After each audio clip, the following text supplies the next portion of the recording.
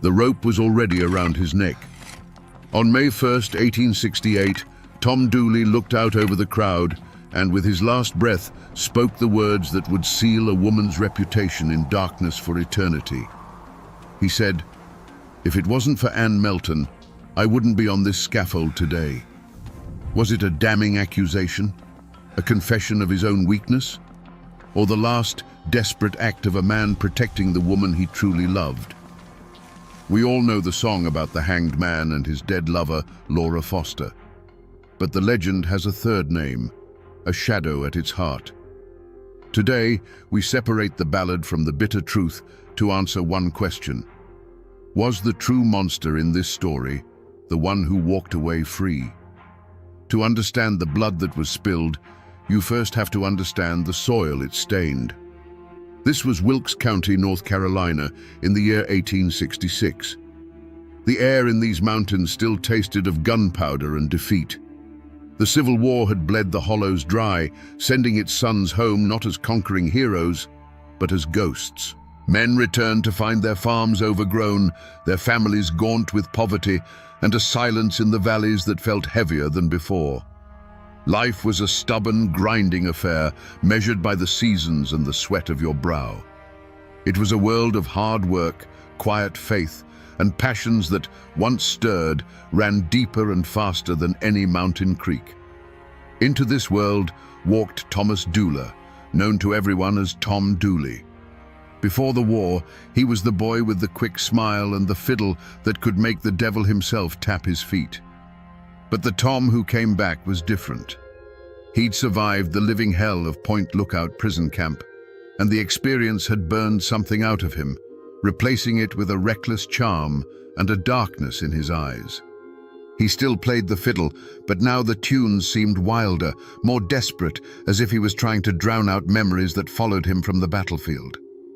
At the unshakable center of Tom's world was Anne Pauline Melton. She was Laura Foster's cousin, married to a quiet farmer named James Melton, a man who seemed to exist only in her shadow.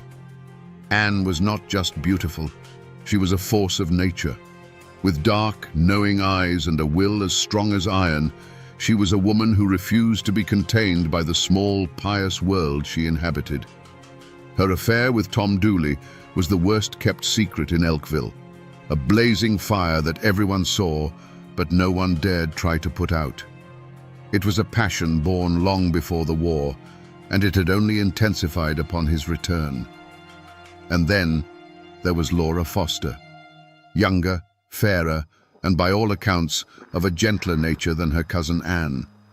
She was a girl on the cusp of womanhood, with dreams that were likely as simple as they were sincere: to be courted, to be married, to build a life. She, too, fell under the spell of the handsome, haunted fiddle player. In her, Tom perhaps saw a chance at a different kind of life, a peace he could never find with the tempestuous Anne. For a time, this fragile, dangerous balance held. Life went on. James Melton ploughed his fields, pretending not to know. The community whispered behind their hands at church and at the general store. Anne held court, the queen of a tiny, isolated kingdom, with Tom as her devoted, reckless knight.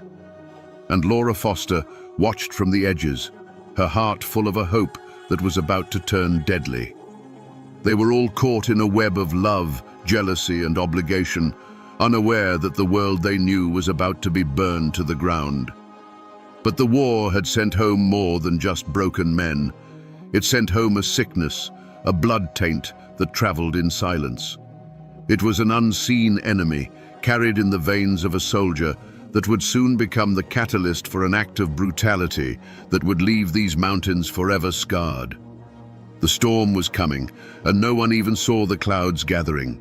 The Fosters, the Meltons, the Dooleys, these were not new names in the Blue Ridge Mountains. Their roots ran as deep as the ancient oaks, clinging to the rocky soil for generations. They were descendants of the first Scots, Irish, and English settlers who pushed into these wild, unforgiving hollows in the late 1700s. They came seeking land of their own and a life free from the meddling of kings and governments. They fought the wilderness, they fought the natives, and sometimes they fought each other to hold on to the small plots of earth that defined their existence. This land wasn't just property, it was a testament to survival paid for in sweat and blood. Every creek, every ridge, every dark stand of timber was tied to a story, a birth, a death, a memory. But history had left scars on this land that had never truly healed. The Civil War was the deepest of them all. Wilkes County had been a place torn in two. While many men like Tom Dooley marched off to fight for the Confederacy, the hills were also crawling with Union sympathizers, draft dodgers, and outright deserters. It was a war fought not just on distant battlefields, but in hushed conversations and suspicious glances between neighbors. Loyalty became a currency more valuable than gold, and betrayal was a poison that could linger in a family's well for 50 years. When the war ended, it didn't bring peace. It brought a simmering resentment. The men who came back, like Tom, were changed, and the community they returned to was fractured. The old order was shattered, and the law was often little more than a suggestion. In this power vacuum, the oldest laws of the mountains reasserted themselves, the laws of clan and kin. And in this world, a name was a heavy thing to carry. To be a foster in these hills meant something. It meant you were part of a sprawling, tangled web of blood relations. You were never truly alone, but you were never truly free either. Your triumphs and your shames belonged to the whole family. An insult to one foster was an insult to all, and the family's honor had to be protected at any cost. This wasn't just about pride, it was about survival. A family with a stained reputation was a weak family, vulnerable to its enemies. The weight of that name and the secrets it had to protect was a burden every foster, including Anne and Laura, carried from the day they were born. In a place like Wilkes County, news traveled faster on foot than it did by post. The general store, the churchyard, the grist mill, these were the arenas where reputations were built and destroyed. And at the center of this web of whispers was Anne Melton. Her affair with Tom Dooley wasn't just a private sin, it was a public spectacle, a long-running drama the entire community followed with a mix of condemnation and fascination. Every glance between them, every time he lingered too long at her farm, was noted, dissected, and woven into the local law. The supporting cast was a complex gallery of cousins and neighbors, each with their own loyalties and resentments. There was Pauline Foster, another cousin, a woman who moved through the community with watchful eyes. The exact nature of her relationship with Anne is lost to history, but the court records would later suggest a deep-seated animosity, the kind that festers between women who are too much alike or who have vied for the same things. Then there were the Meltons, James's family, who had to endure the shame of his wife's open infidelity. And there was James himself, a quiet, brooding figure. The community saw him as a cuckold, a weak man who couldn't control his wife. But was his silence weakness, or was it the coiled patience of a man nursing a deep and bitter wound? The affair itself was the great, unhealed sore on the community's skin. It was an affront to the sacred institution of marriage and a constant source of tension. But there were other, smaller slights that kept the air poisoned. A harsh word exchanged at a quilting bee, a dispute over a stray hog, the natural jealousies that arise when one family does slightly better than another. In these isolated hollows, such grievances weren't easily forgotten. They were collected like debts, passed down through whispers, waiting for a moment to be called due. The Foster clan was so large and interwoven that it was a world unto itself, rife with its own internal rivalries and power struggles. It was this fertile ground of gossip and resentment that allowed the most dangerous rumor of all to take root. When whispers of the foul disease began to circulate, they fell on ready ears.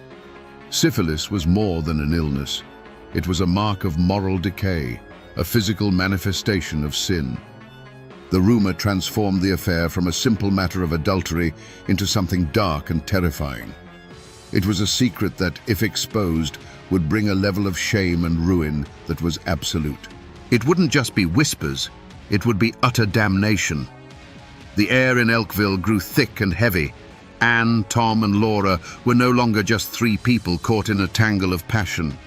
They were characters in a tragedy that everyone was watching unfold, a tragedy being written in real time by the relentless, unforgiving murmur of the community. The pressure was immense. Every smile felt like a mask, every conversation like an interrogation. The stage was set, and the ground was soaked with the fuel of old grudges, just waiting for a single spark to set the whole world ablaze. In the mountains, people have always paid attention to signs. They knew how to read the sky for a coming storm, and they knew how to read the woods for omens. And in the spring of 1866, the old folks would later claim the signs were all bad. They said the whippoorwills called too close to the houses, a sure sign of a soul about to depart. A strange, unnatural quiet seemed to settle in the hollows, a silence that felt sharp and heavy in the air, as if the mountains themselves were holding their breath, waiting for a coming violence. These were the whispers of the woods, the ancient language of dread that every mountain person understood in their bones. The true omen, however, was not a bird or a dream. It was a human one. It was the change that came over Laura Foster. The young, hopeful girl disappeared, replaced by a woman who had been handed a death sentence. When Laura learned she was sick and understood the shameful truth of how she'd gotten that way, the desperation must have been absolute. She was no longer just a spurned lover. She was a victim facing a slow, ugly decay. And she was not going to suffer that fate alone and in silence. Her threat to expose Tom, and by extension the married Anne Melton, was not the blackmail of a schemer. It was the last, defiant cry of a girl whose life had been ruined. That cry was a prophecy, and it spelled doom for Anne. Anne Melton would have felt it most of all.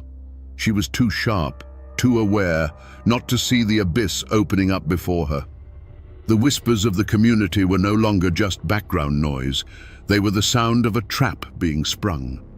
The easy power she held over men, the carefully constructed life she had built with her husband James, the fragile respectability she clung to, it was all about to be consumed by scandal and disease.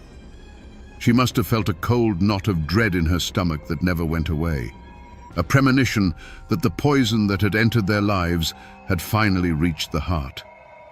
The walls of her world were groaning, and she knew that soon they would either come crashing down on top of her, or she would have to tear down someone else's first.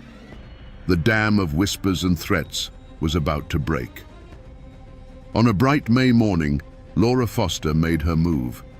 She walked out of her family's home, went to the barn, and saddled her father's mare. She told her family she was leaving to elope with Tom Dooley. This was it. This was the final desperate gamble of a girl who had nothing left to lose. It was not just a flight of romantic fancy, it was a public declaration, an act of defiance that would force every secret out into the sunlight. By riding away to meet Tom, she was setting the entire fragile world on fire. For Tom Dooley, this was the moment of reckoning. He was caught between two worlds, between the fiery, possessive love of Anne and the desperate, righteous claim of Laura. He had made promises to both. Now, Laura was calling in his debt. He had to meet her.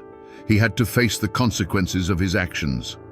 We'll never know what was in his heart on that day, true love for Laura, a sense of duty, or the fear of a man being led into a trap. But we know he went to the rendezvous. His fatal indecision, his inability to untangle the web he had woven, placed him squarely on the path to that shallow grave. The news of Laura's departure must have struck Anne Melton like a physical blow. The threat was no longer a possibility whispered in the dark. It was a girl on a horse, riding to destroy her.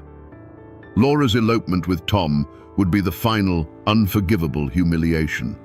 The whole sordid story, the affair, the lies, and the shameful disease would be laid bare for the entire county to see. The life Anne had so fiercely protected was about to be torn to shreds. The time for talk was over. The time for manipulation and quiet threats had passed. A choice had to be made right there on that spring morning. And so, the first drops of blood were shed, not with a blade, but with a decision. The plan, whether hatched in a moment of panicked rage or cold calculation, was set in motion. The rendezvous between Tom and Laura was no longer a meeting of lovers. It was an ambush. The conflict escalated from a bitter personal feud into a conspiracy to commit murder. Someone, Anne or Tom, under her influence, decided that the only way to silence Laura Foster forever was to put her in the ground. As Laura rode away, the sun warm on her back, she must have felt a mix of terror and hope. She was leaving everything she had ever known behind, riding toward an uncertain future with the man she loved. She didn't know that she was not riding toward a new life. She was riding into a silence that had been carefully prepared for her, a silence as deep and final as the Appalachian earth itself. The point of no return had been crossed. The spot where Laura Foster drew rein on her father's mare was quiet and secluded. Sunlight filtered through the new spring leaves, dappling the forest floor. This was the place where her future was supposed to begin. She looked for Tom, her heart a frantic mix of hope and fear. But the figure, or figures, that emerged from the shadows of the rhododendron thicket did not offer the embrace she was expecting. We will never know the exact words that were spoken in those final moments. Was it a plea, an accusation, a bitter, venomous argument? Whatever was said, the hope in Laura's eyes must have died in an instant, replaced by the cold, stark terror of betrayal. There was no long, drawn-out scream to echo through the hollow. The violence was too sudden, too brutally intimate for that. There was likely just a sharp, choked gasp, the sound of a frantic, brief struggle in the dry leaves on the forest floor, and then a heavy, sickening thud. A sound of such finality that it seemed to drain all the life from the air around it. The sound of a life being abruptly, horribly extinguished. The world did not stop. It simply went on without her in it. The mare, panicked by the scent of terror and the sudden chaos, reared back, its eyes wide with fright. It tore through the underbrush, reins flying, the empty saddle a stark and terrible testament to what had just occurred. The horse ran without stopping, a mindless flight back toward the familiar scent of home, leaving behind a scene of unnatural stillness. A small piece of a woman's life, a bonnet perhaps, or a ribbon, lay trampled in the dirt, the only splash of color in a world that had suddenly gone gray. Then, the grim work began. The silence was broken not by cries or laments, but by the rhythmic, labored sound of digging. It was the scrape and clank of a tool, a shovel, or a mattock, striking the hard, unforgiving Appalachian earth.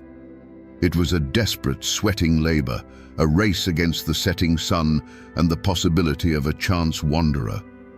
Each shovelful of dirt was not just soil being moved, it was an act of concealment, an attempt to erase a person, to bury a terrible secret so deep that it might never be found. The grave was shallow, dug with the frantic haste of those who wanted to be gone from that cursed place. There was no reverence, no ceremony. The burden of Laura's body, now just a thing to be hidden, was placed into the shallow trench. The sounds were muted and awful. The rustle of her homespun dress against the dirt, the dull weight of her form settling into the earth. It was a final, profound act of desecration. Then came the final sounds, the soft, heavy thuds of dirt being shoveled back into the hole, covering the last evidence of the crime. The person, or people, who stood there in the fading light, their clothes stained with soil and their lungs burning from the effort, were not just burying a body. They were burying a promise, a future, and a piece of their own souls. When they were finished, they tried to make it look as though nothing had happened. They scattered leaves over the freshly turned earth and arranged the branches just so. But the ground was wounded. No human eyes had witnessed the act, but the ancient trees stood as silent sentinels. The mountains had seen it all, and in the Blue Ridge, the mountains never, ever forget. To understand what happened in that secluded glade, you have to try, for a moment, to look at the world through Anne Melton's eyes. In her mind, Laura Foster was no longer a person. She wasn't her cousin. She wasn't a romantic rival. She was a disease, a walking plague that threatened to consume everything Anne had built. The syphilis rumor was a death sentence, not just for the body, but for the soul. It meant being cast out, shunned, left to rot in shame while the community whispered about your sins. Laura's threat to expose it all wasn't just blackmail, it was a promise of total annihilation. From Anne's perspective, this was not a matter of jealousy over Tom Dooley. This was a matter of survival, as primal and as ruthless as a cornered animal protecting its den. The twisted logic was terrifyingly simple. You cut out the infection before it kills you. The switch flipped the moment word reached her that Laura was on that mare, riding to meet Tom. Before that, the threat was a possibility, a problem that could perhaps be managed with manipulation or intimidation. But Laura on that horse was a lit fuse burning down to the powder keg. It was an act of open war. In that instant, all other options vanished. The cool, calculating part of Anne's mind, the part that had allowed her to manage an affair under her husband's nose and maintain her standing in the community, would have taken over completely. It was no longer a messy human drama. It was a cold, hard equation. Her life, her home, her name, or Laura's. There was no room for both. So when she confronted Laura in the woods, if indeed she was the one who did, it was likely not with the explosive rage of a jealous lover. It would have been with the chilling focus of an executioner. Each step, each word, each action would have been deliberate. She would have looked at Laura and seen not the face of a frightened girl, but the embodiment of her own destruction. The act itself would have been a task to be completed, a problem to be solved. This profound, terrifying detachment is the only thing that can explain the icy composure she displayed later. It wasn't the absence of feeling, it was the absolute suppression of it in the service of a single, overriding goal, self-preservation at any cost. And in the immediate aftermath, standing there in the silence of the woods, what would she have felt? Not guilt, not remorse. That would come later, perhaps, in the dark of night when the ghosts of memory came calling. No, in that moment, she would have felt a profound and chilling relief. The threat was gone. The voice was silenced. The secret was safe, buried under 6 feet of Appalachian dirt. She had faced absolute ruin and had stared it down. She had won. It was a victory that would poison her life and damn her name for all time. But as she walked away from that shallow grave, it was a victory nonetheless. The first sign that the world had broken was the sight of a horse. Wilson Foster's mare came trotting back to the farm late that afternoon, alone. Its coat was slick with sweat and streaked with mud. Its eyes were wild with a terror it couldn't speak. The empty saddle was a screaming accusation. A father's heart knows a specific kind of cold dread, and as Wilson Foster caught the reins of the panicked animal, that coldness flooded his veins. The story of an elopement suddenly felt like a lie, a thin blanket thrown over a horrible truth. In the days that followed, Wilson and his family scoured the woods. Their calls of Laura echoed through the hollows, answered only by the cawing of crows. The search was a frantic, desperate ritual. The woods that had been Laura's playground now felt like a tomb, each shadow seeming to hold a terrible secret. The community watched, and for a time they held on to the simpler explanation. They whispered that she had run off, that she and Tom were likely halfway to Tennessee by now. It was easier to believe in a reckless girl than a dead one. This casual dismissal left the Foster family isolated in their growing nightmare. Meanwhile, the main players in the drama had scattered. Tom Dooley had vanished. One day he was a fixture in the community, the next he was gone, his absence a thunderous confession of guilt. But Anne Melton was right where she had always been. She went about her daily chores on the Melton farm, a picture of domestic calm. When questioned, her face was a mask of innocence and concern. She knew nothing. She had seen nothing. Her icy composure was a wall that no one could breach, and it was, in its own way, more terrifying than Tom's flight. Weeks turned into a long, agonizing summer. The search parties grew smaller as hope withered on the vine. Laura Foster was now officially a missing person, a ghost story whispered around the supper table. But her family, particularly her father, refused to let the silence win. They kept looking, kept asking questions, their grief hardening into a grim resolve to find the truth, no matter how ugly it might be. The whispers in the community began to change, the simple story of elopement giving way to darker suspicions of foul play. The discovery, when it finally came, was a grim and heartbreaking affair. A man named Colonel James Grayson, a local justice of the peace and a friend of the Fosters, was led to a spot deep in the woods. There, under a thin covering of leaves and branches, he saw what he had been dreading for months, a patch of earth that was too soft, too new. He began to dig. It didn't take long to uncover the horror. The search was over. Laura Foster had been found. The news ripped through Wilkes County like a flash flood. The whispers became a roar of outrage. With the discovery of the body, a missing persons case became a murder investigation. The law, which had been passive for months, was now spurred into action. The full weight of suspicion fell squarely on the man who had run. A warrant was issued for the arrest of Thomas C. Dooley. A reward was posted for his capture. Tom Dooley was no longer just a reckless local boy. He was a wanted murderer, and the hunt was on. The discovery of Laura's body was like a rock thrown into a still pond, and the ripples of suspicion and fear spread to every last cabin in the county. The comfortable lie of elopement was shattered, and in its place, a terrible truth took root. A murder had been committed. One of their own had been put in the ground like an animal, and now everyone had to choose a side. The general store was no longer a place for idle gossip. It was a courtroom where theories were argued in hushed, angry tones. At church, families who had worshipped together for generations now sat on opposite sides of the aisle, their prayers heavy with judgment for their neighbors. A thick, suffocating fear settled over the community. This wasn't a crime committed by some nameless drifter. The killer, everyone knew, was still among them. Many people must have known pieces of the truth. They'd seen Tom and Anne arguing. They'd heard the rumors about the disease. Perhaps someone had even seen Anne returning home that fateful night, her dress soiled with mud and secrets. But the Foster clan was a sprawling, powerful entity, and Anne Melton, with her iron will and piercing gaze, was a terrifying woman to cross. To speak against her was to risk more than just a cold shoulder. It was to invite a feud, to put your own family and livelihood in jeopardy.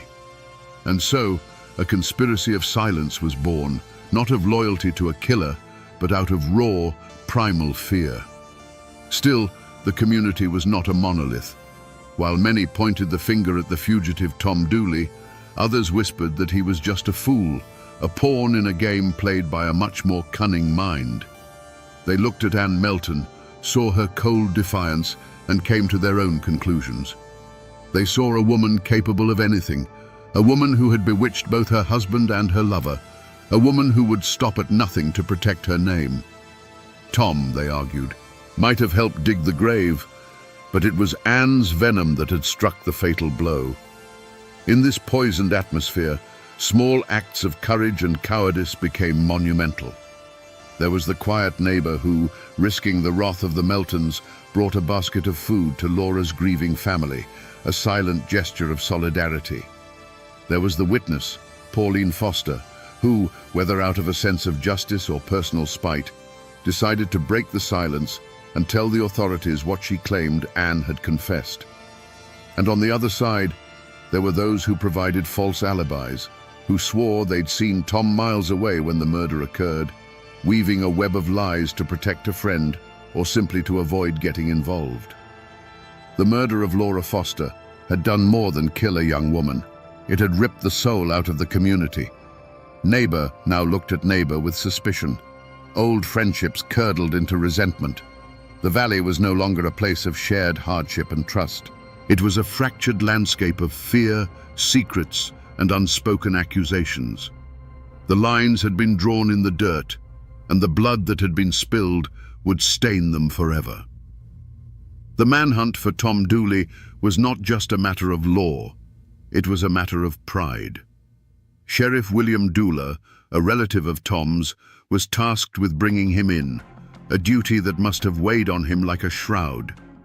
But the official posse was swelled by harder men from the Foster clan whose faces were grim masks of determination.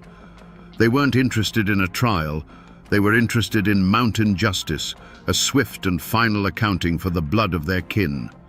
They knew Tom, they knew his habits, and they knew the woods as well as he did. They weren't just chasing a killer, they were hunting a ghost who knew every shadow in their own backyard. For weeks, Tom was a phantom. He was a creature of these mountains, born and raised in their embrace, and now he used them as his shield. He moved by night, sleeping in caves and abandoned cabins, living off whatever he could forage or steal. The posse would find his tracks by a creek bed, only to have them vanish on the hard rock upstream. They'd get a tip that he was hiding in a certain hollow, and by the time they'd surrounded it, he was already miles away, watching their lanterns flicker from a distant ridge. The rhododendron thickets, so dense they were called laurel hells, were his fortress. He was making fools of them, and with every passing day, the legend of his cunning grew, while the frustration of the hunters curdled into a cold, patient rage. But Tom knew Wilkes County was a cage, and the walls were closing in. He couldn't run forever in a place where every face knew his name. His only hope was to disappear completely, to cross the Blue Ridge into Tennessee and start a new life under a new name. And so began the second, more desperate phase of the chase. He pushed westward into the wild heart of the mountains that separated the two states. This was a brutal, unforgiving wilderness, a vertical world of razorback ridges and sunless valleys. The hunt became an ordeal of endurance, a battle against not just a man, but against the mountains themselves. The posse, relentless and driven, stayed on his trail. They followed broken twigs, faint footprints in the mud, and the whispers of isolated mountain folk who had seen a haunted-looking stranger passing through. The chase stretched on, a slow, grueling pursuit through some of the most difficult terrain in the eastern United States. Tom was starving, exhausted, and the ever-present fear of the men behind him was a constant, gnawing companion. The freedom he had run for now felt like a different kind of prison, a cold and lonely one. He finally made it to Trade, Tennessee, a small settlement just across the state line. He was no longer Tom Dooley, the fiddle-playing charmer. He was just another ragged farmhand, calling himself Tom Hall, looking for work to fill his empty belly. He found it on the farm of a man named Colonel James C. Grayson. For a brief moment, he might have thought he had made it. He was anonymous. He was safe. But the posse had its own network, and word of a suspicious newcomer who fit Tom's description had trickled back across the mountains. The moment of capture was not a blaze of gunfire on a rocky cliffside.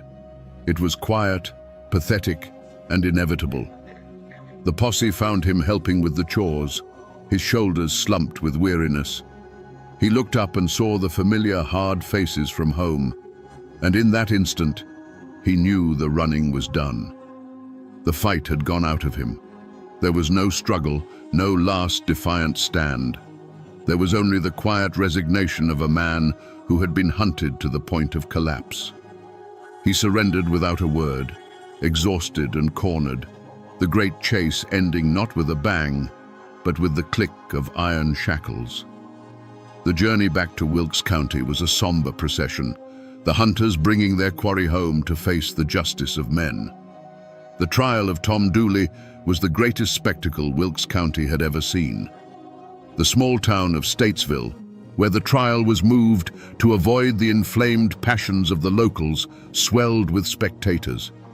Farmers in dusty overalls stood shoulder to shoulder with men in fine suits, all of them craning their necks for a glimpse of the infamous killer and the woman at the center of the storm. The courtroom was a tinderbox.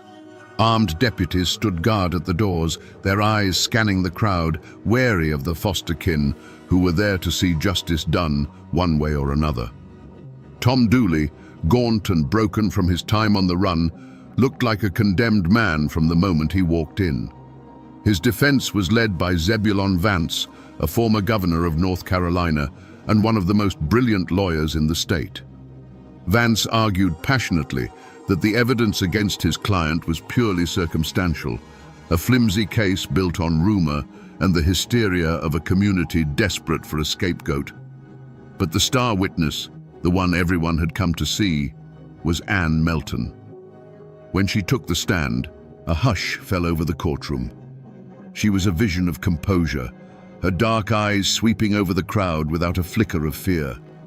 She answered the prosecutor's questions with a cool, unshakable calm, denying everything. Her voice never wavered. She painted herself as a victim of malicious gossip, a respectable married woman whose name had been unfairly dragged through the mud. It was a masterful performance. To her supporters, she was a woman of incredible strength, unjustly accused. To her detractors, her icy demeanor was the ultimate proof of a sociopathic heart, a woman capable of orchestrating a murder and then lying about it without blinking. The trial was a parade of neighbors and cousins, their testimonies a tangled mess of personal grudges and second-hand stories. Pauline Foster delivered her damning testimony, claiming Anne had confessed the murder to her. But under the sharp cross-examination of Governor Vance, her credibility crumbled. She was portrayed as a spiteful woman, driven by jealousy and a personal vendetta against Anne. The case against Anne was built on a foundation of sand, one person's word against another's, with no hard evidence to tie her to the crime. In the end, the law of men, with its strict rules of evidence, could not convict her. The jury, faced with a mountain of innuendo but not a single piece of concrete proof, acquitted Ann Melton. A gasp went through the courtroom. She had walked into the heart of the fire and emerged without so much as the smell of smoke on her. She stood, smoothed her dress, and walked out of the courtroom a free woman, past the stunned and hateful glares of the Foster family. For Tom Dooley, there was no such escape. The evidence of his flight, his affair with Laura, and his presence near the scene was enough. He was found guilty and sentenced to hang. Justice had been delivered, but to many in that courtroom and in the hollows back home, it felt like a grotesque mockery. They had hanged the fool, but the mastermind, the true author of the crime, had just walked out the front door, free to return to her life as if nothing had ever happened. Was this the law of men? Or was it proof that some people were so cunning they could outwit justice itself? The thud of the trapdoor beneath Tom Dooley's feet was the final brutal punctuation mark on his life. With his death, the law was satisfied. But his last words from the gallows did not fade into the air. They hung over the hollows, a permanent stain on Ann Melton's name, a curse delivered with a dying man's breath.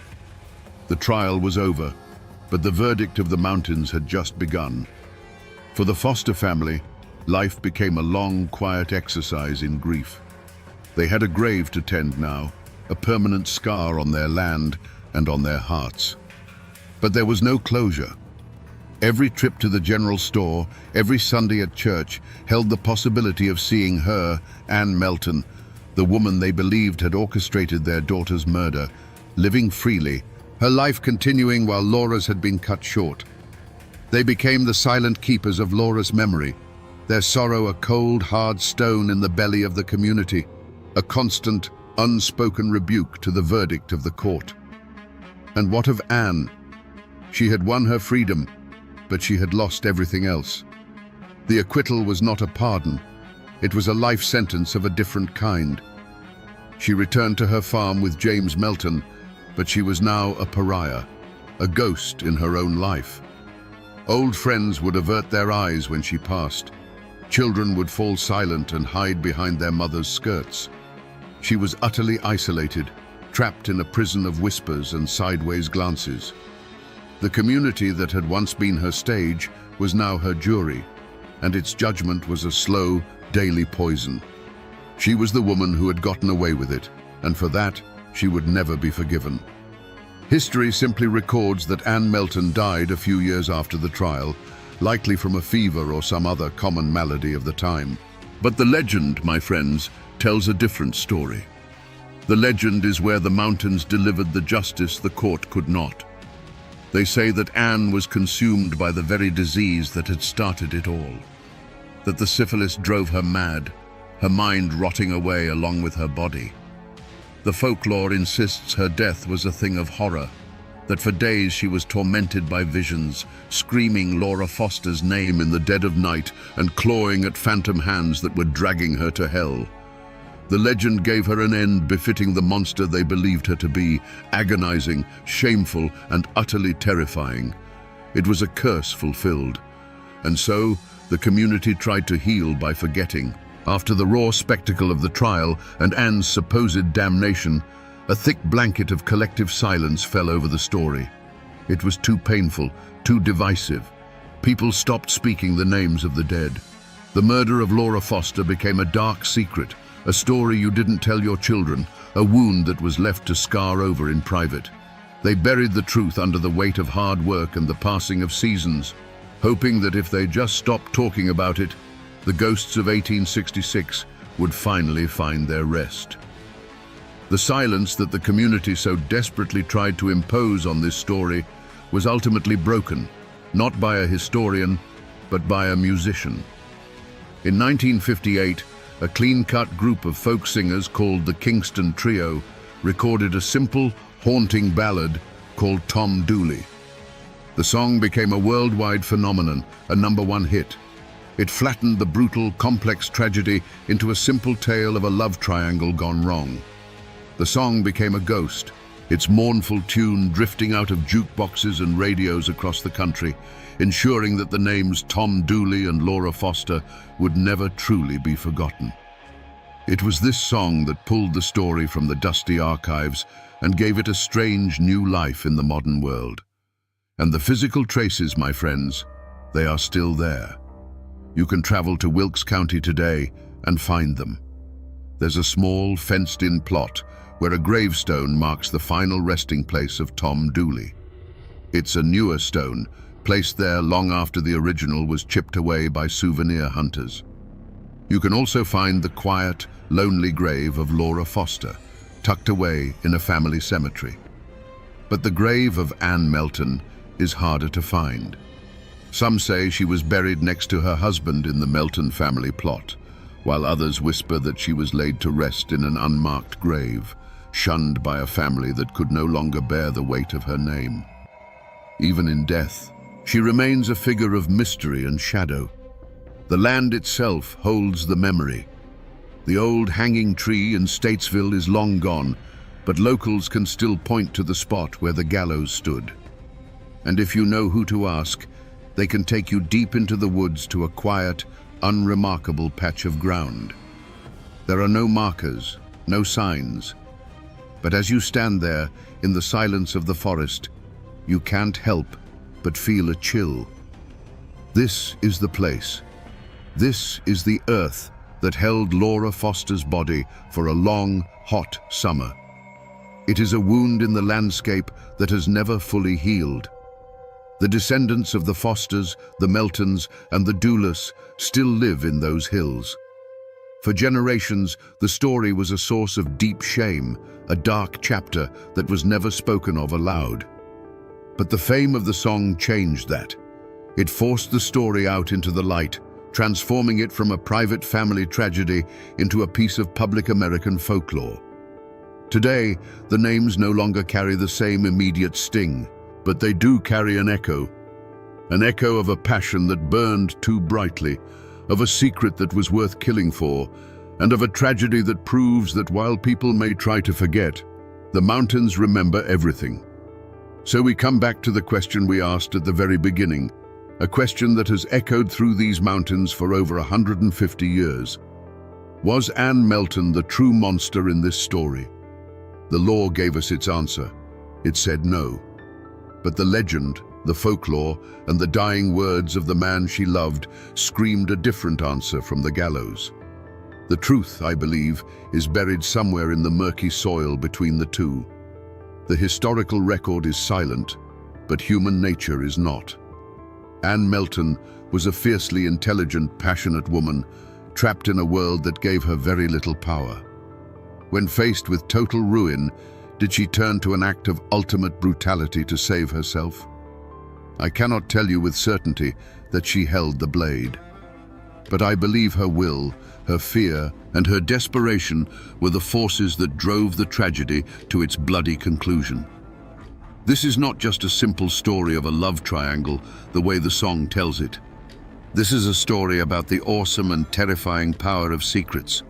It's a testament to how, in the isolated, close-knit world of the mountains, things like honor, shame, and reputation are not abstract ideas.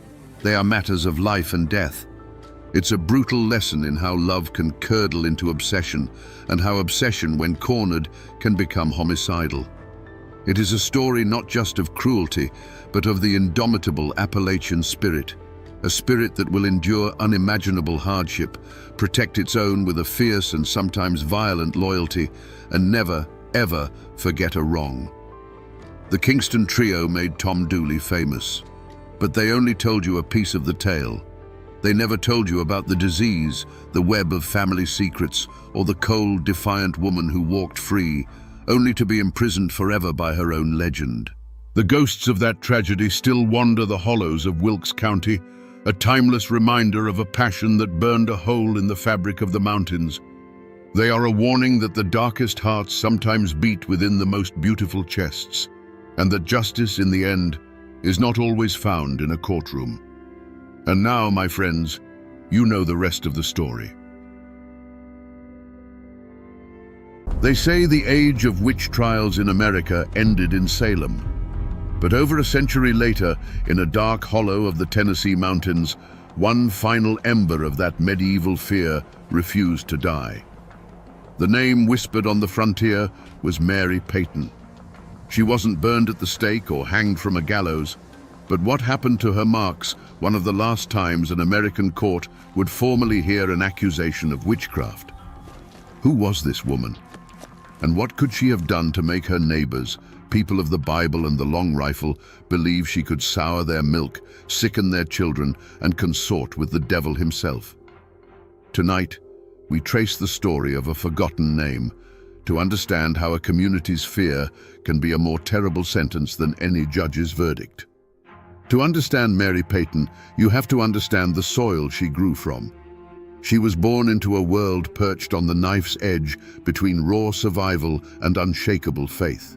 Her people were likely Scotch-Irish, a famously stubborn and clannish folk who had fled persecution in the old world only to find a different kind of hardship in the new. They brought with them their Presbyterian God, their distrust of authority, and a mind filled with tales of bogles, fetches, and the good folk, beings that Christianity had never fully managed to stamp out. Mary grew up in a log cabin chinked with mud and moss, where the hearth was the center of the universe and the dark woods outside were an endless, living mystery. Life was a brutal teacher. She would have seen siblings taken by fevers before they could walk, watched her parents' faces etched with worry over a failed crop, and learned from infancy that a single bad winter or a sick milk cow could mean the difference between life and death. The world was governed by forces you couldn't see, whether it was the hand of God or something far more ancient and sinister. From a young age, it was clear Mary walked a slightly different path. While other girls were learning the loom, Mary was learning the woods. Her mother, or perhaps a grandmother, was a granny woman, a keeper of the old knowledge. She taught Mary which roots could break a fever, which leaves could soothe a burn, and which mushrooms could kill a man. Mary had a gift for it. She had a quiet way with animals and a knack for finding the rarest herbs, as if the land itself spoke to her. There was a story, told long after, about a time when a neighbor's prized hunting dog was bitten by a copperhead. The dog's leg swelled to twice its size, its breathing grew shallow, and the man had all but given it up for dead. Mary, then just a girl, appeared at the edge of his property with a poultice of crushed plantain and mud. Without a word, she applied it to the wound. The next morning the swelling was down, and within a week the dog was chasing rabbits again. The man was grateful, but he was also unnerved. It just wasn't natural, the way she knew. This event forged the code Mary would live by. She learned that her knowledge was a double-edged sword. It could heal, but it could also create fear. Her code was one of fierce self-reliance and guarded silence. She came to trust the certainty of the seasons more than the fickle nature of people. She understood that in these mountains, a woman who knew too much, who lived too much on her own terms, was a person who invited whispers. And so, she was shaped not just by the hardships of the frontier, but by its deep-seated paranoia. She was a true daughter of Appalachia, resourceful, tough, and intimately connected to the land. But that very connection, the source of her strength and her identity, was the same thing that would one day be used to brand her as an outcast.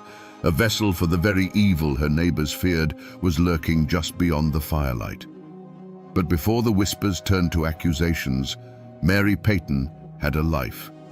For years, she was a quiet, respected fixture in her small corner of the mountains. In a place with no doctors for 100 miles, Mary was the one you went to when a child's cough turned into a death rattle in the middle of the night, or when a woodsman's axe wound wouldn't stop bleeding. She was, for all intents and purposes, the community's healer, a necessary shadow at the edge of their society.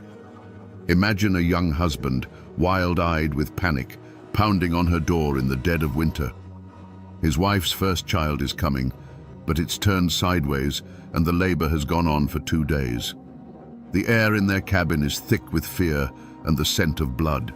Mary would arrive with her leather satchel of dried herbs and roots, a figure of calm in the storm. She wouldn't speak of God or the devil.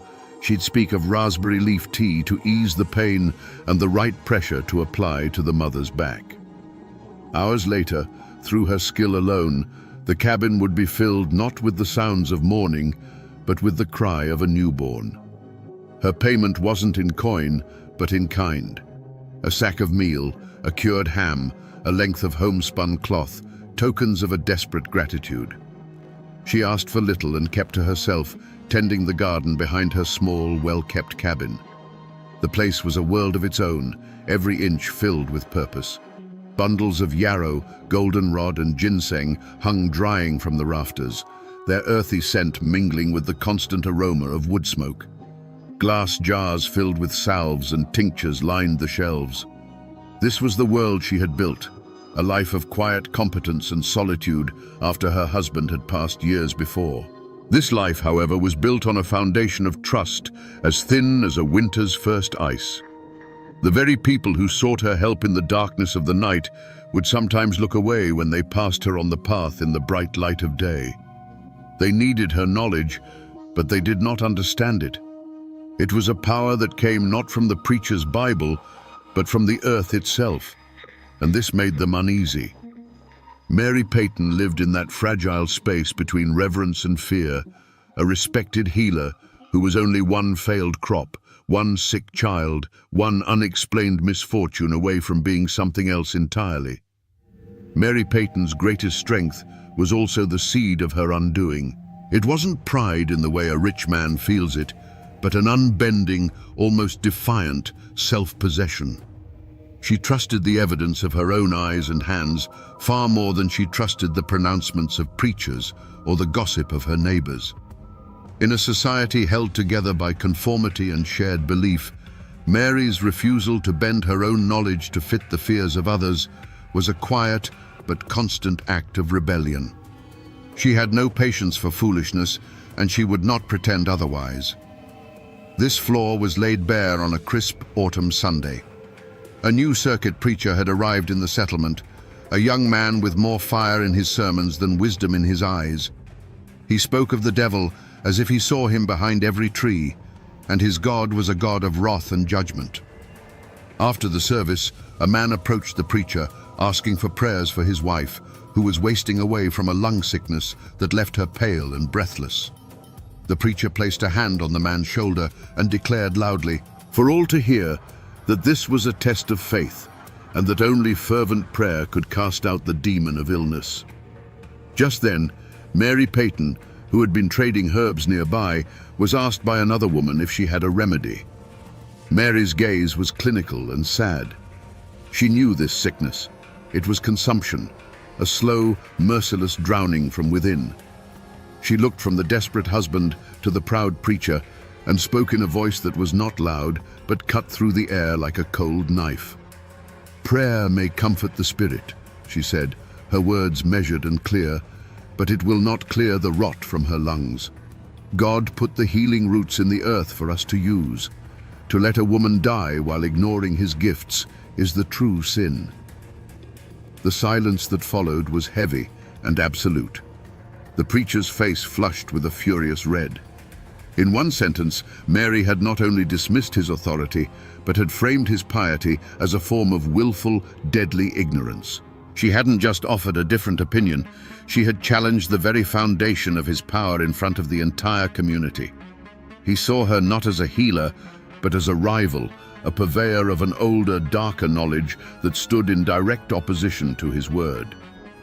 That day, Mary didn't just make an enemy of a powerful man, she showed everyone the crack in her armor. She had demonstrated that she stood apart, governed by her own code, her own wisdom. She would not bow, she would not flatter, and she would not pretend to believe what she knew to be untrue, even for the sake of peace. That stubborn, unwavering honesty in a world fueled by fear was the most dangerous flaw of all. The spark landed in the Miller cabin. Their youngest boy, a child who had been healthy and strong just a month before, was seized by a wasting sickness. A fever burned like a coal behind his eyes, and he grew thinner each day until his skin was like parchment stretched over bone. Desperate, the Millers did as the circuit preacher commanded. They prayed, they fasted, they looked for sin in their own hearts. But the boy only worsened. Then other things began to happen. Their best milk cow went dry overnight. A batch of bread made from their dwindling flour soured in the oven. Driven half-mad by grief and the preacher's fiery whispers, Thomas Miller finally broke. He didn't come to Mary's cabin asking for a cure. He came looking for a culprit. He found her by the creek bed, gathering river stones, her back to the path. He wasn't alone. His wife stood a few paces behind him, weeping into her apron, and several other neighbors had followed, drawn by the grim set of his jaw. The air grew thick and still. "Mary," he said, his voice a ragged tear in the quiet afternoon, "my boy is dying." Mary turned, her hands full of smooth grey stones. She saw the pain in his eyes, but she also saw the fear and something uglier beneath it. "I am sorry to hear it, Thomas," she replied, her voice even. "Fevers in the young are a terrible thing." This was the moment. This was the affront. Miller didn't hear sympathy. He heard a cold, distant pronouncement. His desperation, stoked by the preacher's paranoia, curdled into accusation. "You can fix it," he choked out, taking a step closer. "You brought back the Jennings dog from a snake bite. You set my own brother's leg when it was shattered. You can stop this. Lift your hex, Mary. In God's name, lift it." The plea was an accusation, a public branding. He was asking her to confess to being the source of his misery. And here, Mary Peyton's unbending nature sealed her fate. She did not try to soothe him. She did not offer a poultice or a comforting word. She saw his fear as an insult to her life's work, a victory for the ignorance she so despised. Her expression hardened. "Your son is sick, Thomas," she stated, her words as cold and hard as the stones in her hand. "He is not cursed, and your fear is a worse sickness than any fever." To the grieving father, her refusal to engage with his terror was not a denial, it was a confirmation. It was the chilling indifference of the guilty. The last thread of his reason snapped. He pointed a trembling finger at her, and his voice rose to a shout that echoed through the hollow for all to hear. "Witch! You are a witch!" The word, once spoken, could never be taken back. It hung in the air, a poison that had finally found its victim. The word witch, once spoken aloud, is a poison seed. It landed on the fertile ground of the community's fear and put down immediate thorny roots. The whispers that had once been confined to the shadows now flew in the open air. Doors that had once opened to Mary with pleas for help now slammed shut as she approached. Mothers who had once thanked her for saving their children now pulled them away from the path when she walked by, shielding their eyes as if from a terrible glare. Mary was no longer just a woman who knew things. She was the thing itself, the source of all their bad luck, the face of their deepest anxieties. Jedediah Stone, an old hunter whose own life Mary had saved years ago after a run-in with a wounded bear, was one of the few who dared to speak to her. He found her at dusk, splitting firewood with a grim, rhythmic determination, as if the accusation had changed nothing. "Mary," he began, his voice low and rough, "you're a sensible woman. Too sensible for your own good, maybe. But you need to put an end to this. Go to the Millers. Take them a sassafras tea. Tell them you're praying for the boy. You don't have to mean it. Just say the words. Give their fear something to chew on besides you." Mary stopped, the axe held motionless in her hand. She looked at Jedediah, and he saw not fear in her eyes, but a cold, burning disappointment. "And what would that be, Jedediah, but a lie?" she asked. "Their boy is sick with a wasting fever, not a hex. Their fear is the sickness that's spreading. To give them a charm would be to admit that their foolishness has power. I will not feed the beast that is devouring them." Jedediah shook his head, a deep sadness in his weathered face. "That beast is about to devour you, Mary," he said, before turning and walking away, leaving her alone in the growing twilight. Her refusal left a vacuum, and the circuit preacher was more than willing to fill it. The following Sunday, he stood at his makeshift pulpit and delivered a sermon of fire and brimstone. He never spoke Mary Peyton's name, but he didn't have to. He spoke of a serpent in their midst, a canker of old-world evil that masqueraded as a helping hand. He warned of those who put their faith in roots and leaves instead of the power of the Lord, who used earthly knowledge as a mockery of God's divine will. He was giving the community's fear a holy purpose, turning a personal grudge into a righteous crusade. Any other person might have retreated, stayed inside their cabin, and waited for the storm to pass. But that was not Mary's way. Her defiance became her only response. She continued to walk the paths, her head held high, her gaze direct. She met the fearful stares of her neighbors, not with anger, but with a silent, questioning look that they took for a malediction. She was daring them to believe the lie, and in their terror, they accepted the dare. Each decision she made, born from her unshakable integrity, was another nail in her own coffin. A dead bird, its neck snapped, appeared on her doorstep. Someone etched a crude cross on her cabin door to ward off its inhabitant. The path of compromise, the one Jedediah had offered, was now completely gone. Mary had refused to bow, and so she had forced the community to act. A confrontation was no longer just possible, it was a certainty. They needed a judgment, a final verdict to quell the terror she, in her stubborn silence, seemed to confirm. The law, in those days, often had a human face. It arrived not in a uniform, but in the worn, homespun coat of Justice of the Peace Thompson, a pragmatic man who had seen more trouble stirred by religion than by rum. He didn't believe in witches, but he absolutely believed in mobs. He came to Mary's cabin not as a judge, but as a man trying to put out a fire before it consumed the whole forest. He found her inside, methodically grinding dried willow bark, the air thick with its sharp medicinal scent. He sat at her small, rough-hewn table, a place of healing now at the center of a storm of hate. "Mary," he said, getting straight to the point, his voice lacking the preacher's fire or Miller's hysteria. "I've known you for 20 years. You've mended more bones and cured more fevers than any woman in this county. But reason has left these people. They're scared, and the preacher is fanning the flames. Thomas Miller has made a formal accusation. I have to hold a hearing." He leaned forward, his hands clasped on the table. "But it doesn't have to come to that. There's a wagon train heading west in 2 weeks. I can buy this plot from you myself for a fair price. You could be in Kentucky by summer. Start over where nobody knows this story. This is not an order, Mary.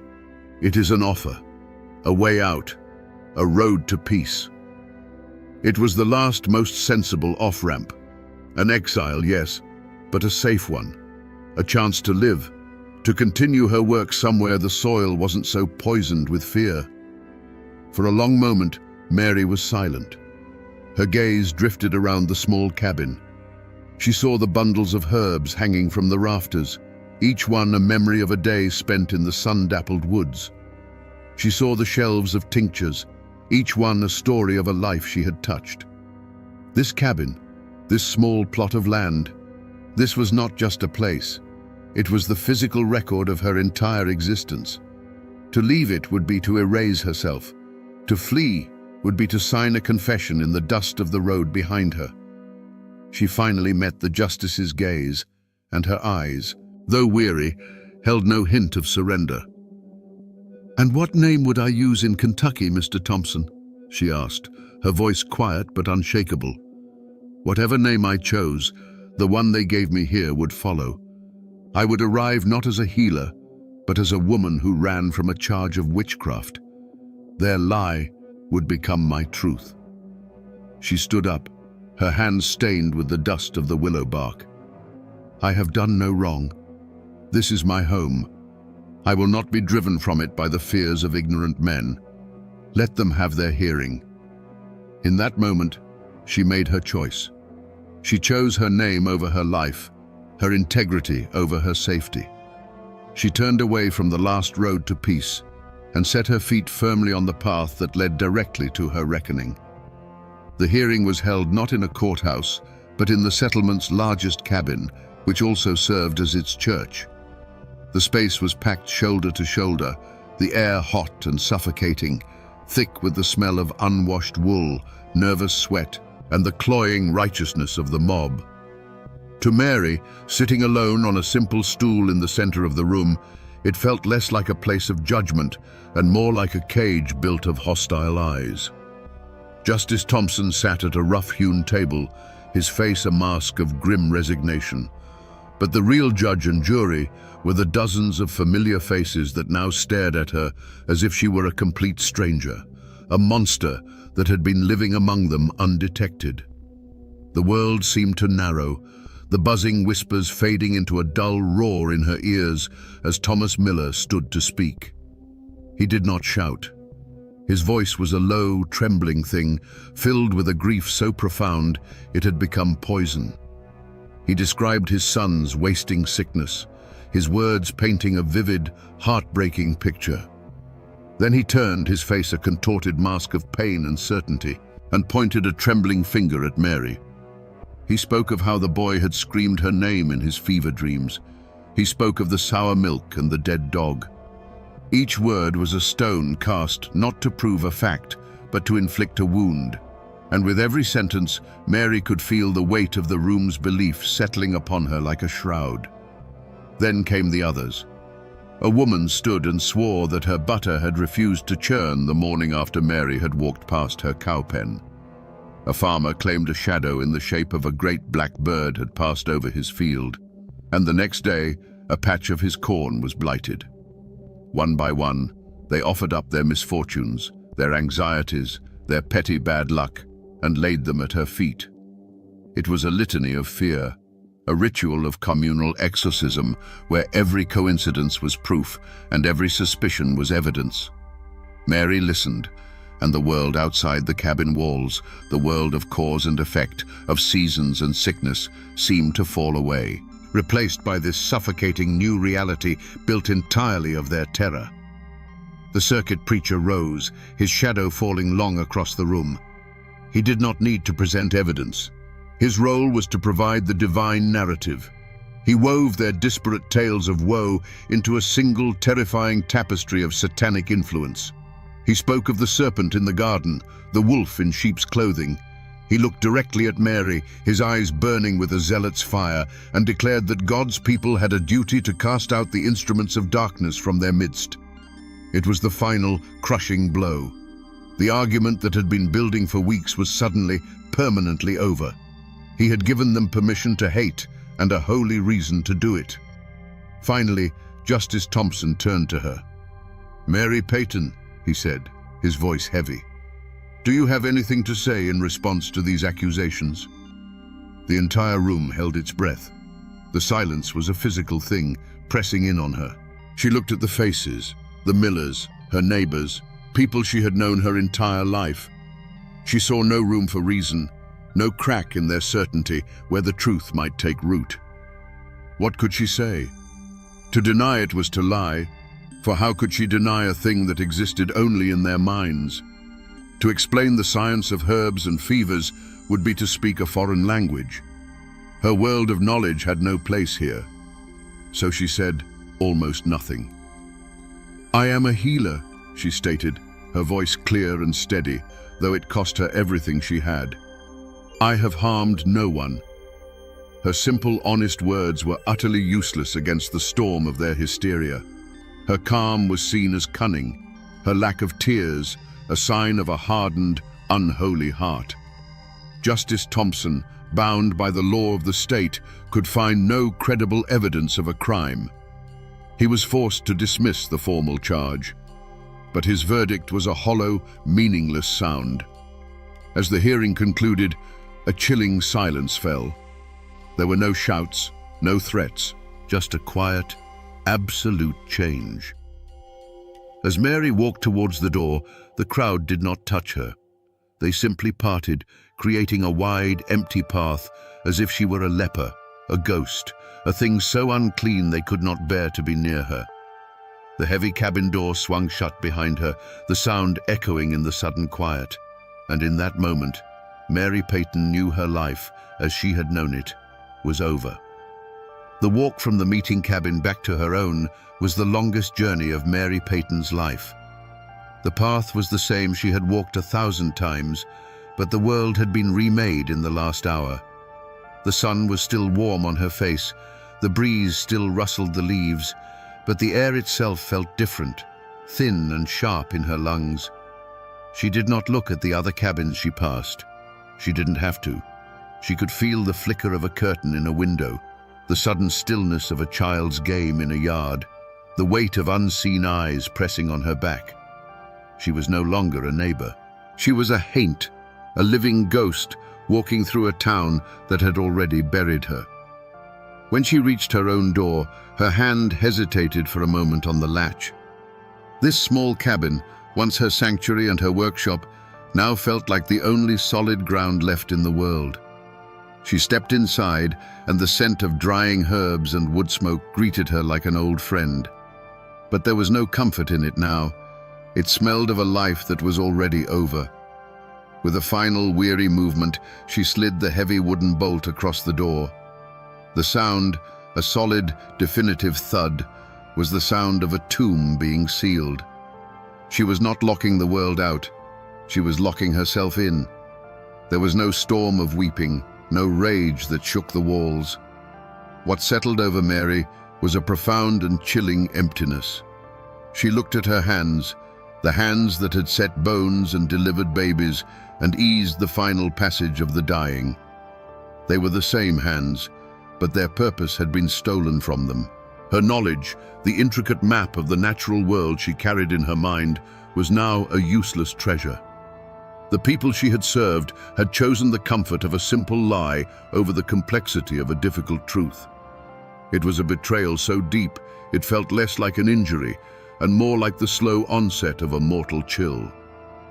As dusk bled into a moonless night, Mary sat in her single chair, unmoving, while the shadows in the cabin grew long and deep, consuming the jars of salves and the bundles of herbs until they were just shapes in the darkness. Every creak of the logs, every skittering sound on the roof was now a potential threat. The familiar night sounds of the mountains had become the footsteps of her neighbor's hatred. She hadn't fled. She hadn't been captured or struck down. Her final stand had been a simple refusal to run. And now, the sentence had begun. It was not death, but a living burial, a condemnation to absolute suffocating loneliness. The road had ended right here, at her own hearth. The tragedy did not end at Mary Peyton's bolted door. It seeped out. A slow poison poured into the community's well. A week after the hearing, the Miller boy died. The fever finally consumed him in the dead of night. But his passing brought no release, no vindication for his parents. Their victory over the witch now tasted like ash in their mouths. They had done the unthinkable, cast out a neighbor, and for what? Their son was still gone. Their cabin became a place of profound, hollow grief, haunted not by a hex, but by the terrible question of whether they had destroyed an innocent woman for nothing. Thomas Miller, once a solid and respected man, became a ghost himself, his eyes vacant, his shoulders stooped under a weight far heavier than sorrow alone. The wreckage spread. As autumn deepened, bringing with it the croup and the lung fevers, the community felt Mary's absence like a missing limb. A farmer's wife, who had spoken at the hearing of souring butter, watched her own daughter struggle for breath with a cough that Mary could have soothed with a simple mullein tea. But who could she ask for help now?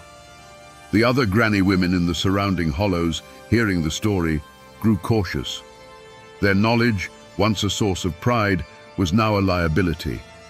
They offered only the simplest remedies, their hands trembling, terrified that a failed cure would earn them the same brand that had been put on Mary. The social fabric, once woven tight by necessity and shared hardship, began to fray. The men and women who had stood to testify against Mary now looked at each other with a new, guarded suspicion.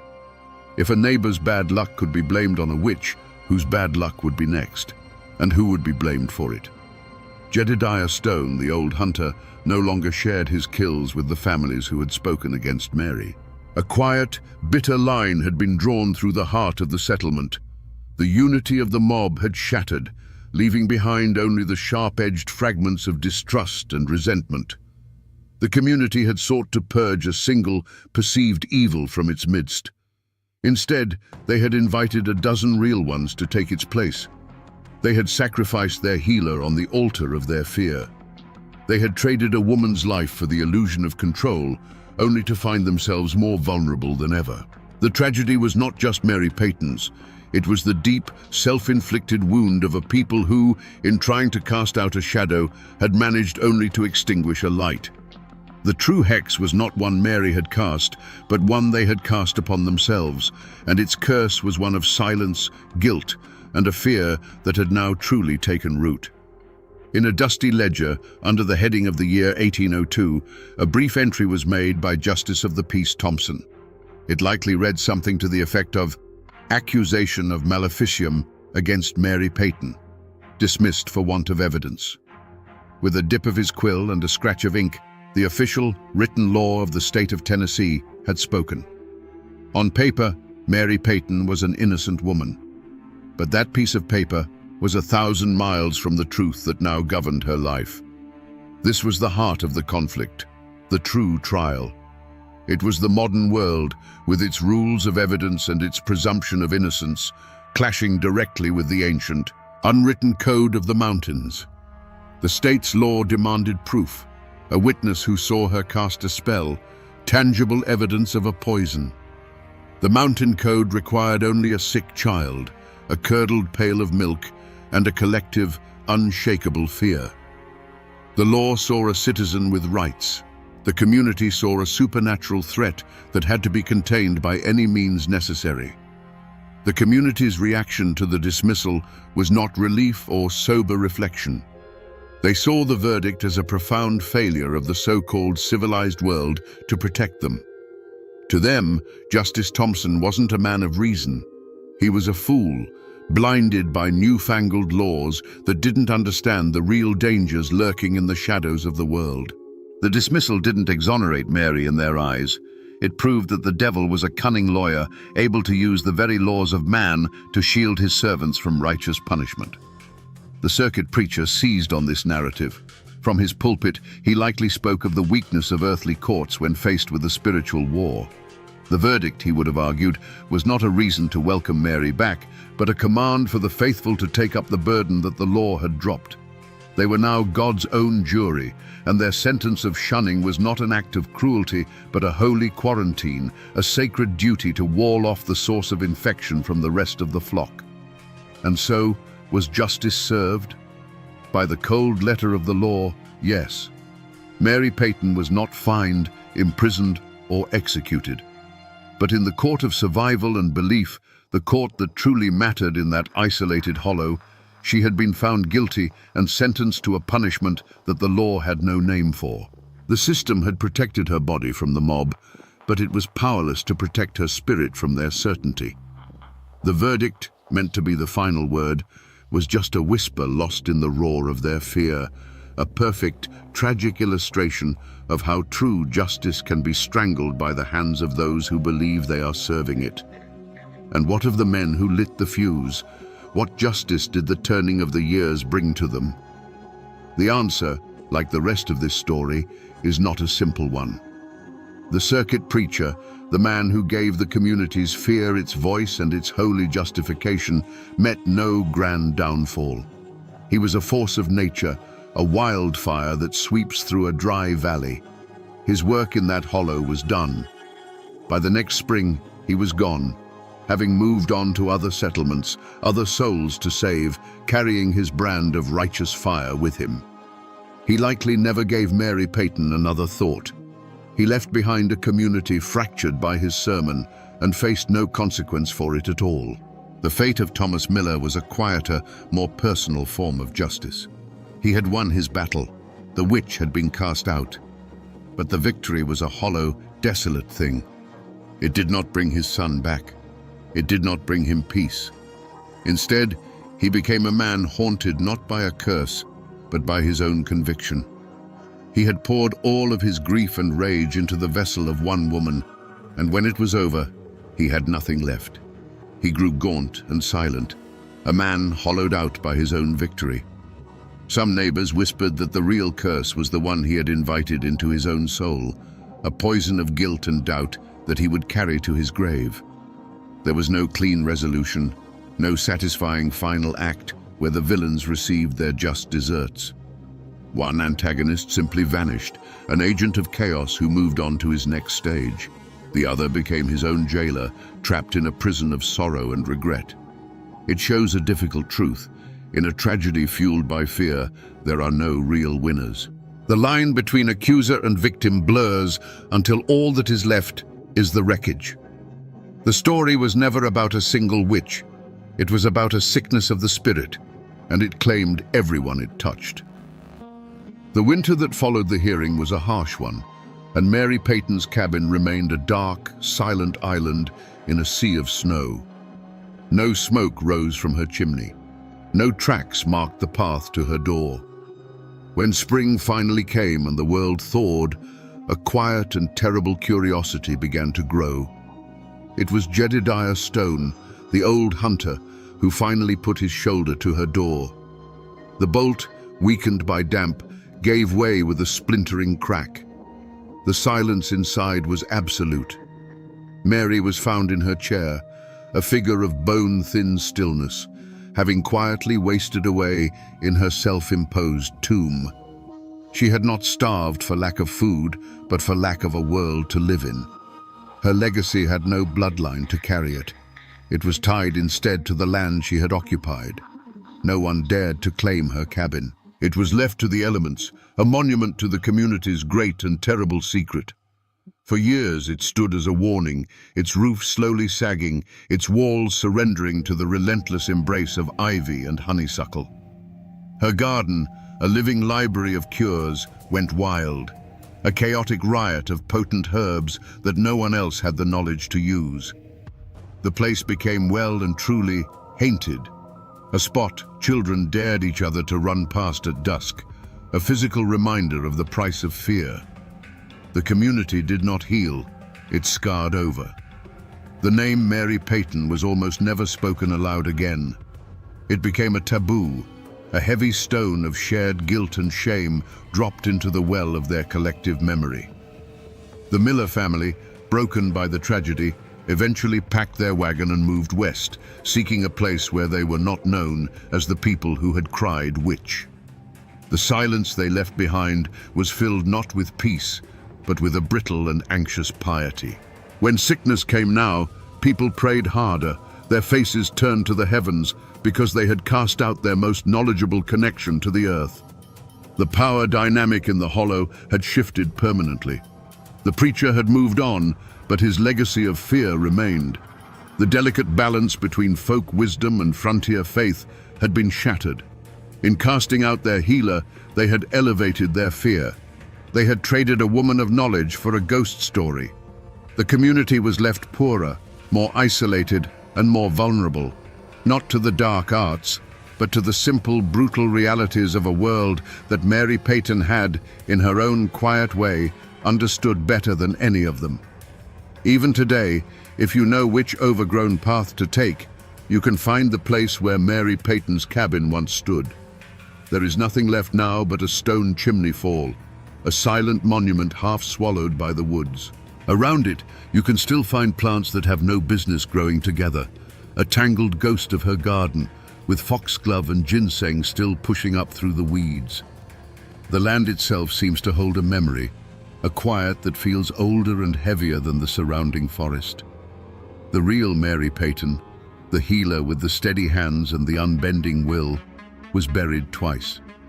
Once in the cold earth, likely in an unmarked grave, and again under the weight of a legend she would never have recognized. Over the generations, her story was sanded down, its complex truths worn away until all that remained was a simple, sharp-edged tool used to frighten children. Old Witch Peyton, they called her. She became the monster who lived in the ruins, the creature who would snatch you if you stayed out after dark. Her tragedy was repurposed into a local ghost story. Her name became a permanent scar on the landscape. The little valley where she lived is still known by some old-timers as Peyton's Hollow. They might not know the full story of the Hearing or the Miller boy, but they know it's a place to be wary of, a place with a history. The name itself is an echo, a fragment of a warning passed down through time. To speak the name of the hollow is to unknowingly repeat the final word of her community's judgment. And so, Mary Peyton is gone, but her spirit, the idea of her, still haunts those mountains. She is the ghost of the woman who knew too much, the cautionary tale of what happens when you refuse to bend to the fears of your neighbors. She exists now as a whisper on the wind, a chill that runs down your spine when you pass a place where the woods feel a little too dark. She is a permanent resident of the Appalachian psyche, a timeless reminder of the ancient war between suspicion and knowledge, and of the terrible power of a story to kill a person long after they are dead. So we return to the question that hangs like mist in that forgotten hollow. Was Mary Peyton a witch? The answer, of course, is no. She was a woman of knowledge in a time of fear, a healer whose competence was mistaken for dark power. Her story is not about what she was, but about what her community needed her to be. In the face of random, cruel misfortune, they desperately needed a source, a reason, a face to put on their terror. They needed a witch far more than they needed a healer, and so they transformed one into the other. In the end, this is a story about the true nature of evil.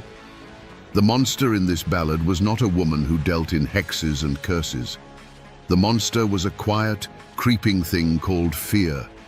It was fear that soured the milk, fear that wasted the child, and fear that turned good, God-fearing people into a mob that would condemn a woman to a living death. It's a timeless lesson about how a community, in its desperate search for a demon to fight, can become the very thing it dreads. It shows us how a person's greatest strength, in Mary's case, her unbending integrity, can become the fatal flaw that leads them to ruin. The law gave her a piece of paper that said she was innocent, but her neighbors gave her a sentence of silence that proved to be fatal. Her body lies in an unmarked grave, but her story has become a landmark, a warning that echoes down through the generations. And that, my friends, is the ballad of Mary Peyton, a woman who knew all the secrets of the earth, but who could not find a cure for the sickness in the hearts of men.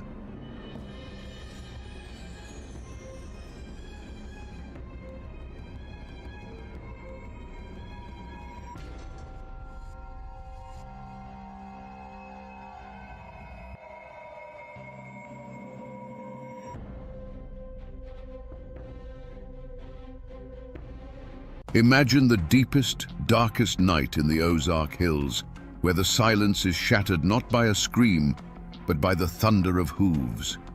Riders emerge from the mist, but they are not men. They are terrifying figures in black hoods, with long, twisted horns sprouting from their heads, like demons clawing their way out of the very earth. The newspapers called them vigilantes. The outlaws called them monsters. But their neighbors called them something else, the bald knobbers. But here is the bone-chilling question history has tried to bury. What happens when the men who promise to save you from the darkness become the darkness itself? Today, we will separate the legends from the facts and find out what really happened when good men put on the devil's mask. To understand the firestorm that was coming, you first have to understand the land that would become its kindling. The Ozark Mountains of southern Missouri in the 1880s were a world unto themselves. This wasn't the manicured countryside of the East. This was a rugged, isolated land of deep hollows, limestone bluffs, and spring-fed creeks that ran clear as glass.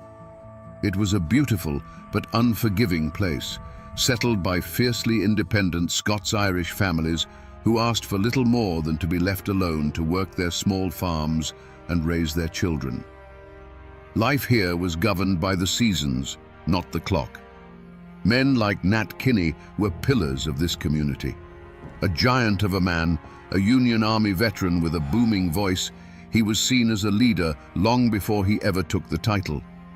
You could find him at his general store, a place that smelled of coffee, leather, and kerosene, where he'd extend credit to a family down on their luck.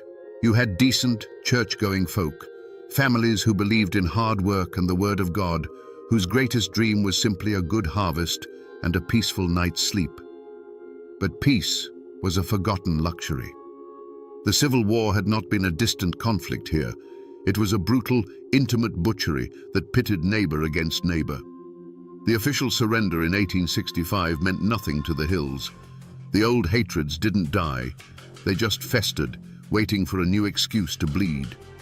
The law was a ghost, a corrupt sheriff a full day's ride away who couldn't or wouldn't do a thing to help. In this vacuum, a new power had risen.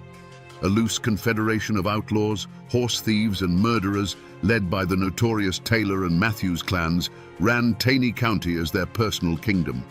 They mockingly called themselves the Anti-Law and Order League. For the ordinary farmer, life became a waking nightmare. Livestock vanished in the night, stores were robbed in broad daylight, and families were terrorized into silence. Every sunset brought a fresh wave of fear. Every knock on the door could be a gang of thugs demanding food or whiskey. The people were pushed to the absolute edge, praying for a savior. But they were about to learn a hard lesson.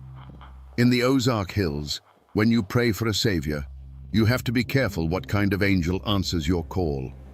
The roots of this conflict ran deeper than any single crime.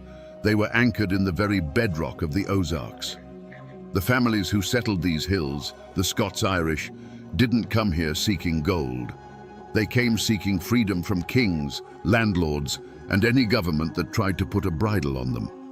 They carved their lives out of the wilderness with an axe and a rifle, and the land they claimed wasn't just property, it was a declaration of independence. This patch of earth, this creek bottom, this ridge, it was a legacy paid for in sweat, heartbreak, and blood. To threaten a man's land was to threaten his soul. But the most poisonous memory, the wound that never healed, was the Civil War. Here, it wasn't a war of uniforms and battlefields. It was a war of ambush and arson, fought between neighbors. Pro-Confederate bushwhackers and pro-Union jayhawkers turned the Ozarks into a slaughterhouse. A man might see the neighbor he'd helped raise a barn with the year before, riding toward his home with a torch in his hand. The official surrender at Appomattox was just a whisper from a world away. In these hills, the war never truly ended. It just went quiet. The hatreds were passed down from father to son like a family Bible. The Anti-Law and Order League wasn't born in a vacuum. It was the direct descendant of the bushwhacker gangs. Families like the Taylors and the Matthews had ridden for the Confederacy, and they saw the post-war government as a hostile, occupying force. For them, robbing and terrorizing their old Unionist neighbors wasn't just crime. It was a continuation of the war. They were settling old scores that the history books said were already settled. In this land, a family name was a heavy thing. It was your history, your allegiance, and your honor, all rolled into one. To be a Taylor or a Matthews meant you remembered the wrongs done to your kin during the war, and you never, ever let them go unavenged.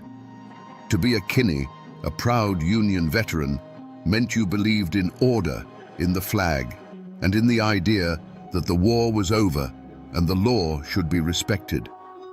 The coming storm wasn't just about crime. It was the ghosts of the Civil War rising from their shallow graves, ready to fight one last time. The ground wasn't just fertile for a feud, it was salted with the blood of the last one. In a place as small and tight-knit as Taney County, there was no neutral ground. Friendships that had weathered droughts and hard winters now fractured under the weight of a single whispered question: are you for Kinney, or are you against him? The general store, the church, the blacksmith shop, these weren't just places of commerce or worship anymore. They were listening posts where every word was weighed and judged. Siding with the outlaws could get your barn burned by reformers. Siding with the reformers could get your throat cut by the outlaws. The simmering conflict gave old grudges a new, deadly purpose. A fistfight over a stray hog 10 years prior was suddenly remembered. A bitter argument over a boundary line marked by an old oak tree became a justification for violence. Men who had simply disliked each other for personal reasons now found themselves on opposite sides of a brewing war, giving their private hatred a righteous banner to fly under. The chaos was a perfect cover for settling old scores, and everyone knew it. Whispers became the currency of the hills, and they were poison. A story told at the grist mill in the morning would be a full-blown death threat by the time it reached the far hollows at dusk. Rumors traveled faster than a man on horseback, twisting and growing with every retelling. Did you hear that so-and-so was seen sharing a drink with one of the Taylor boys? Did you hear that man's wife say she thought Kinney was going too far? In this atmosphere, accusation was as good as a conviction, and suspicion was a death sentence waiting to be carried out. And then there were men like William Edens. He wasn't an outlaw. He hated the thieves and killers as much as anyone. But he was a stubborn, honest man who believed that justice delivered from the shadows was just another kind of crime. He spoke out, not in saloons, but in public, arguing that a secret committee of men acting as judge, jury, and executioner was a cure far worse than the disease. To Nat Kinney's supporters, this wasn't principled opposition, it was treason. Edens was marking himself and his family as an obstacle. He was a voice of reason in a world that was rapidly going deaf with rage. The community was no longer a community. It was a tangled web of fear, loyalty, and festering resentments. Every man was sizing up his neighbor, wondering which side he'd be on when the shooting started. The air itself felt heavy, charged with unspoken threats. It was a place holding its breath, waiting for the first man to reach for his gun. In the hollows, where old beliefs clung like moss to the north side of an oak, people felt the change in the air. The old folks would tell you the land itself was sick. They said the panthers cried with a human voice at night, a sound that meant blood was about to be spilled. A strange, unseasonable fog would roll in before dusk and refuse to burn off by morning, shrouding the hills in a ghostly silence. Women spoke in hushed tones of unsettling dreams, dreams of faceless riders and burning homes, of a darkness that had a shape and a name they couldn't quite speak. These weren't just superstitions, they were the collective dread of a community beginning to fracture under an unbearable pressure. The true omen, however, wasn't in the sky or the woods. It was in the eyes of Nat Kinney. The man who once offered easy credit and a kind word was gone. In his place was a figure of pure, righteous fury. His voice, once used for friendly greetings, now boomed with the fire of an Old Testament prophet calling down damnation. He was the human catalyst, the gathering storm cloud.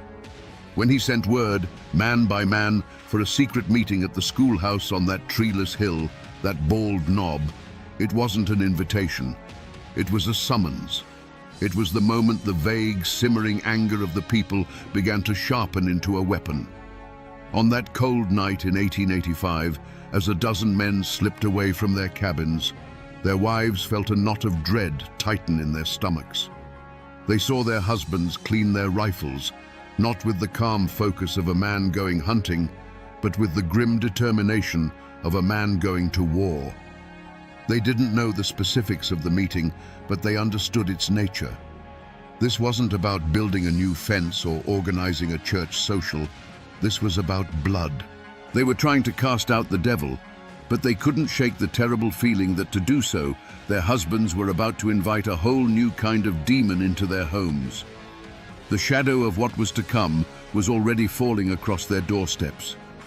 Inside that cold schoolhouse, by the flickering light of a single lantern, Nat Kinney's voice was a clap of thunder.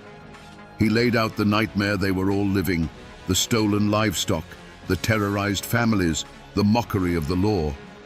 He told them that if the government had forsaken them, then they would have to become their own government. If the law wouldn't protect them, they would become the law. That night, they swore a blood oath of secrecy and allegiance. They were no longer just a dozen angry farmers. They were an army. They were the bald knobbers. And an army needs an enemy to fight. They didn't start with the hardened outlaws. Their first target was chosen carefully, a notorious wife-beater, a man despised by the community but untouchable by the law. One moonless night, the silence of a lonely hollow was shattered by galloping hooves.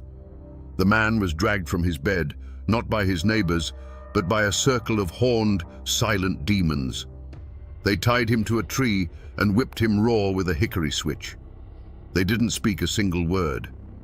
When they were done, they melted back into the darkness, leaving him bleeding and terrified. It was a message, brutal and clear. There was a new power in the hills, a power that saw everything. The reaction was immediate. Decent folk, who had lived in fear for so long, breathed a collective sigh of relief. The whispers were no longer of fear, but of gratitude. Justice had been done. This success was like a drug to the bald knobbers. It emboldened them, swelling their ranks and hardening their resolve. They moved from punishing social outcasts to targeting the outlaws themselves. They burned down the corrupt saloons and gambling dens that served as the gang's headquarters, a direct assault on their power. The true point of no return came a few weeks later. A crude notice was nailed to the door of a known horse thief's cabin. It didn't have a signature, only a crude drawing of a horned mask. It gave the man and his associates 24 hours to leave Taney County. There was no negotiation, no trial.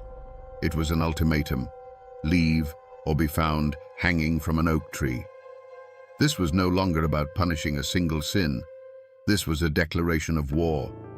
The bald knobbers had taken it upon themselves to cleanse the entire county by force. The first drops of blood, drawn by a hickory switch, had been a test. Now, having found their power, they were promising a flood. The outlaws, for the first time, were scared. And a scared man with a gun is the most dangerous thing in the Ozark Hills. The war had begun. Power born from rage is a fire that eventually consumes the hand that wields it. The bald nobbers, once hailed as saviors, had begun to believe their own legend. Their enemy was no longer just the outlaw, it was anyone who questioned their methods.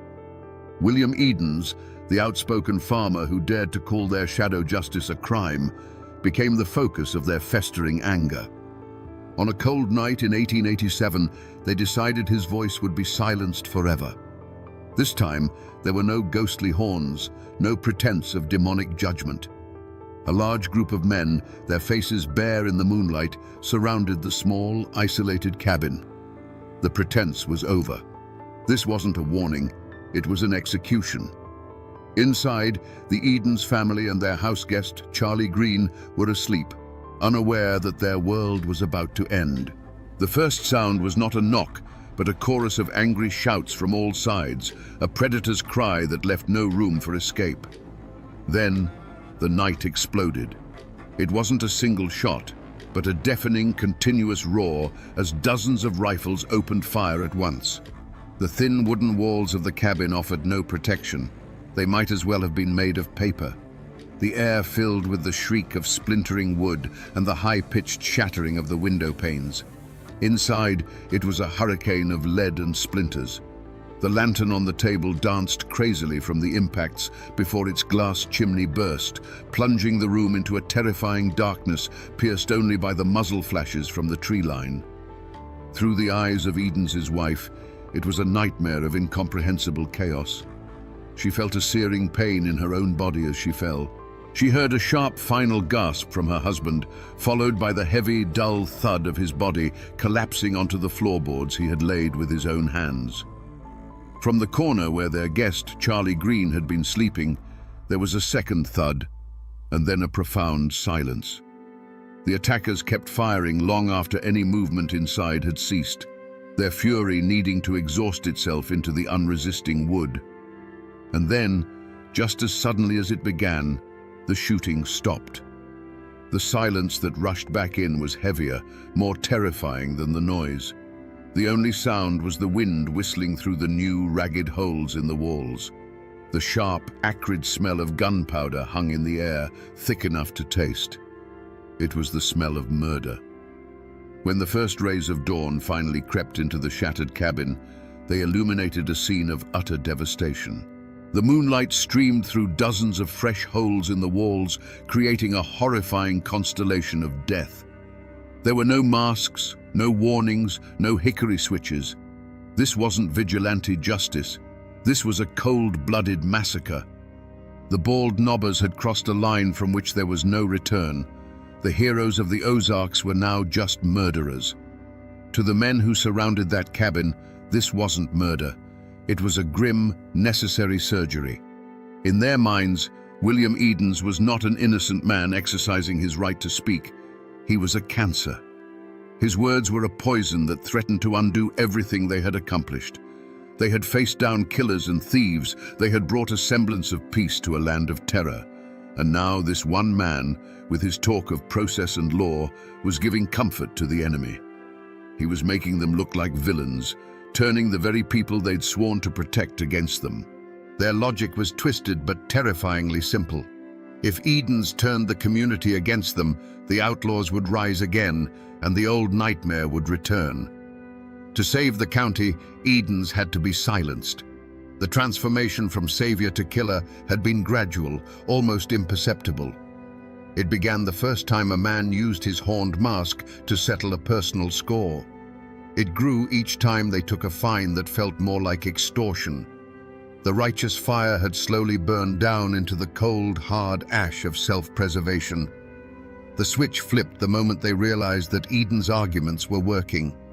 The fear of losing control, of being exposed, arrested, and hanged by the very law they had replaced, became a paranoia that consumed them. The mission was no longer about saving Tiny County. It was about saving the bald nobbers from their own destruction. That is why they didn't wear their masks that night. This wasn't a symbolic act of justice. It was a personal, brutal act of elimination. But what did they feel as they walked away from that bullet-riddled cabin, leaving the smell of gunpowder and death hanging in the night air? There was no triumph. There was no righteous satisfaction. There was only a cold, hollow pit in their stomachs. The adrenaline of the firefight faded, replaced by the deafening silence of what they had done. They had just slaughtered a man in his bed, in front of his wife. They had become the very monsters they once hunted, night-riding killers who brought terror to the innocent. On the dark ride home, a few might have tried to justify it with hollow bravado, muttering it had to be done. But in the quiet of their own homes, alone with their thoughts, the truth would be waiting. The image of that splintered door, the sound of the glass shattering, the memory of the final heavy silence from inside the cabin. They hadn't felt like judges or executioners. They had felt like butchers. And in that chilling, private moment of self-awareness, they finally understood. The horned mask wasn't something they wore anymore. It was something they had become.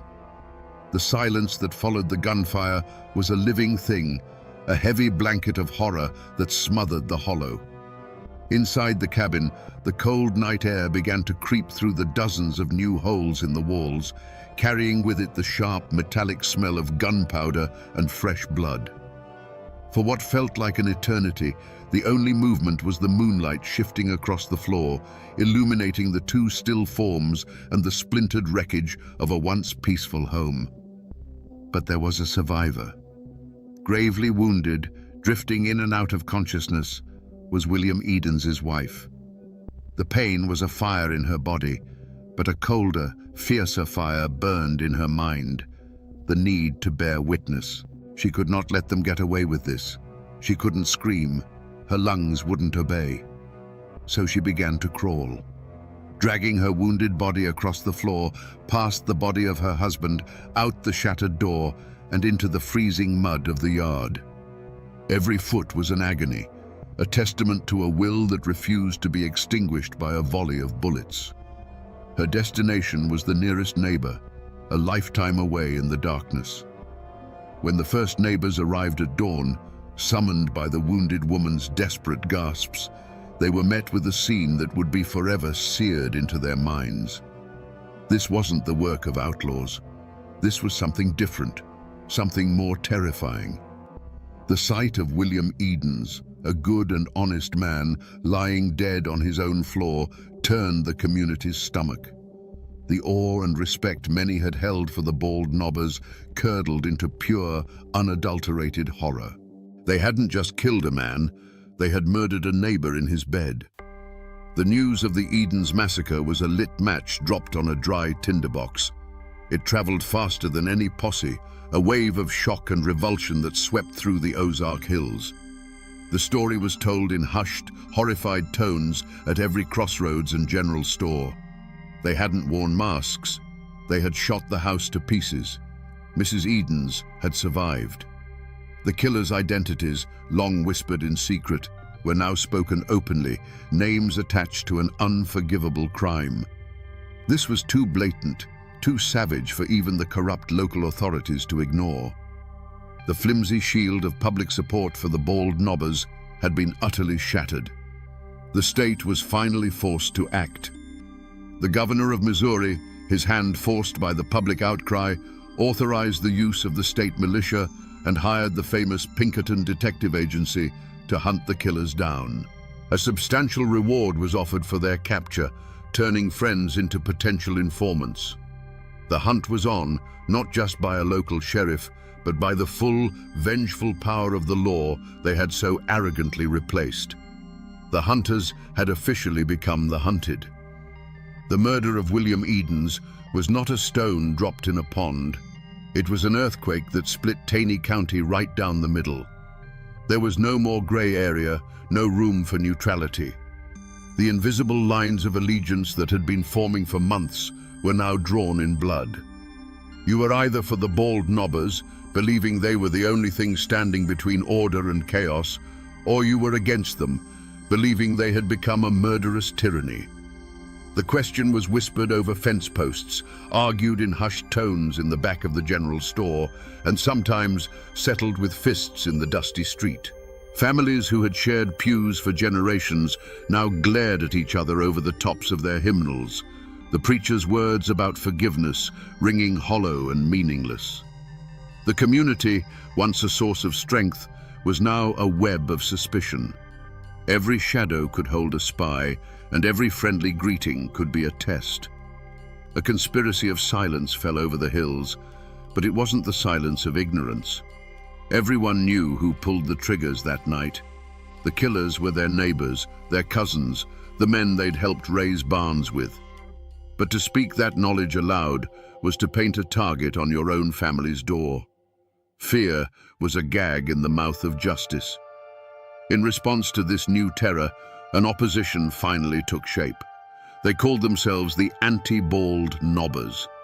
This wasn't a formal army, but a desperate coalition of the outlaws' families, old enemies of Kinney, and decent men who were simply horrified by the Edens massacre. The hills erupted into a full-scale guerrilla war. A bald nobber's barn would mysteriously catch fire in the night. An anti-bald nobber would be ambushed on a lonely road. Shootouts became common, turning the quiet mountain trails into killing grounds. Amid the terror, there were quiet acts of breathtaking courage. A neighbor, knowing the risk, would leave a basket of food on the porch of the surviving Edens family under the cover of darkness. Another, his conscience finally outweighing his fear, would slip away to meet with the Pinkerton detectives, his whispered testimony the first crack in the wall of silence. But for every act of courage, there was an act of cowardice. Men who knew the truth would provide false alibis for the killers, choosing the bonds of kinship or the safety of their own skin over the rule of law. The community was eating itself alive, and the war for the soul of the Ozarks had begun in earnest. The law that had been a ghost in Taney County for a generation finally arrived, and it arrived as an army. The state militia, disciplined and impersonal, marched into the hills, their blue uniforms a stark contrast to the greens and browns of the Ozarks. Alongside them came the Pinkerton detectives, quiet, observant men in city clothes who missed nothing. They weren't swayed by old loyalties, and they weren't intimidated by local reputations.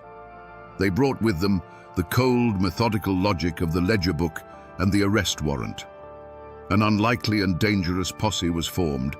It was a volatile mix of state troopers, professional detectives, and the raw, vengeful fury of the anti-bald nobbers. For the lawmen, these local guides were a necessary evil, men who knew the secret paths and hidden hollows. For the anti-bald nobbers, this was their chance for revenge, now sanctioned by the state. They hunted their own kin, leading the militia to the doorsteps of men they had known their entire lives. The chase that followed was a brutal ordeal against the land itself. The wanted men were not fools. They were sons of these mountains. They knew every cave, every rock outcropping, every spring that could hide a man. They could melt into the dense woods like smoke. For the pursuing militia, many of them flatlanders, the Ozarks became a green hell of steep ridges, sudden drop-offs, and thorny thickets that tore at their uniforms and their resolve. Days turned into weeks of grueling patrols, of false leads and near misses. The mountains, which had been the bald nobbers' fortress, were now their last, desperate sanctuary. But the real weapon that brought them down wasn't the rifle, it was the whisper. The governor's reward money was a powerful temptation, but it was the presence of the militia that truly broke the spell of fear. For the first time, people who knew the truth felt safe enough to speak it. A farmer, his conscience gnawing at him, would secretly meet a detective and trade a name for a promise of protection. A woman, tired of the bloodshed, would leave an anonymous note detailing a hiding spot. One by one, the cracks in the wall of silence began to spread. The end came not in one epic firefight, but in a series of swift, merciless raids. Acting on the new intelligence, the militia would surround a cabin in the pre-dawn darkness, their rifles appearing like a thorny crown around the house. Some men were taken from their beds, blinking in confusion as the cold steel of handcuffs snapped onto their wrists. Others tried to fight, their defiance ending in a brief, desperate exchange of gunfire. A few, run to ground in a remote cave, simply gave up, their faces gaunt with hunger and the knowledge that the game was over. The once feared night riders, the horned demons of the hills, were rounded up by the dozens, their reign of terror ending not with a thunderclap, but with the quiet, final click of a jail cell door. The trials of the bald nobbers were not a quiet legal proceeding. They were the final battle of the war, fought not with rifles, but with testimony and lies. The entire county descended on the small town of Ozark, Missouri, turning it into an armed camp. State militia with bayonets fixed stood guard on the courthouse steps and at the doors, their stoic presence a thin wall against the seething tension in the streets.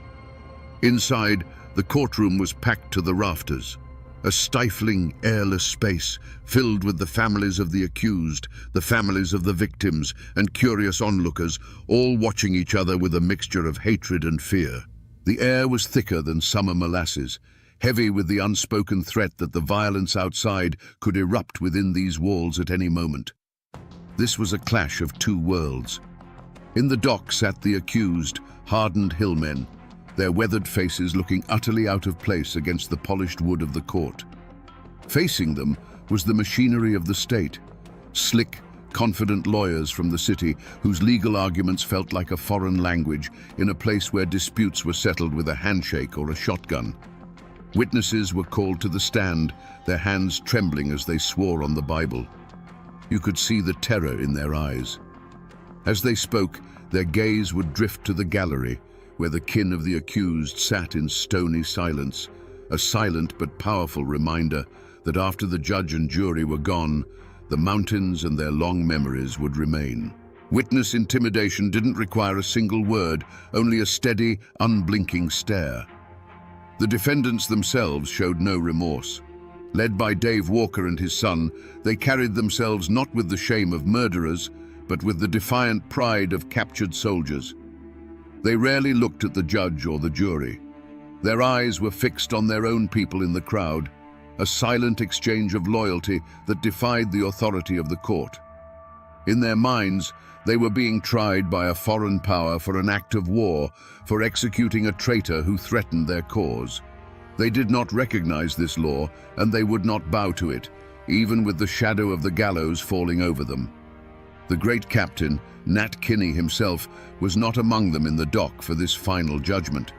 He had a solid alibi for the night of the Eden's murder and was acquitted in a separate trial, a legal technicality that felt like a dagger in the heart of true justice.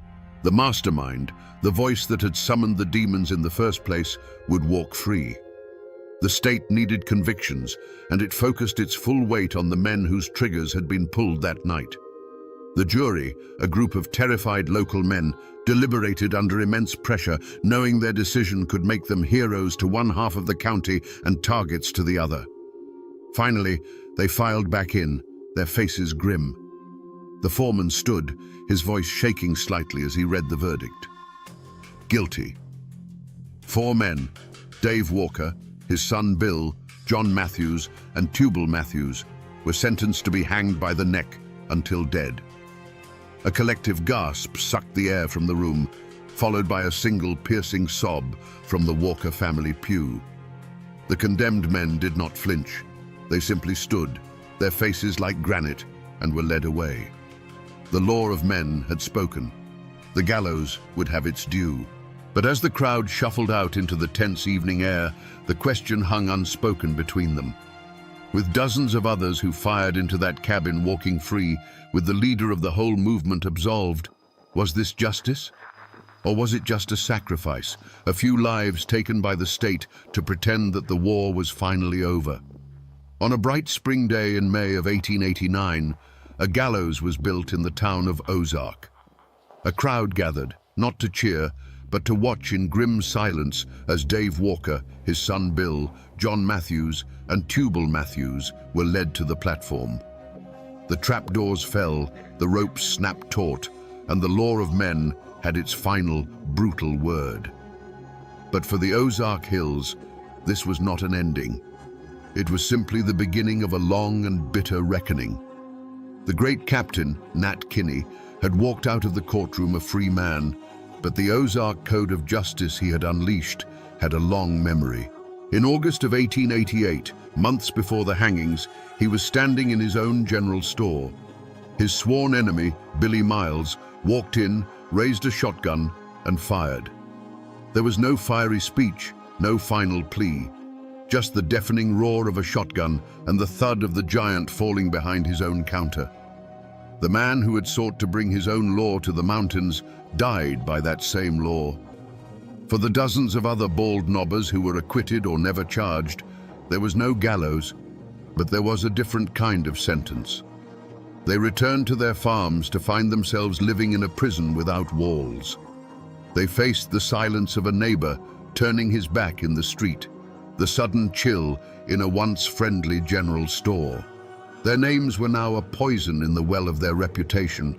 Some found their crops failing, their livestock sickening, and whispered it was a curse. Others, unable to endure the shame and the constant accusing stares, simply sold their land for pennies on the dollar and vanished, their families swallowed by the westward migration. And what of the survivors? For Mrs. Edens, the woman whose will to live had brought the whole machine of justice down on the bald knobbers, there could be no peace in Taney County. Every ridge, every creek, every familiar tree held the ghost of her husband and the memory of that terrible night. The land was tainted. Soon after the trials, she and her family packed what little they had left into a wagon and left the Ozarks forever, becoming refugees from their own home. The creak of their wagon wheels on the dusty road was the sound of a final, heartbreaking goodbye. The community, ripped apart by the violence and the trials, did not heal. It simply scarred over. A thick, heavy blanket of silence was pulled over the whole affair.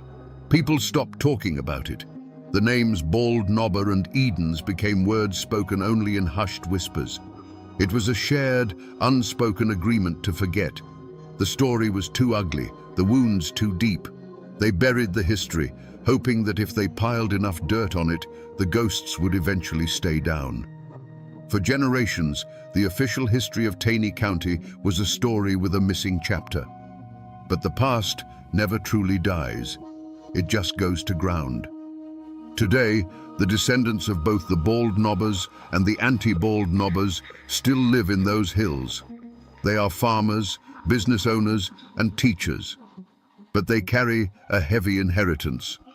A name like Walker or Matthews still carries a faint echo of that old war, a history that is rarely, if ever, spoken of aloud. It's a private knowledge, a story kept behind closed doors, because in a place this small, the great-grandchildren of the hanged man might still live just down the road from the great-grandchildren of the men who hanged him. The physical traces are harder to find, but they are there for those who know where to look. The old schoolhouse on the Bald Knob is long gone, reclaimed by the woods. But the hill itself remains, a quiet, windswept place that feels different from the land around it. In the old cemeteries, you can still find the tombstones. There's the grave of Nat Kinney, the murdered captain, and not far away, the final resting places of the men who were hanged. The simple, weathered stones, with just a name and a date, give no hint of the firestorm that consumed their lives. The mountains have quietly swallowed the evidence, leaving only the ghosts.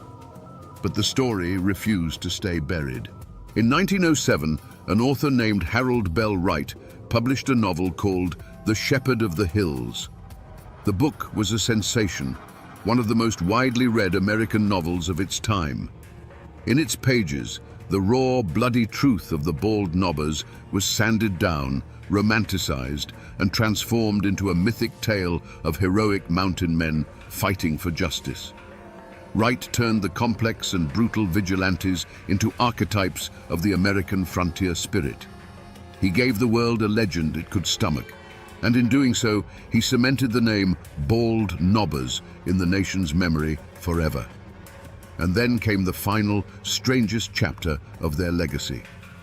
As tourism came to the Ozarks and the town of Branson began its transformation, the story was sanitized one last time. In the mid-20th century, a family of entertainers started a country music show. Looking for a memorable local name, they chose one that would echo through the hills, the Bald Knobbers Jamboree. Today, tourists clap along to fiddles and laugh at comedians, their family-friendly fun promoted by cartoon figures of men in horned masks. The terrifying night-riding demons of the 1880s have become a brand. The ghost was repackaged and sold, its bloody history washed clean for the sake of entertainment. But if you drive away from the bright lights of the Branson Strip, back into the deep, dark hollows on a moonless night, and turn off your engine, you can still feel it. A silence so deep it feels ancient. And in that silence, you can almost hear the whisper of the wind through the oak trees. People may have forgotten, the novel may have romanticized, and the show may have sanitized. But the mountains remember everything. So we return to the question we asked in the beginning, in the cold, misty dark of the Ozark Hollows. What happens when the men who promise to save you from the darkness become the darkness itself? The story of the Bald Knobbers gives us a chilling and timeless answer. It tells us that the line between a savior and a tyrant is terrifyingly thin, a line drawn not in the dirt, but inside the human heart. It shows us that justice, when stripped of process and mercy, is no longer justice. It is merely vengeance with a righteous name. This is more than just a forgotten tale from the Missouri hills. It is a profoundly American tragedy, a cautionary tale written in blood. It is a story about the indomitable frontier spirit, that fierce, independent streak that demands order in a chaotic world. But it is also a warning about the terrible danger of that same spirit when it becomes convinced of its own infallibility, when good men decide that their rage is the only law that matters. The law may be slow, it may be flawed, and it may sometimes fail us. But the Bald Knobbers stand as a grim, horned monument to the fact that the alternative is a far more terrifying monster. Their story is a lesson that was paid for with lives, with a community torn apart, and with ghosts that still linger in the deep woods. A lesson that the masks we wear to fight monsters have a way of sticking to our skin, and that the abyss, when stared into for too long, always stares back. And now, my friends, you know the rest of the story.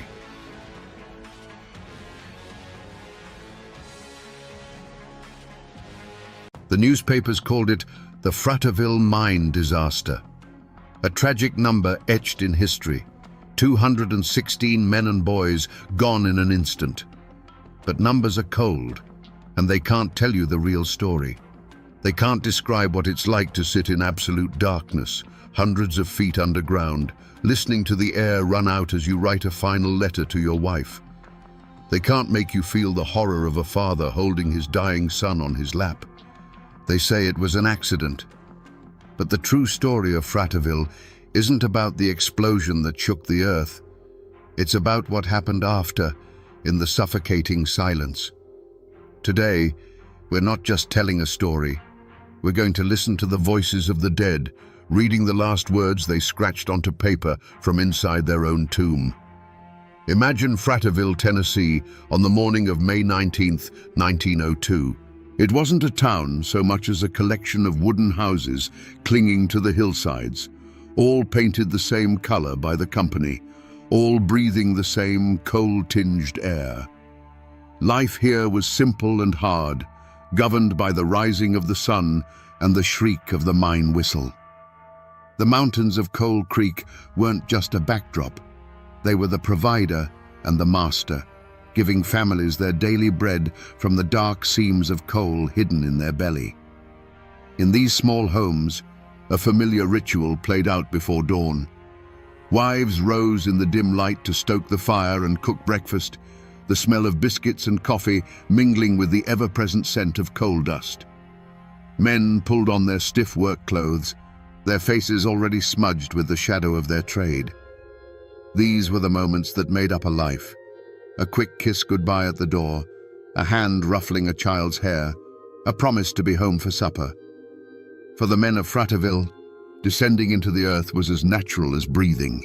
Among them was Jacob Vowell, a 47-year-old man with the steady hands and quiet dignity of a veteran miner. He was a family man, respected in the community. Walking beside him was his 14-year-old son, Elbert.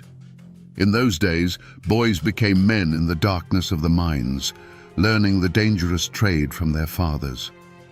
For Elbert, working alongside his dad wasn't just a job. It was a rite of passage, a step into the world of men. They were part of a brotherhood of 216 souls that morning. Husbands, fathers, brothers, and sons, some boys no older than Elbert. They walked together toward the gaping mouth of the mine, their lunch pails clanking, their carbide lamps not yet lit. The air was cool, the sky was beginning to lighten, and the world above ground was waking up to a beautiful spring day. There was no sense of doom, no premonition of what was to come. It was just another Monday. They stepped onto the man trip, the string of open cars that would carry them down the sloping shaft into the heart of the mountain. The journey into the darkness was a daily routine, the familiar rumble of the wheels a mundane soundtrack to their lives. They joked and talked, their voices echoing briefly before being swallowed by the immense, earthy silence of the deep. But the mountain they trusted was holding a secret. Deep within the labyrinthine tunnels, a pocket of methane gas, odorless and invisible, was seeping from the coal seam. It was a time bomb, silently counting down. Every foot the men traveled deeper into the earth brought them closer to the moment when their ordinary world would be torn apart by a roar from hell itself. Deep inside the earth, the men worked in the flickering glow of their carbide lamps.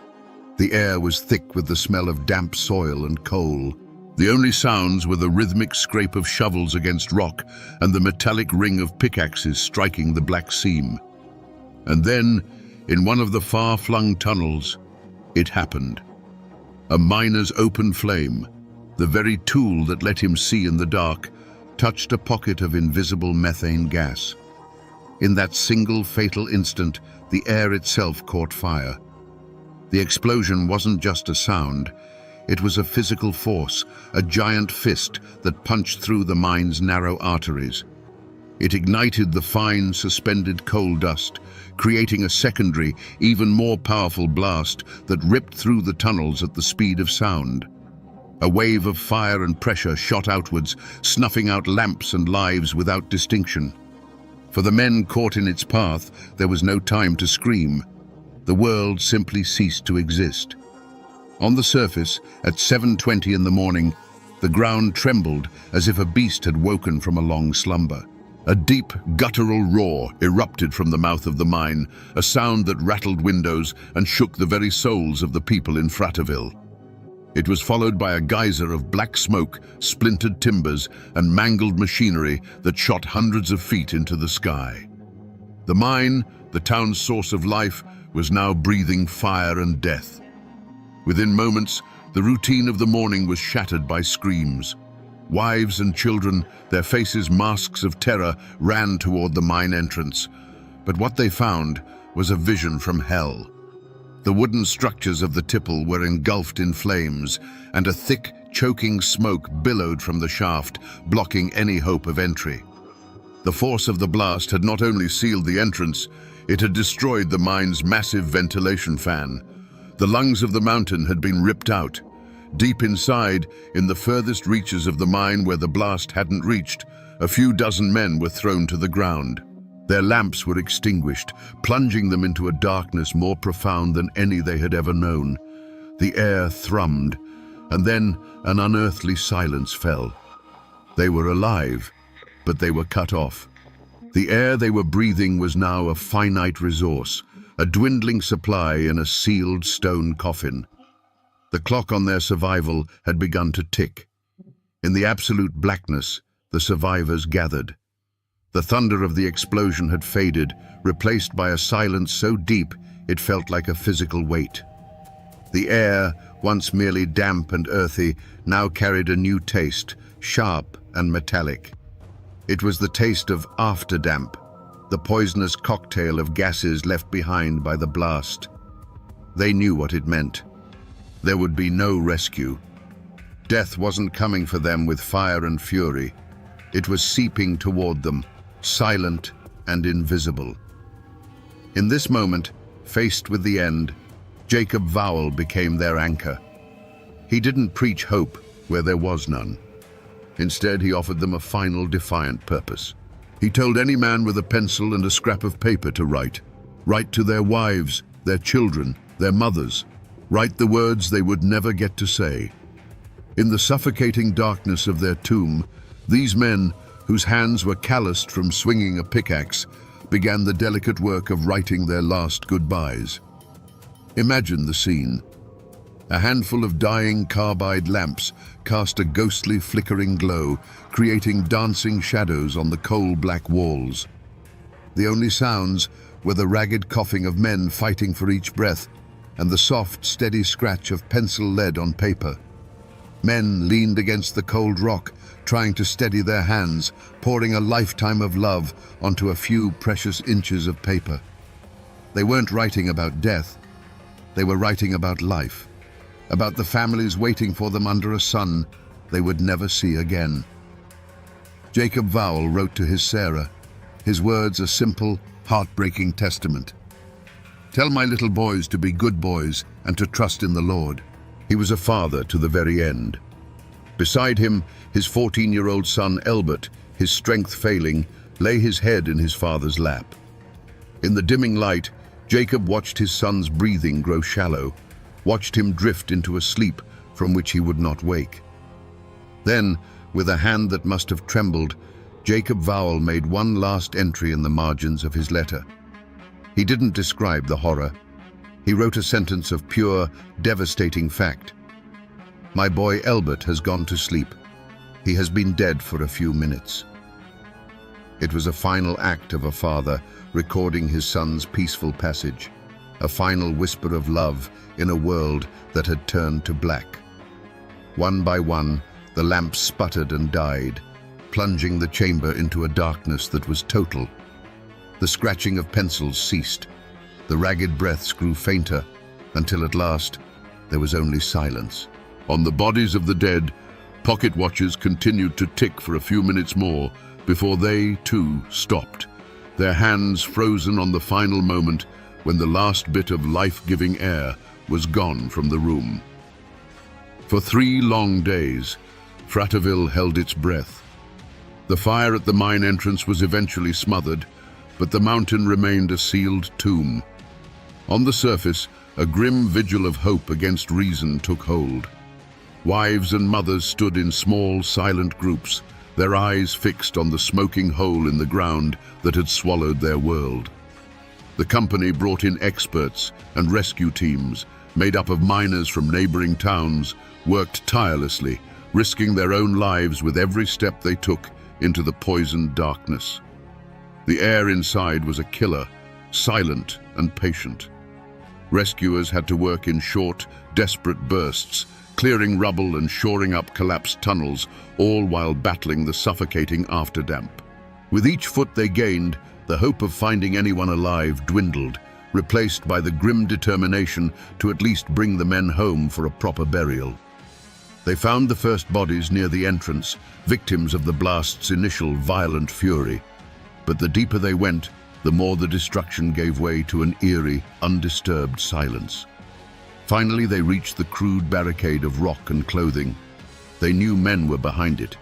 Carefully, they dismantled the wall, stone by stone.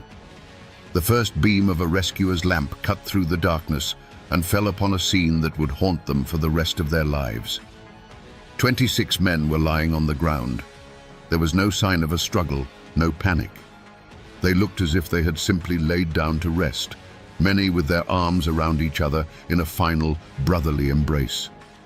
And then they saw the letters. Tucked into pockets, clutched in hands or placed carefully on their chests, were the final messages from the dark. As the bodies were solemnly carried out into the daylight, the news of the letters spread through the grieving crowd like a whisper. This tragedy now had a voice. These were not just numbers in a death toll, they were husbands and fathers who had spent their final moments thinking only of love. Frateville had become a town of widows and orphans overnight.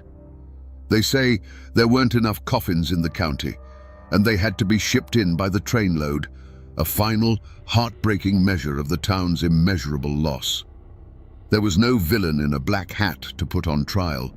There was only a company, a mountain, and 216 fresh graves. But the law demanded an answer, so a coroner's inquest was convened. It wasn't a grand trial in a stone courthouse. It was a proceeding held in the shadow of the disaster, a formal attempt to write the final chapter in the official record. For the widows of Frateville, it was a desperate, flickering hope for accountability. For the Coal Creek Coal Company, it was a matter of containing the damage. Company officials and their lawyers spoke in measured tones. They offered condolences and expressed deep regret. They spoke of the inherent dangers of mining, of the unpredictable nature of the earth. The explosion, they argued, was a tragic accident, an act of God that no one could have foreseen or prevented. They presented charts and testimony from their own experts, painting a picture of a well-run operation that had simply fallen victim to a terrible misfortune. Against this polished defense, who was there to speak for the dead? The miners' letters were their final testimony, but they were testaments of love, not of legal negligence. The living miners in the community, the ones who would need a job when the grief subsided, knew better than to speak out against the only employer in town. To accuse the company was to risk your own family's survival. So they stayed silent, their anger and their knowledge of the mine's gassy reputation a heavy, unspoken secret in the room. The verdict, when it came, was as cold and hard as a seam of coal. The coroner's jury concluded that the miners had died from an explosion of methane gas and coal dust ignited by an open flame. But crucially, they assigned no legal blame. No charges were filed. The company was officially cleared of any criminal negligence. They offered recommendations for the future, the use of safer lamps, better ventilation, but these were suggestions, not punishments. Was this justice? The law of men, the formal system of courts and inquests, had spoken. It had rendered its verdict in clean, legal terms. The company was not a murderer, but a victim of circumstance. But for the people of Frateville, for the women who now had to raise their children alone, the verdict was just another form of violence. It was a confirmation that the lives of their husbands and sons were worth less than the cost of implementing stricter safety measures. The company walked away free, ready to rebuild and reopen the mine. The town, however, was handed a life sentence of loss and unanswered questions. The inquest provided an official cause of death, but it offered no comfort and no justice. It was a quiet, brutal lesson in the way the world worked in 1902. The law protected property and profit, while the mountains kept the men. The town of Frateville never recovered. It couldn't. How does a town built around 216 men continue to exist when they are all gone?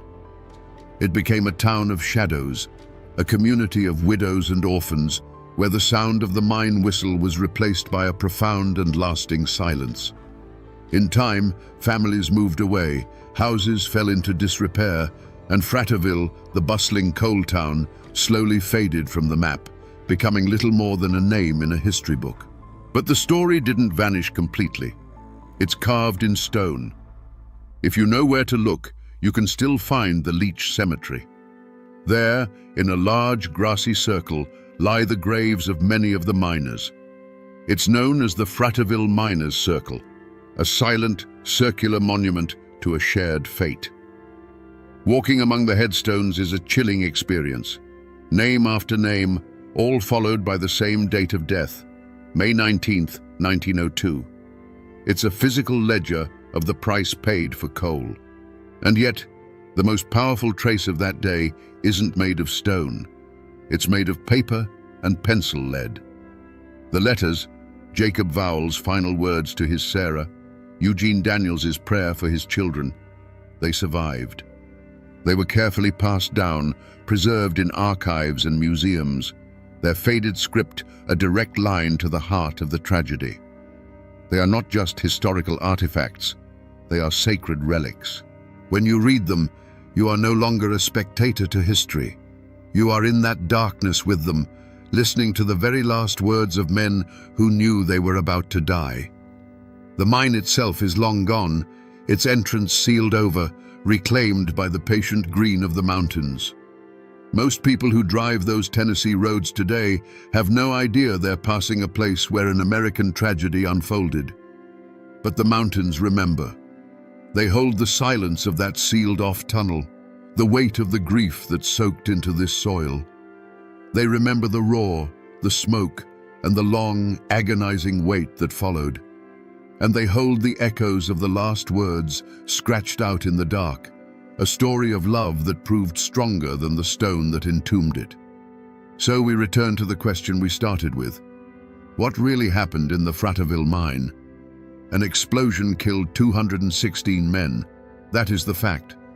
But it is not the truth. The truth is that in the final suffocating moments of their lives, a handful of ordinary men faced the end not with rage or panic, but with a quiet, heartbreaking dignity. They chose to spend their last ounce of life and breath not on themselves, but on sending one last message of love out of the darkness. The Frateville disaster is a story of industrial negligence, a brutal lesson paid for in blood that would slowly, painfully lead to safer mines for future generations. But its truest legacy is not found in safety regulations. It's a lesson in what matters at the very end of everything. It teaches us that the human spirit, when stripped of all else, will reach for connection, for family, for love. In the blackest pit, these men found a light inside themselves and sent it outward. Their bodies were buried in the Tennessee earth over a century ago, their towns swallowed by time.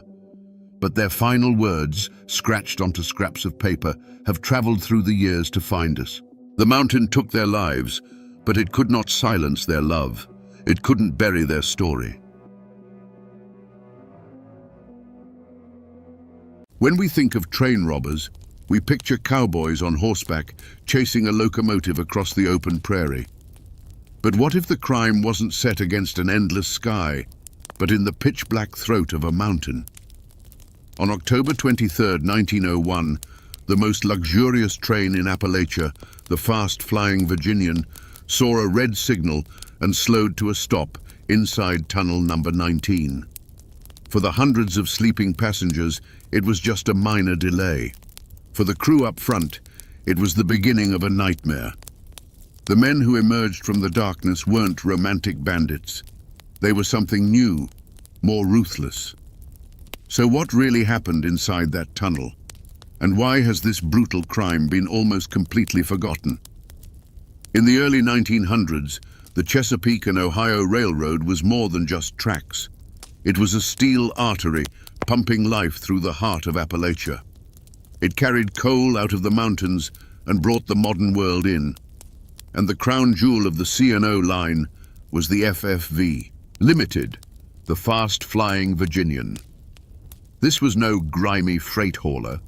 It was a rolling palace of polished wood, plush velvet, and gleaming brass, a symbol of progress and prosperity slicing through the ancient, brooding hills. On board were wealthy industrialists, politicians, and families, dining in luxury or sleeping soundly in Pullman cars, utterly disconnected from the rugged land they were passing through. This land, the Allegheny Mountains of Virginia, was a world of stark contrasts. Small towns like Jerry's Run were nestled in valleys where life had followed the rhythm of the seasons for generations. But the railroad had changed everything. It brought jobs, money, and a new kind of tension. and it bred a new kind of man, caught between the old ways and the encroaching industrial age. The Flippin and Jenkins brothers were products of this world. George and Charles Flippin, Jack and Gus Jenkins. These weren't outsiders. They were local men. Rumor had it some of them had once worked for the C&O, their hands calloused by the same railroad they now saw as a target. They knew its schedules, its procedures, and its weaknesses. They weren't faceless bandits. They were neighbors, men who understood the land and the steel river that ran through it. They saw the FFV not as a symbol of progress, but as a fat prize, a rolling bank vault just waiting to be cracked. And in the heart of this territory lay tunnel number 19. It wasn't just a hole in a mountain. It was long, it was curved, and it was pitch black. Once a train entered, its engineer was blind to what was on the other side. For the passengers, it was a momentary darkness. But for men with local knowledge and a grudge, it was the perfect choke point. It was a natural trap designed by the mountain itself. And so, on that cool October night, the world held its breath. The luxurious FFV sped through the darkness, a cocoon of light and warmth. Inside the mail car, an express agent named Charles K. Bobbitt went about his duties, guarding the money and securities that were the lifeblood of the region's economy. He was just a man doing his job, unaware that 4 local men were waiting in the shadows, ready to turn his ordinary night into a legend of violence and greed. Little did anyone on that train know, the modern world was about to collide with the brutal reality of the mountains. Just after 10 o'clock, as the FFV Limited thundered towards Tunnel 19, the engineer saw a familiar sight. A single red light glowing in the distance, the universal signal to stop. He did what any railroad man would do. He slowed the massive engine, easing it into the gaping mouth of the tunnel, expecting a simple delay. And that's when the trap snapped shut. Out of the inky blackness, shadows detached themselves from the rock walls. Before the engineer or his fireman could react, armed men were swarming the locomotive. Imagine the terror. In front of them, the suffocating darkness of the tunnel. Behind them, hundreds of sleeping passengers who had trusted their lives to them. And right beside them, the cold glint of revolver barrels in the firebox glow. There was no negotiation. There was no room to run. The robbers' orders were precise and chillingly calm. They weren't interested in the passengers' jewelry or the cash in their wallets. They had a single, high-valued target. At gunpoint, they forced the engineer to perform an act of surgical precision. He had to uncouple the engine, along with the mail and baggage car directly behind it, from the rest of the train. With a loud metallic shriek, the connection was broken. The point of no return had been crossed. The robbers now commanded a ghost train, an engine and a single priceless car, pulling away from the main train and out the other side of the tunnel. The rest of the FFV, with its hundreds of oblivious souls, sat silent and dead on the tracks, abandoned in the dark heart of the mountain, their world of comfort and safety suddenly and irrevocably severed. Isolated from the main train, the mail car was now a steel coffin on wheels. Inside, express agent Charles Bobbitt knew he was in trouble. He heard the commotion, the decoupling of the cars, and he barricaded the heavy doors. The robbers shouted for him to open up. He refused. He was a railroad man, and this car was his responsibility. Their answer came not in words, but in a deafening roar that shook the very mountain. The outlaws didn't waste time on persuasion. They used dynamite. The massive car door, built to withstand nearly anything, was simply gone, reduced to a cloud of splinters and stinging, acrid dust. Through the settling smoke, the gang stormed the breach. And they saw him, Charles Bobbitt, wounded by the blast, but not broken. He was on his feet, revolver in hand, a lone guardian amidst the wreckage. What happened next was not a negotiation. It was a furious, echoing chaos in a cramped steel box. The small space was filled with the bark of pistols and the blinding flash of muzzle fire. It was over in seconds.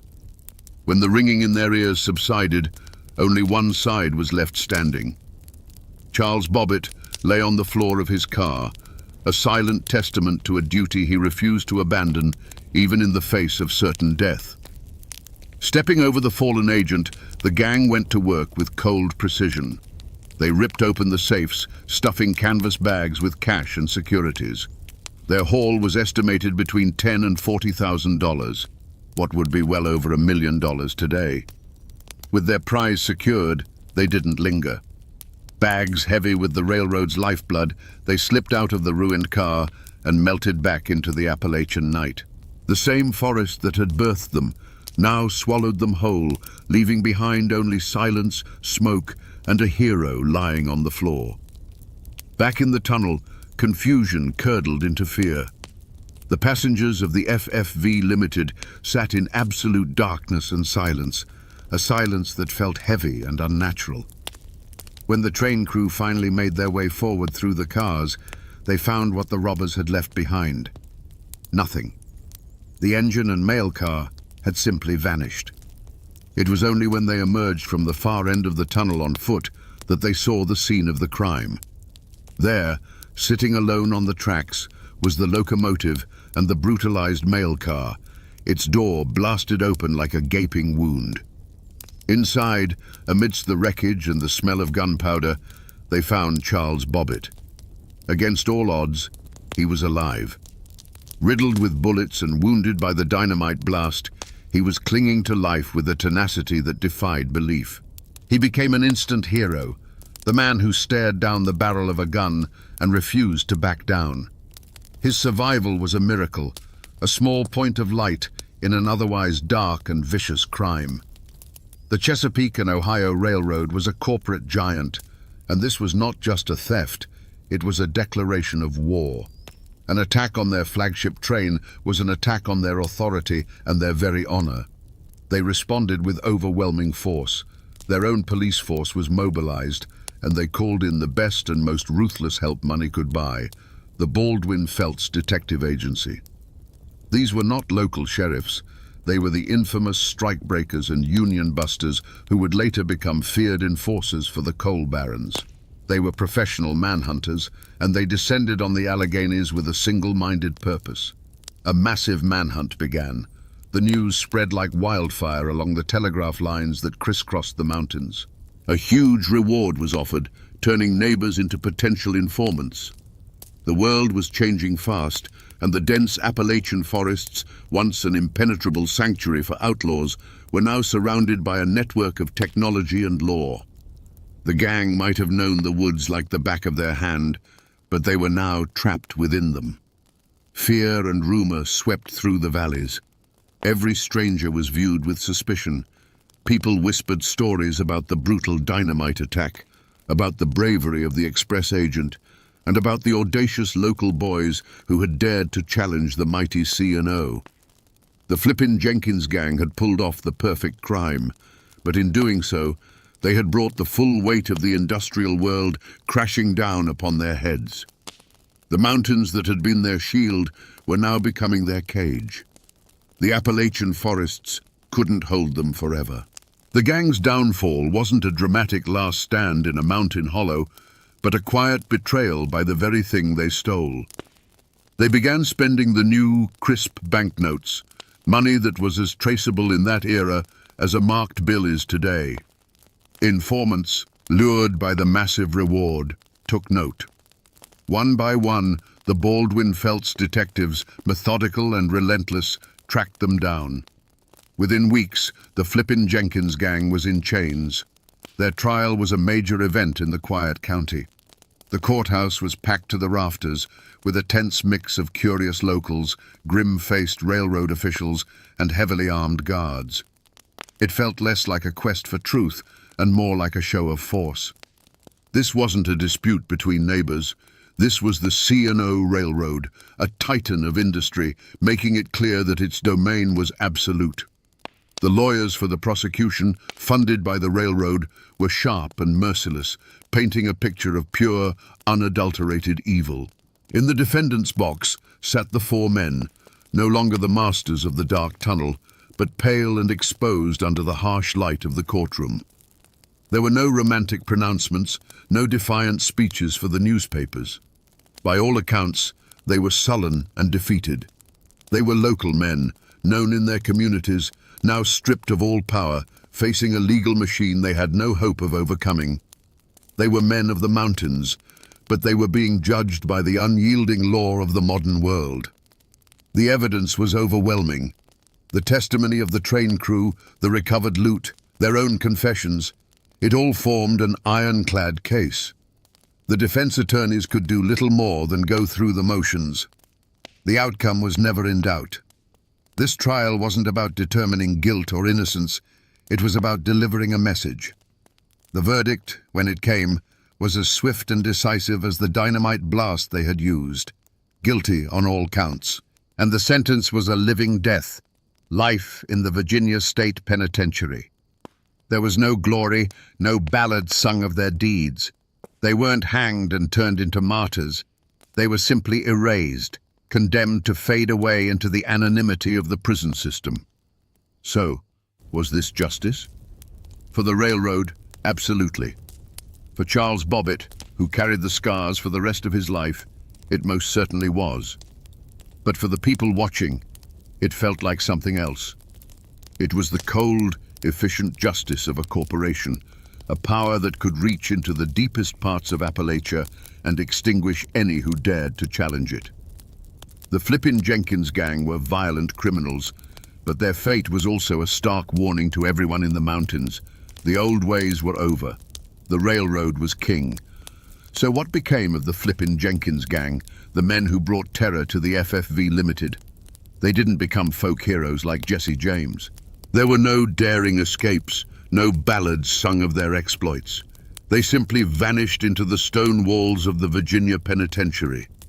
They lived out their days as anonymous numbers in the prison system, their names and their crime fading from public memory until they died. Forgotten men paying a long, slow price for a few minutes of violent greed.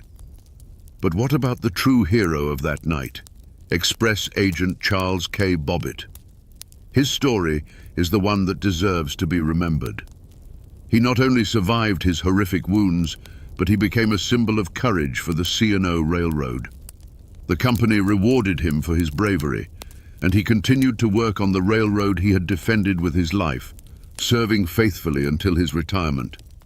He didn't seek fame or glory. He was a quiet, dutiful man who, when tested by fire and dynamite, proved to be stronger than steel. And what of the stage for this drama? Tunnel 19 still cuts through the mountain near Jerry's Run, Virginia. The FFV Limited is long gone, a ghost of a more elegant age, but the steel artery remains. Freight trains, the modern workhorses of the railroad, still thunder through that same darkness, their powerful horns echoing in the valleys. For the engineers today, it's just another tunnel, a number on a map. Most have no idea that they are passing through the scene of one of the most audacious and brutal crimes in Appalachian history. But a story this violent leaves more than just physical marks. It leaves a legend. For over a century, a whisper has persisted in the hills around Jerry's Run, the rumor of lost gold. The story goes that the gang, in their frantic escape, managed to bury a portion of their loot somewhere in the dense woods. Even now, locals and treasure hunters armed with metal detectors still comb the mountainsides, searching for a fortune that likely never existed outside of campfire tales. It seems the lure of the robbers' gold has lasted far longer than the memory of the men themselves. The official records may gather dust, but the mountains, they remember everything. So we return to the question we asked at the beginning. Why has this crime, so bold and so brutal, been almost completely erased from history? The answer lies in the crime itself. There was no romance here. This was not a story of noble outlaws fighting a corrupt system. This was a story of dynamite, greed, and a cold-blooded attack on a man just doing his job. It was a calculated industrial crime, born from the soot and steel of a new era, and it didn't fit the clean, romantic narrative of the Wild West that America wanted to believe. The mythology of the prairie, with its wide-open spaces, simply overshadowed the dark, complex reality of the mountains. The story of the Tunnel 19 robbery is a stark reminder that the history of Appalachia is not one of simple hillbillies or quaint folk tales. It's a story of profound and often violent collision between old ways and new technology, between the code of the mountains and the law of the corporation. The Flippin' Jenkins gang weren't cowboys. They were a new breed of industrial bandits, as much a product of the railroad as the coal it carried. And in their swift and ignominious end, we see the raw power of the industrial world asserting its dominance over the old frontier. But if there is a lesson here, it is not just one of cruelty. It's also found in the quiet courage of a man like Charles K. Bobbitt, an ordinary man who, when plunged into the heart of darkness, refused to break. He represents the other side of the Appalachian spirit, not the outlaw defiance, but the deep-rooted resilience, the sense of duty, and the simple, unshakable will to endure. His legacy, though quieter, is far more powerful than any lost gold. It reminds us that true grit isn't found in taking a prize, but in protecting what's entrusted to you, no matter the cost. Imagine you are lost, stripped of everything you love, dragged hundreds of miles from your home, and forced to watch as your children are torn from your arms. Now, imagine it's October. The Appalachian winter is closing in like a fist, and your only way home is a 600-mile walk through an untamed wilderness. You have no food, no map, and no weapon but your own will to live. How far would you go to get back? Would you eat tree bark and frozen roots? Would you crawl on frostbitten feet until the bones showed through? And what would you do if the only person with you went mad from hunger and decided you were her next meal? This isn't a Hollywood script. This is the true story of Mary Draper Ingalls, a 23-year-old mother from the edge of the Virginia frontier. Her name isn't as famous as Daniel Boone's, but her journey is one of the most brutal and terrifying survival epics in American history. The official records tell us she escaped captivity and walked home. But the whispers and legends passed down through the generations tell a much darker story, one of starvation, madness, and the absolute limits of human endurance. Today, we're going to follow her bloody footprints back through time and ask a bone-chilling question. What unspeakable things did Mary have to do to survive those 43 days in a frozen hell? Before the screams, there was the quiet work of building a life from scratch. Picture it. The year is 1755, and you're standing in Draper's Meadow, a small settlement on the very edge of the known world. Today, it's near Blacksburg, Virginia, but back then, it was the last stop. Beyond it lay an ocean of trees, a wilderness so vast and ancient, it felt like it could swallow you whole. The mountains weren't just a backdrop. They were a living, breathing entity that watched over the valley. They gave you timber for your home and game for your table, but they also held secrets, and they never let you forget how small you were. This little patch of cleared land was a fragile bubble of civilization, and at its heart were families like the Ingalls and the Drapers. William and Mary Ingalls were young, strong, and filled with the kind of hope that only pioneers can understand. They weren't looking for gold or glory. They were looking for a future. Their days were measured by the sun and the seasons. William's hands were calloused from the axe and the plow, carving a farm out of the forest. Mary, just 23 years old, ran the home, her life a steady rhythm of mending clothes, tending the garden, and raising their two little boys, 4-year-old Thomas and 2-year-old George. And as that summer sun beat down, Mary was heavy with their third child. Every stitch she sewed, every meal she prepared, was an act of faith in a future that seemed to stretch out before them, as promising as the valley itself. They weren't alone in this endeavor. A community is a fortress built of people, and Draper's Meadow was a tight-knit clan. When a new cabin needed to be raised, every man lent his back. When sickness came, the women shared remedies and watched over each other's children. They were bound together by hardship, by faith, and by the shared, unspoken understanding that their survival depended on one another. But beyond their cleared fields, the world was on fire. The French and Indian War wasn't some distant conflict fought by men in red coats.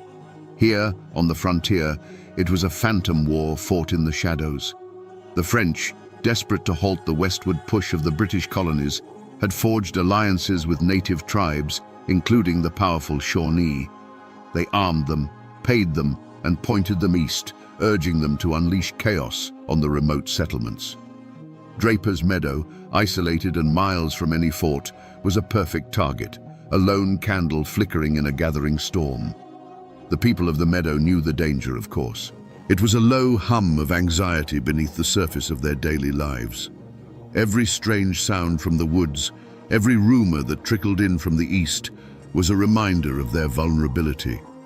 Yet, life had to go on. The corn was growing tall, the harvest needed to be brought in, and a new baby was on the way. They held on to the comforting routines of their existence, praying that the war would remain a distant thunder. They didn't know that the storm was already upon them, and that in a matter of hours, their entire world was about to be washed away in blood. To understand the blood that was spilled in Draper's Meadow, you have to understand the ink that was used to claim the land. That valley wasn't empty when the first settlers arrived. For generations, it had been a thoroughfare, a seasonal hunting ground for the Shawnee and other tribes. It was a part of their world, a land not owned but used, a place woven into the fabric of their memory and their survival. The streams had their names, the mountains held their spirits. Then, men from the east arrived with pieces of paper issued by a distant king that claimed this ancient land was now theirs. The architect of this push into the wilderness was a man named Colonel James Patton. He was an Ulster Scot, tough as a hickory root and driven by a relentless ambition. He'd secured a massive land grant from the British Crown, 100,000 acres, with the mission to settle the Virginia frontier. He was a land speculator, a military man, and a politician. To the colonial government, he was a visionary, building a buffer against the French and their native allies. To families like the Drapers and the Ingalls, he was the man who offered them a dream, a piece of land to call their own, a chance to build something that would last. They were the human bricks in the wall he was building against the wilderness. But this grand vision was built on a foundation of betrayal. Just over a decade earlier, at the Treaty of Lancaster, colonial officials had made a deal with the Iroquois Confederacy, who, in a move of political power, sold off the rights to the Ohio Valley, land they didn't truly control and that the Shawnee considered their own. The Shawnee never signed that treaty. They never agreed to it. In their eyes, every cabin razed, every tree felled, every field plowed in places like Draper's Meadow was an invasion. Colonel Patton's land grant wasn't a legal document to them. It was a declaration of war written on sheepskin. In these mountains, a family name was everything. For the Ingalls and the Drapers, their name was a seed they were planting in new soil, a legacy they hoped would grow into a dynasty of farmers and families. Their identity was tied to the deed in their pocket and the sweat on their brow. But for the Shawnee, a name like Cornstalk carried the weight of ancestors, the sacred duty to protect the hunting grounds that fed their people. Their identity was inseparable from the land itself. So when these two worlds collided, it wasn't just a dispute. It was a clash of destinies. The settlers saw themselves as pioneers taming a savage land. The Shawnee saw themselves as patriots defending their home from invaders. Draper's Meadow was the fault line, and the tremor was about to begin. In a place as isolated as Draper's Meadow, news traveled on foot and was paid for in whispers. Every few weeks, a lone trapper or a circuit rider would appear out of the woods, a ghost from the outside world, and the community would gather to drink in his words like water. But in the summer of 1755, the news they brought was poison. They told stories of homesteads on the Greenbrier River burned to ash, of families vanished from their cabins without a trace. These tales spread through the settlement like a fever, leaving a chill that the summer heat couldn't touch. The names of the Shawnee leaders were no longer abstract. They became specters that haunted the daylight. The settlers spoke of a warrior named Kilbuck, whose ferocity was legendary. And they spoke of a young chief named Cornstalk, a man whose reputation was already growing into myth. They said he was a brilliant strategist, a man who could move his war parties through the dense forest like a silent wind, striking and disappearing before a proper defense could be mounted. He wasn't some distant enemy.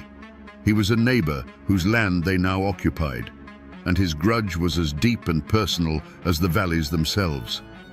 The tension wasn't just based on far-off rumors. It was in the air they breathed.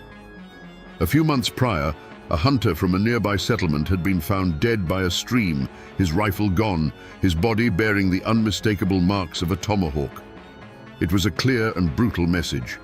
You are not safe here. The men started carrying their rifles with them even to the fields, and the women kept the children closer to the cabins.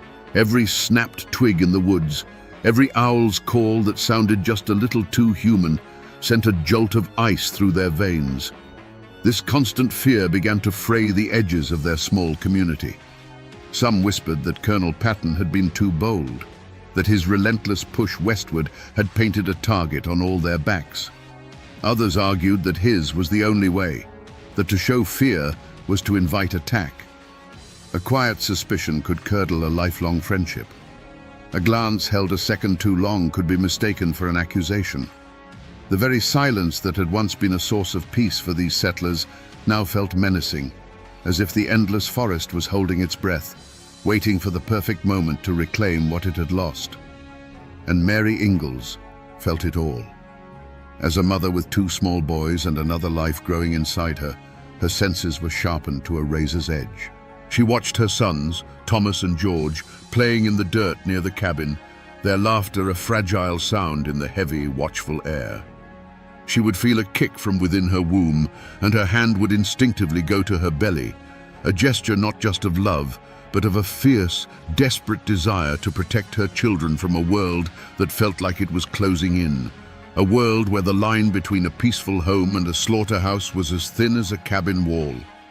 The people of the mountains have always known that the world speaks in signs if you're quiet enough to listen. And on the morning of July 30th, 1755, the signs were all there. They said later that the birds in the forest had fallen silent just before dawn, a heavy, unnatural hush that replaced the usual morning chorus. The air was thick and still, refusing to stir, holding its breath. It was the kind of oppressive quiet that comes before the sky tears open in a storm, a silence that felt heavier than any sound. The human omen arrived on horseback. Colonel James Patton rode into the settlement that morning, his face etched with a gravity that chilled everyone who saw it. He wasn't there for a social call. He was the embodiment of the war, the walking, talking proof that the conflict was no longer a distant rumor. He was there to deliver ammunition and warnings, to speak of organizing the militia, to put a hard edge on the fears that had been whispered in the dark. His presence was meant to be reassuring, a symbol of colonial authority, but it had the opposite effect. It was like planting a lightning rod in the middle of the cabins. He was a magnet for the very violence he was trying to prevent. And Mary felt it. She felt it deep in her bones, a cold dread that coiled in her gut. She was at her sister-in-law Betty Draper's cabin, going through the familiar motions of the day with the other women. But her hands felt clumsy, her mind distant. A wave of profound unease washed over her, so strong it almost made her dizzy. She looked out the cabin door at her sons, Thomas and George, playing near the edge of the woods. In that moment, their small, innocent forms seemed terribly fragile, like ghosts already fading into the deep green shadows. She tried to dismiss the feeling, blaming it on the heat and the weight of her unborn child. But the premonition was a physical thing, a cold hand gripping her heart, whispering that the world as she knew it was about to end. The men of Draper's Meadow were in the fields, their backs bent to the harvest. The rhythmic swing of the scythe, the feel of the sun on their necks. It was the hard, honest work that had defined their lives. They were far enough from the main cabins that the sounds of the settlement were just a faint murmur on the summer air. William Ingalls worked alongside his brother, his mind on the harvest, on the coming winter, on the new baby his wife Mary was due to deliver any day. Suddenly, a sound ripped through the tranquility. It wasn't a bear or a mountain lion. It was the unmistakable, terrifying crack of a rifle shot, followed instantly by another, and then a chorus of them. But it was the sound that came next that froze the blood in their veins. A human scream. A woman's scream, high and sharp with pure terror, cut short. Then another, and the chilling war cries of the Shawnee warriors, a sound they had only heard in frightened tales around the fire. William dropped his scythe. For a heart-stopping second, he was paralyzed, his mind refusing to process the horror. Then instinct took over. He and the other men broke into a desperate sprint toward the cabins, their hearts hammering against their ribs. They were farmers, not soldiers. Some had rifles, but they were leaning against a fence line 100 yards away, useless. All they could do was run, fueled by a primal terror and a desperate need to protect their families. They burst through the tree line just in time to see hell itself. Their homes were wreathed in smoke and flame. The Shawnee warriors, their bodies slick with sweat and paint, moved with brutal efficiency. William saw it all in a horrifying slow-motion tableau. He saw Colonel Patton fall, a tomahawk cleaving his skull. He saw his neighbor, Caspar Barger, cut down as he tried to flee. But the image that would be burned into his memory forever was of his wife, Mary. He saw her being dragged from a cabin, her face a mask of shock and terror. He saw his two little boys, Thomas and George, crying, being herded like livestock by the warriors. And he saw his home, the cabin he had built with his own two hands, beginning to burn. He was 100 yards away, unarmed, helpless. To charge forward was suicide. To stay was to witness the end of his world. He could only watch in impotent agony as the raiding party gathered its terrified captives and melted back into the shadows of the forest, leaving behind a scene of carnage, silence, and smoke. The first drops of blood had become a flood, and for the survivors of Draper's Meadow, there was no going back. Inside Betty Draper's cabin, the world was small and safe. The women worked, their movements familiar, the air filled with the quiet sounds of domestic life. Then, the sound came. It wasn't thunder. It was the sharp, flat crack of a rifle, so close it made the floorboards vibrate. Before a single question could be asked, another shot echoed it, and the outside world erupted into a symphony of terror. The cabin door didn't open. It was obliterated, kicked in with a single violent motion. It was as if the forest itself had burst into the room, a whirlwind of painted faces, dark eyes, and the glint of steel. There was no negotiation, no warning. It was a storm of pure, calculated violence. Time seemed to stretch and warp. A minute of chaos felt like an eternity. The air filled with the coppery smell of gunpowder and fear. Betty Draper instinctively clutched her infant child to her chest, a desperate, futile shield of a mother's love. A warrior moved towards her with a terrifying, fluid speed. There was a swift, brutal motion, a blur of action that the mind couldn't properly track, followed by a hollow thud against the cabin's log wall. The infant's desperate cry was instantly and unnervingly silenced. Betty's mouth opened in a scream that made no sound, her arms, suddenly light, falling empty to her sides. Outside, Colonel James Patton, a man who had faced down governors and generals, met his end not in a formal battle, but in his own front yard.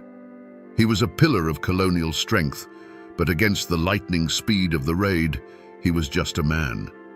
He managed to draw his sword, a flash of silver in the chaos, but he was overwhelmed in an instant. He fell face down into the very dirt he had fought so hard to claim, his authority dissolving into the bloody earth. Mary saw it all in disconnected flashes of nightmare logic. She saw a painted hand clamp down on her son Thomas' small arm, yanking him forward. She saw George, just a toddler, his face a mask of tears and utter confusion as he was lifted from his feet. Her own body was frozen, trapped between the ferocious instinct to fight for her children and the paralyzing absolute certainty of death. She was no longer a wife or a pioneer, but she was a terrified animal, watching as her young were stolen from the den. The chaos subsided as quickly as it had begun. The screams faded into whimpers, and the sharp crack of gunfire was replaced by the hungry roar and crackle of flames as the cabins began to burn in earnest. This was not a battle, it was a harvest, a human harvest. In the middle of the path, a small corn-husk doll lay face down in the dirt, a solitary, innocent witness to a horror it could not comprehend. The life they had built was gone, reduced to ash and silence in less time than it takes to say a prayer. To us, sitting here centuries later, the men who stormed Draper's Meadow were monsters, pure and simple. But to understand the true horror of that day, you have to do something deeply uncomfortable. You have to try, just for a moment, to see the world through their eyes. In their own minds, they were not criminals. They were soldiers, patriots. They were the righteous hand of vengeance for a people being systematically erased from their own lands. Imagine a young Shawnee warrior, perhaps even Cornstalk himself, lying on a ridge overlooking the settlement the night before. He doesn't see cozy cabins filled with hopeful families. He sees an infection. He sees a scar on the land that his ancestors had hunted for 1,000 years. Every puff of smoke from a settler's chimney is a signal of his people's slow death. Every ring of an axe is the sound of his world being torn apart. The laughter of the children playing in the dirt is the sound of his own children's future being stolen. Their logic was as cold and hard as a river stone.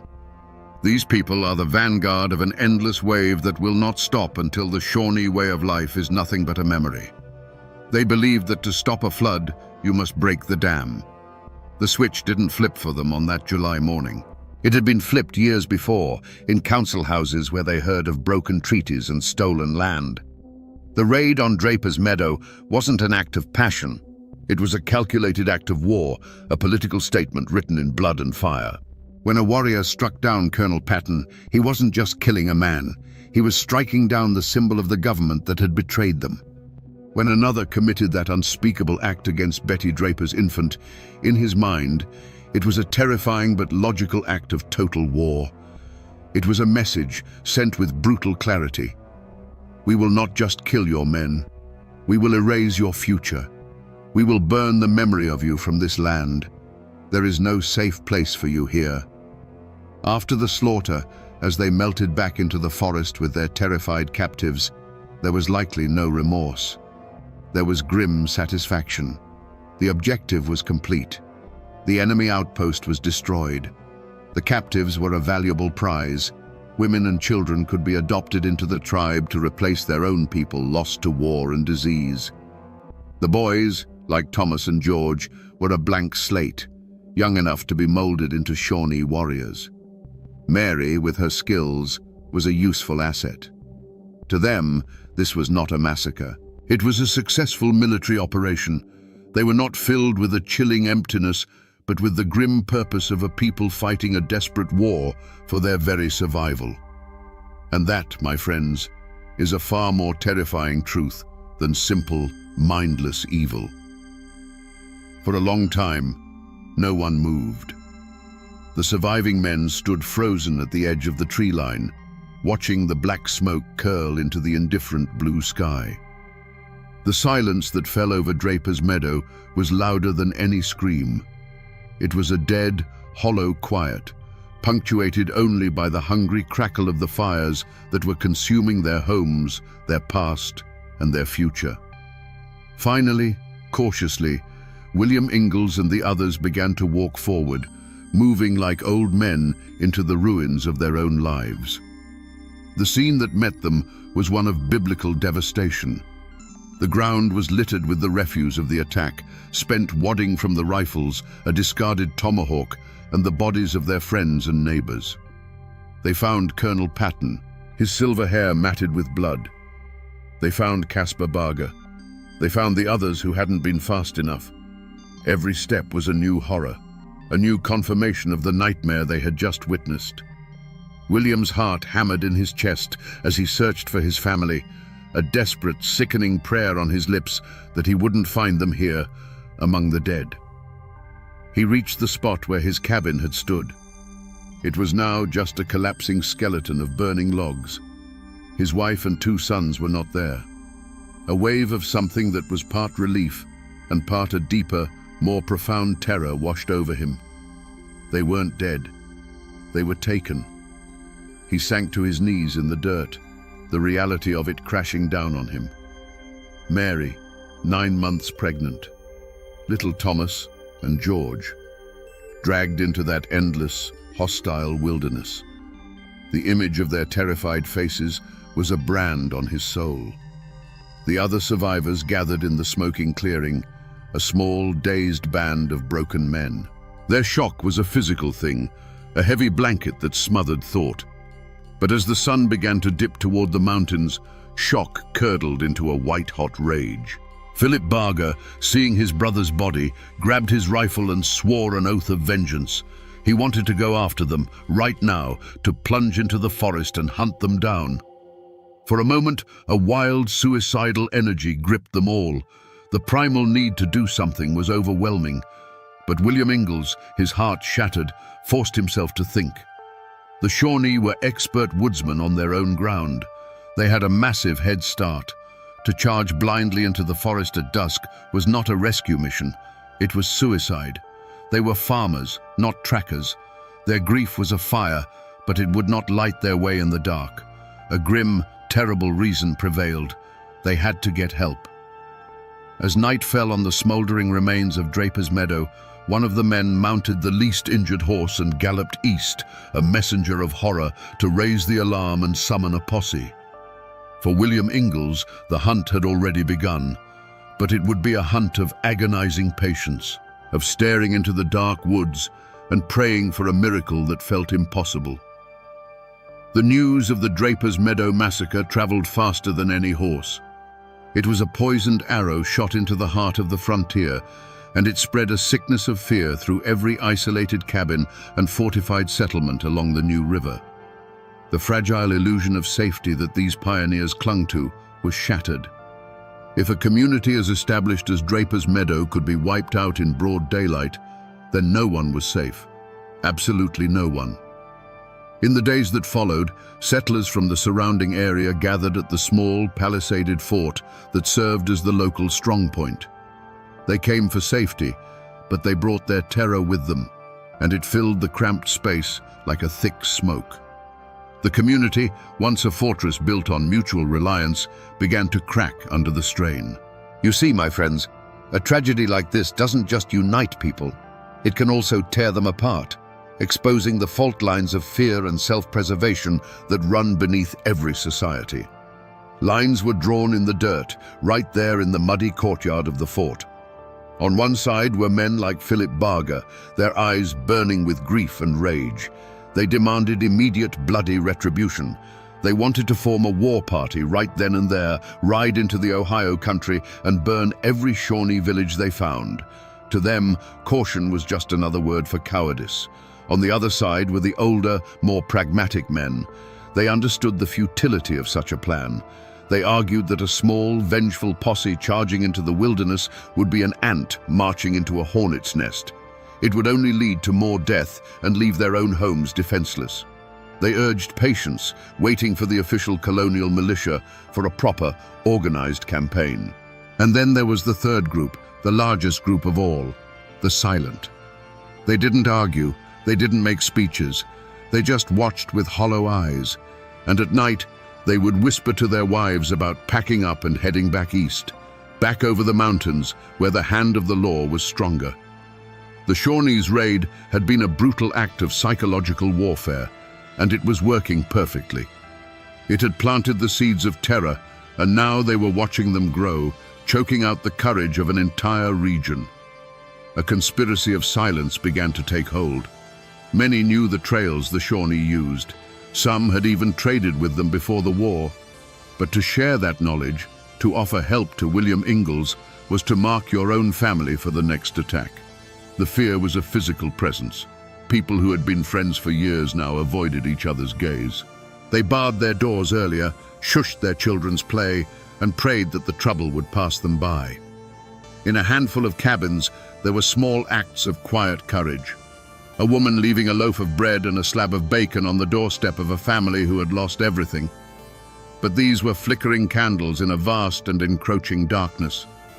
For William Ingalls, this was a special kind of hell. He had lost his family, and now he was losing his community. He was a man crying for help in a room full of people who were pretending to be deaf. William Ingalls could not wait. The colonial militia was a slow, lumbering beast, and every hour that passed was an hour that took his family deeper into an enemy world. He knew, with the chilling certainty of a husband and father, that he had to go now. A small, grim-faced posse formed around him. This wasn't an army. It was a handful of men bound by grief and rage, his brother John, Philip Barger, who thirsted for vengeance for his own brother, and a few others from the settlement. They were farmers and hunters, not soldiers, armed with long rifles, leather pouches of shot, and a desperate, burning hope.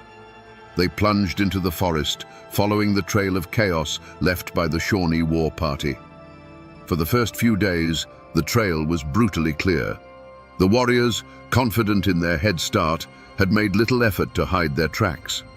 The posse found the campsites, the ashes of small fires still warm. They found discarded items dropped by the captives, a woman's comb, a torn piece of a shirt. Each discovery was a double-edged sword, a spark of hope that they were on the right path, and a fresh stab of pain, a tangible reminder of the terror their loved ones were enduring. William would pick up these small things, his hands trembling, imagining Mary or his sons just hours ahead, just beyond the next ridge. But the Appalachian wilderness is not a neutral ground. It is a fortress of tangled rhododendron, steep ravines, and confusing mist-shrouded peaks. It was a home to the Shawnee and a deadly maze to the settlers. The posse was strong, driven by adrenaline and fury, but the mountains began to wear them down. The easy trail became a phantom. The Shawnee, knowing they were now being pursued, began to use every trick of their ancient craft. They walked for miles in the rocky beds of streams, leaving no footprints. They split their party, creating false trails that led to nowhere, then regrouped miles away. The hunt became an ordeal against nature itself. The men's provisions dwindled. Exhaustion settled into their bones, a cold, heavy weight that even their rage couldn't burn away. They were chasing ghosts. The mountains seemed to swallow the trail whole. One afternoon, after days of grueling pursuit, they came to the edge of a wide, stony creek bed. The tracks, which had been their only physical connection to William's family, simply ceased to exist. They had vanished. The men cast about for hours, wading through the cold water, scanning the opposite bank, but found nothing. The trail was gone. The silence that fell over the small band of men was profound. They stood in the middle of an infinite forest, defeated. The fire of their vengeance had been starved of air, and all that was left was the cold ash of despair. For William Ingalls, this was a moment of absolute soul-crushing failure. He had come so close, but the wilderness had chosen a side, and it was not his. There was no fierce firefight, no dramatic rescue. There was only the quiet, brutal realization that he had lost. The walk back to the ruins of Draper's Meadow was a funeral march. The men who had charged into the woods fueled by a righteous fury now stumbled home, hollowed out by their defeat. William Ingalls had lost his family in the massacre, and now, standing at the edge of that cold stream, he had lost them all over again. He returned not as a rescuer, but as a man condemned to wait and to wonder, a ghost haunting the edge of a wilderness that had swallowed his entire world. And so, my friends, if you're waiting for the part of the story where a sheriff slaps iron cuffs on the guilty men and hauls them before a bewigged judge, I have to tell you, that story doesn't exist. There was no grand trial for the warriors who fell upon Draper's Meadow. In the eyes of the colonial government, this wasn't a crime to be prosecuted. It was an act of war. The Shawnee weren't fugitives hiding within the law. They were an enemy nation with its own territory, its own leaders, and its own reasons for fighting. Cornstalk and Kilbuck would never see the inside of a Virginia courtroom. The only justice the law of men could offer was slow, clumsy, and distant. A reward was eventually posted for the return of the captives, a piece of paper that was meaningless hundreds of miles away in the Ohio wilderness. The militia, when it finally mustered, was more concerned with defending against the next raid than avenging the last one. The wheels of colonial justice turned with the speed of a dying glacier, while for the captives, every tick of the clock was an eternity. For William Ingalls, the verdict was clear. The system had failed. The law was a distant abstraction, useless against the immediate brutal reality of his loss. But in the mountains, there is another kind of court, another kind of justice. And in the fall of 1755, Mary Draper Ingalls found herself standing trial in it. Her captors were not on trial, she was. The courtroom was the vast, unforgiving landscape of the Ohio Valley. The judge was the coming winter. The jury was hunger, fear, and exhaustion. The verdict would be simple and final, life or death. While William was hunting shadows in the east, Mary was enduring the verdict of her captors. She had been judged not as a criminal, but as an asset. Her skill with the needle and thread spared her from the brutal gauntlet ritual upon her arrival at Lower Shawneetown. She was put to work, her hands making fine shirts for the very men who had destroyed her world. But this small mercy was a cage within a cage. The true sentence had already been carried out on her family. Her sons, Thomas and George, were judged young enough to be assimilated and were torn from her side, adopted into different families, their pasts to be systematically erased. Her infant daughter, Louisa, was deemed just another mouth to feed and was given away. Mary was now a prisoner, not just of the Shawnee, but of her own bottomless grief. The law of men had abandoned her. The justice of the tribe had shattered her family. In that profound darkness, she came to a realization. If there was any justice to be had, she would have to seize it for herself. It would not be a justice of punishment or revenge. It would be the justice of survival, the justice of reclaiming a life that had been stolen. The Shawnee had passed their sentence on her. Now, she was about to deliver her own. You might think this is where the story finds its happy ending. The hero has returned. The ordeal is over. But for Mary and William Ingalls, the reunion was not an end to the suffering. It was the beginning of a new kind of pain. When William finally held his wife, he was holding a stranger made of skin and bone, her eyes haunted by things he could never understand. The joy of her survival was a fragile light in the crushing darkness of their shared losses. She was alive, but her children were not with her. The verdict of her escape was life, but the price was a lifetime of remembering. They could not go back to Draper's Meadow. The place was a tomb, the very soil poisoned with memories. So they moved on, driven by the pioneers' stubborn refusal to be broken. They settled on the New River, establishing Ingalls Ferry, a vital link that would become a cornerstone of the region. They built a new home, had more children, and tried to stitch together the shredded fabric of a normal life. But a curse followed them. The knowledge that their eldest son, Thomas, was still out there, somewhere in the Ohio country, was a wound that would not heal. And the ghosts of their two youngest, George and their infant daughter Louisa, who they would later learn had both died in captivity, were a constant presence. Mary had survived, but a part of her soul had been left behind in that frozen wilderness, forever wandering. And what of the men who had brought this hell upon them? The wheels of mountain justice turn slowly, but they grind exceedingly fine.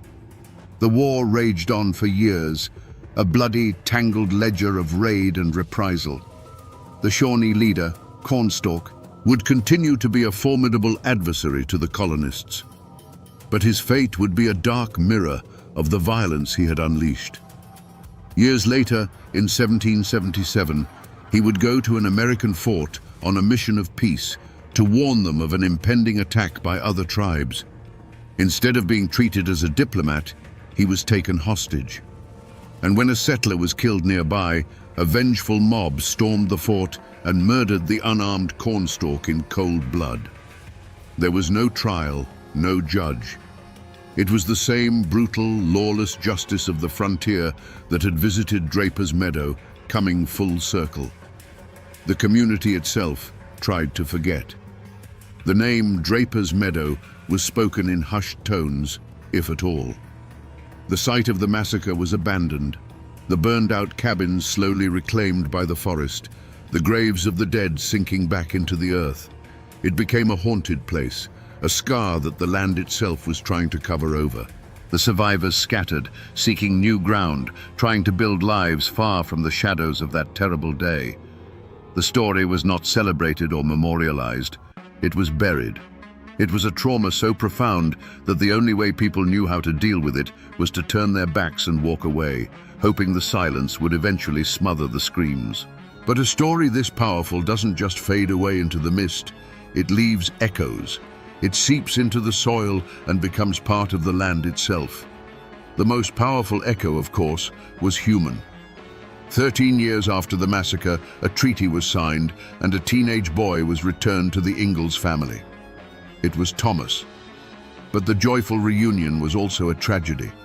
He was a ghost from another world. He spoke Shawnee. He had forgotten English, forgotten his parents, forgotten the life he was born into.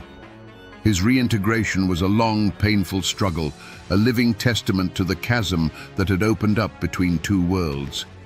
Yet, he endured. The Ingalls family grew, and they never, ever forgot.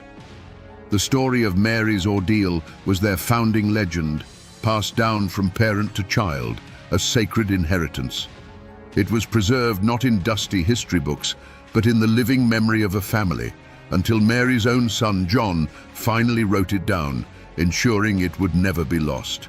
And the physical traces are still there, hidden in plain sight. If you go to Blacksburg, Virginia today, you can find the site of Draper's Meadow. It's not a haunted ruin in the woods. It's the heart of the Virginia Tech campus. Thousands of students walk across that land every single day, their minds on exams and their futures. They sit by a quiet duck pond, a memorial to that day, many of them having no idea they are studying on ground that was once soaked in blood and terror. Travel a little further and you'll find the New River. This, to me, is the greatest monument of all. It is the silent, winding witness to her ordeal. It is the same river whose icy water she waded through, whose banks she crawled along in delirious agony. When you stand on its edge, you are standing in the exact footsteps of her 600-mile journey into hell. Its currents still whisper her name.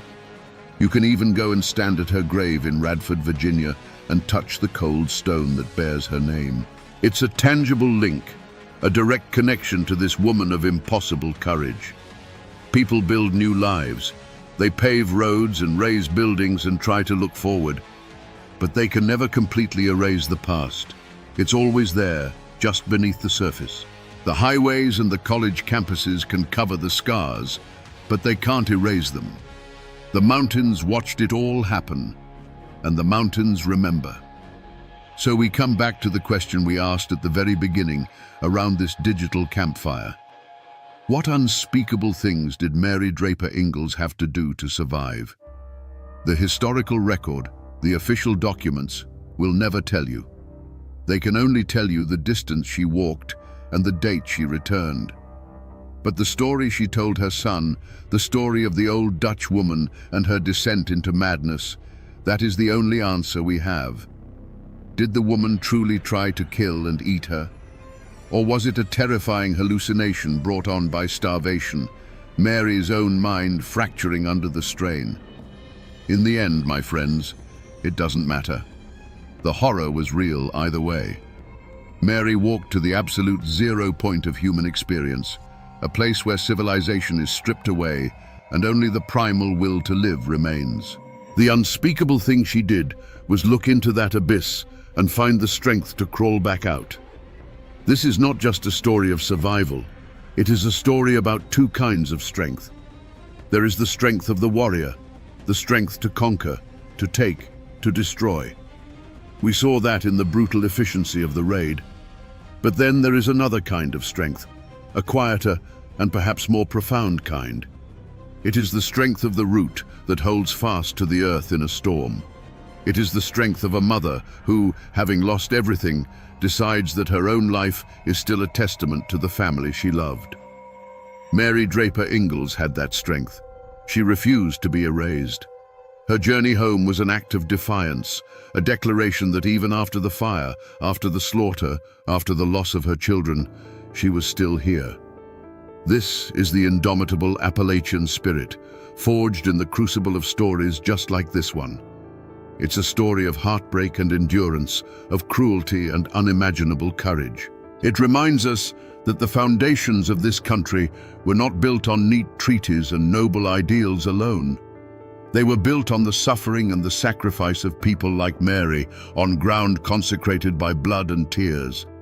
Her journey is seared into the very landscape, a lesson that must not be forgotten. And now, my friends, you know the rest of the story.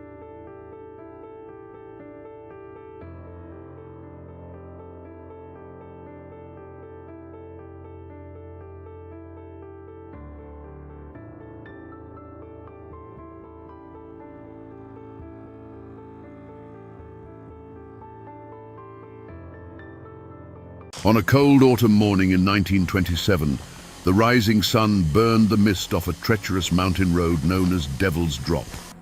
It revealed a scene of brutal final silence. A Ford V8, its metal skin peppered with bullet holes, sat angled against a fallen tree. Beside it, his life staining the dark Carolina soil, lay William Bill Young, the undisputed king of the region's white lightning trade. His cargo of whiskey was gone. His life was gone. The mountains don't give up their secrets easily. The official law called it a bootlegger's quarrel and looked the other way. But this single act of violence didn't just end a man's life. It started a legend. It gave birth to a story of a love so powerful it refused to die, and a ghost that walks these hills to this very day. Today, we're going to peel back the layers of myth and memory to find the truth behind the haunting of Silver Creek Cemetery. To understand the ghost, you must first understand the man she mourned and the world he ruled. The 1920s in the Blue Ridge Mountains were a time of quiet defiance.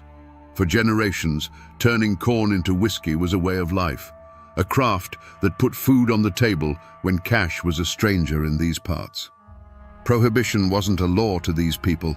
It was a declaration of war from a distant government that neither knew nor cared about their struggles. In this world, William Bill Young was not just a criminal. He was royalty. He was the Prince of White Lightning. His stills were tucked away in rhododendron hells, so thick and tangled, no federal agent could ever hope to find them. And his product wasn't the harsh, blinding moonshine of cheap renown. It was smooth, clean, and powerful, a spirit sought by name in the fine parlors of Charlotte and Asheville. He was a folk hero, a handsome and charismatic figure who drove a Ford V8 modified to outrun any lawman on the twisting mountain roads.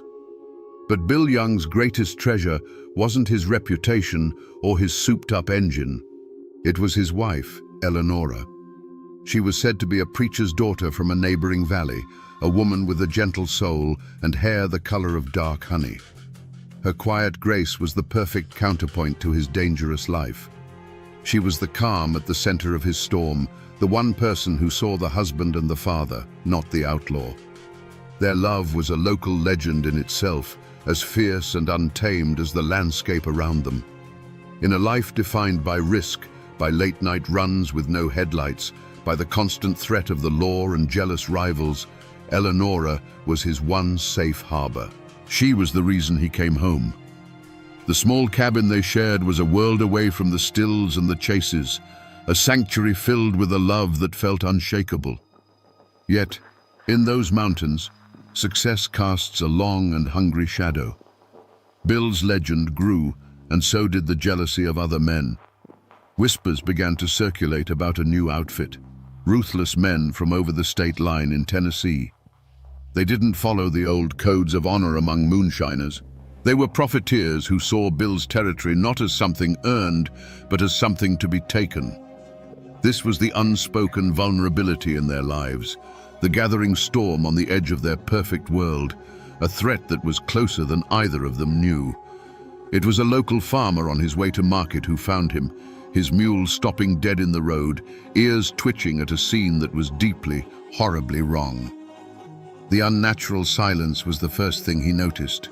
No birdsong, no rustle of squirrels, just the quiet hum of a world holding its breath. Bill Young's Ford V8 was a monument to the violence. Its shattered headlights stared blindly at the sky, and its dark paint was marred by a dozen jagged holes. The driver's side door was open, swinging slightly in the morning breeze.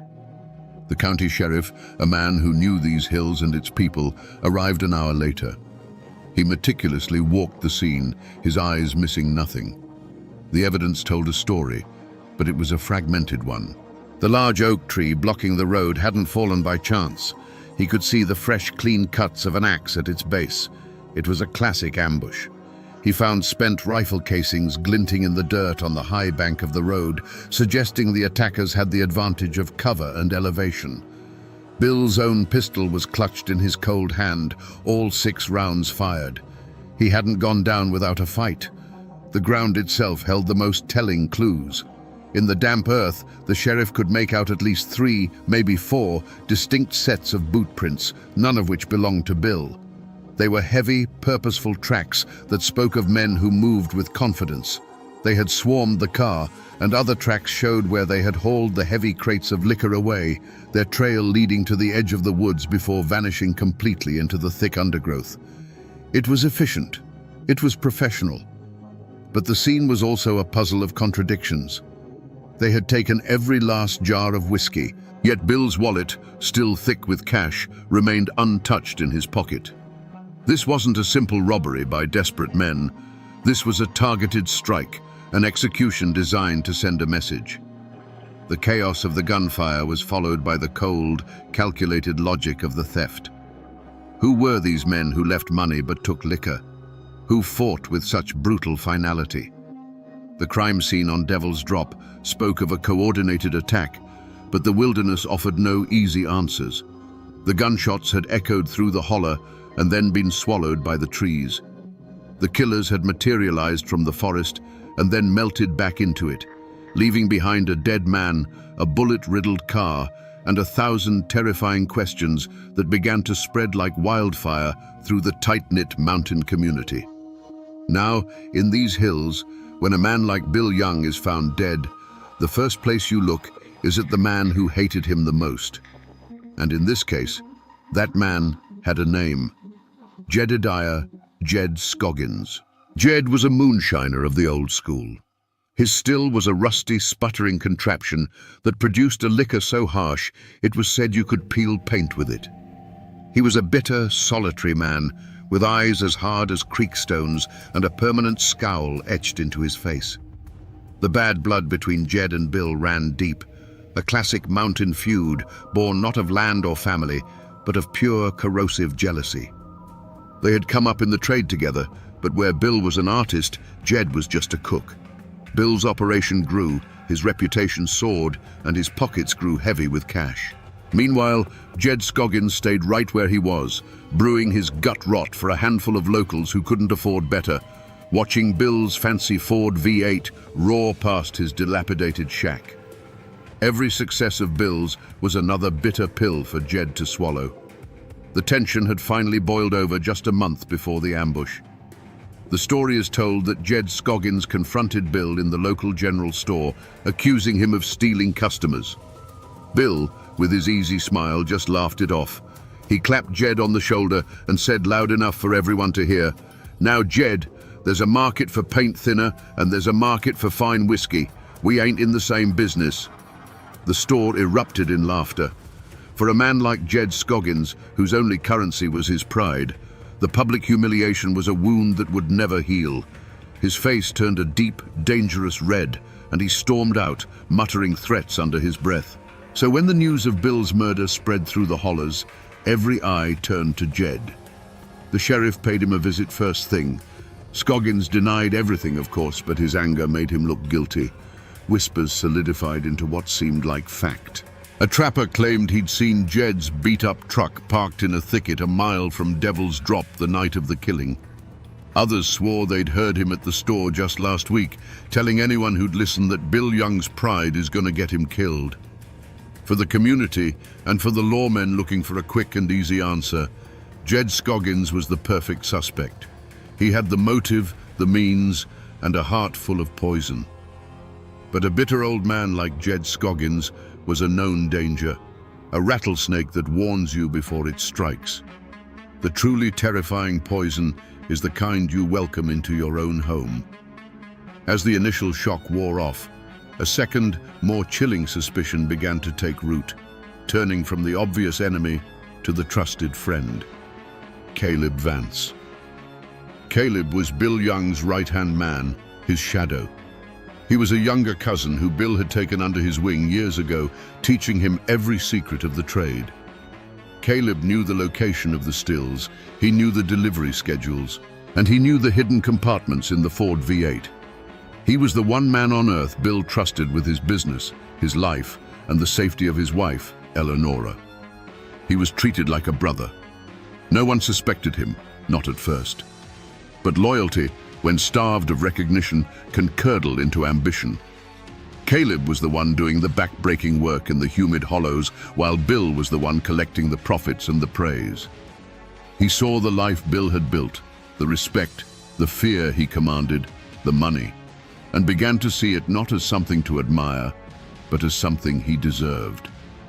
More than that, people began to recall the way Caleb looked at Eleonora when Bill wasn't around. It wasn't the gaze of a protective cousin. It was the quiet, hungry stare of a man coveting something he could never have. With this new suspicion in mind, people's memories began to shift. His grief at the funeral, which had seemed so profound, now looked theatrical and hollow. He had been the one to help Bill load the car that fateful night, and folks remembered him arguing with Bill a week earlier, insisting that the old road was getting too much attention from the law and that the route through Devil's Drop was safer. Was it a helpful suggestion, or was he leading the lamb to the slaughter? The community was now faced with a far more terrifying possibility than a simple feud. Was Bill Young's death the result of a snake he had nurtured at his own hearth? But there was a third shadow lurking at the edges of this tragedy, a threat far bigger and more impersonal than a bitter old man or a jealous cousin. The world of bootlegging was changing. Big city money and organized crime were beginning to see the potential in the mountains, not as a place of tradition, but as an untapped resource. A different breed of predator was slipping through the gaps in the hills, men who didn't live by any mountain code. They were known only as the Tennessee outfit. They weren't moonshiners, they were businessmen, and their business was violence and consolidation. Their goal was simple: to control the entire flow of illegal whiskey from the mountains to the cities, cutting out the independent operators who had worked these stills for generations. In this new, brutal landscape, Bill Young wasn't just a competitor. He was an empire of one, an obstacle that had to be removed. Their motive was the coldest and cleanest of all: pure profit. They coveted Bill's pristine product, his well-established routes, and his list of wealthy clients. Taking him out wasn't an act of passion, it was a corporate takeover executed with rifles instead of contracts. They didn't want to just beat him, they wanted to absorb his entire operation, from the hidden stills to the last drop of whiskey. For weeks leading up to the murder, their presence had been felt like a change in the weather. Strangers had been seen in town, men in city hats with hard, watchful eyes, asking quiet questions about Bill Young's schedule. Cars with Tennessee plates were spotted on lonely back roads where they had no business being. The story circulated that one of these men had approached Bill with an offer: work for them, or get out of the way. Bill, proud and fiercely independent, would have laughed in his face. It was a laugh that signed his own death warrant. This third possibility was, in many ways, the most frightening. Jed Scoggins and Caleb Vance were known devils. The Tennessee outfit was a faceless, nameless force, a killing machine that operated on the cold arithmetic of profit and loss. The sheriff, a man who trusted his gut, put all his energy into the clearest path. All signs pointed to the bitter, jealous heart of Jedediah Scoggins. A posse was formed, a dozen grim-faced men with shotguns and a cold sense of mountain justice in their eyes. For 3 days, they combed the unforgiving slopes of Scoggins's territory, fueled by the trapper's claim of seeing Jed's truck near the ambush site. They navigated briar-choked ravines and followed cold tracks through mist-filled hollows, certain that every step brought them closer to their man. They finally cornered him at his ramshackle cabin, expecting a desperate shootout. But what they found was anticlimax and confusion. Jed Scoggins wasn't armed and ready for a fight. He was laid up in a filthy cot, his leg crudely splintered and swollen to twice its normal size. He spat tobacco juice onto the floor and cursed them for fools. His alibi was ironclad and delivered by the one man in the county whose word was beyond question, the old doctor. The doctor confirmed he'd been at Jed's cabin the entire night of the murder, setting a nasty break after a tree-felling accident. Jed Scoggins, for all his venom, hadn't been anywhere near Devil's Drop. The most promising lead had evaporated into thin air. The sheriff then turned his attention to Caleb Vance. He questioned Bill's cousin for hours, but it was like trying to hold on to water. Caleb's story was seamless, his grief a perfect shield against any probing question. He expressed shock and sorrow that anyone could suspect him. Without a single piece of hard evidence, the whispers against him remained just that, powerless whispers. And as for the Tennessee outfit, they were smoke. The sheriff sent inquiries across the state line, but the men in city hats were ghosts. They had no names, no faces anyone could clearly recall, and had vanished as quickly as they had appeared. The investigation had hit a wall. Every trail had grown cold. Every promising clue turned to dust in the sheriff's hands. The initial roar for justice in the community faded to a nervous, fearful murmur. The killer, it seemed, had gotten away clean. And if a man as powerful as Bill Young could be struck down so easily, then nobody was safe. In the days that followed the failed investigation, a new kind of quiet fell over the mountains. It wasn't the peaceful quiet of an autumn evening. It was a cold, heavy silence, the kind that suffocates truth. The initial outrage over Bill's murder had curdled into something else. Doors that were once open were now bolted. Eyes that once met yours in greeting now slid away, finding a sudden interest in the dirt on the road. A curtain of unspoken agreement had been drawn across the community. This wasn't the silence of ignorance, it was the silence of fear. Raw, palpable fear. The logic was simple and brutal. If a man as powerful, as respected, and as feared as Bill Young could be gunned down on a public road, what chance did a simple farmer or a store clerk have? The killers hadn't just murdered a man, they had murdered the community's sense of security. They were still out there, unseen, their identities a terrifying mystery. To speak a name, to repeat a rumor, was to risk drawing their attention, and no one wanted to be next. But it was more than just fear. It was the code. For generations, these mountain folk had lived by their own laws, born of a deep and abiding distrust for any authority that came from outside their hills. Talking to a man with a badge, even a local one, was a violation of that code. It was inviting an outside world of courts and lawyers into their own business. The unspoken rule was clear. You see nothing, you hear nothing, and you know nothing. You handle your own affairs, and you let your neighbors handle theirs. The few who were thought to know something learned the power of this code very quickly. A man who had been seen talking to Bill just hours before the ambush suddenly became a pariah. His neighbors, men he'd known his whole life, suddenly had urgent chores to do when he approached. No threat was ever spoken aloud. None needed to be. The cold shoulders and the averted gazes were a message clearer than any gunshot. Stay quiet, or you're on your own. And so, the sheriff's investigation died, not from a lack of leads, but from a lack of voices. He would ask questions and be met with blank stares, polite deflections, and shrugged shoulders. The people of the valley had made a collective choice. They would bury the truth under the weight of their silence, hoping that if they didn't speak of the devil, he might just pass them by. The murder of Bill Young was now a closed book, locked tight by the fear of an entire community. Years slid by like water over stone. The murder of Bill Young became a cold case, then a local legend, a story to tell children to keep them from wandering too far into the woods after dark. The wall of silence held firm, and every single evening, Eleanora kept her vigil, her black-clad form becoming as much a part of the landscape as the ancient oaks in the cemetery. Her grief was a silent, unchanging monument. Nearly a decade after Bill's death, Eleanora's vigil finally ended. She passed away in her sleep one cold winter morning and was buried beside her husband, their story seemingly concluded. It fell to a distant niece, a young woman who barely remembered her famous uncle, to clear out the small Spartan cabin where Eleanora had lived out her last lonely years. While packing away old linens in a cedar chest, her fingers brushed against something hard tucked beneath a false bottom, a small, leather-bound journal.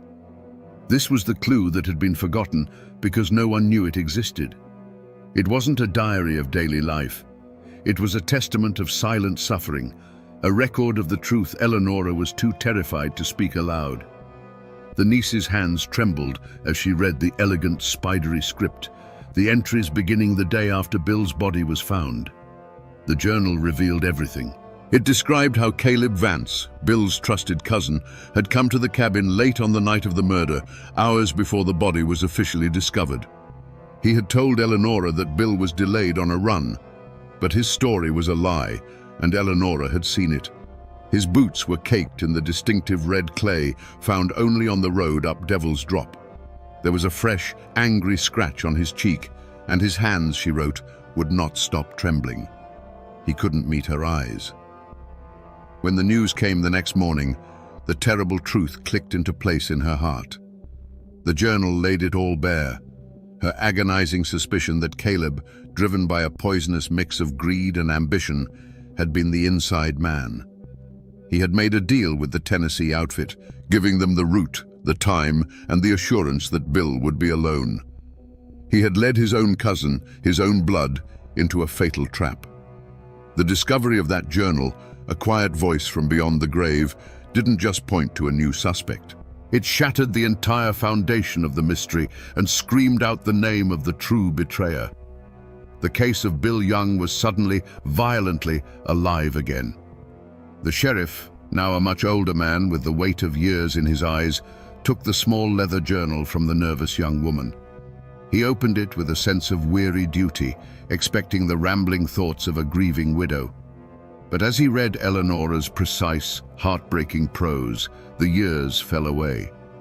He wasn't an old sheriff in a quiet office. He was back on Devil's Drop, smelling the gunpowder and the cold morning air. The words on the page were a voice from the grave, a testimony that time had not been able to silence. There, in Eleanora's own hand, was the key.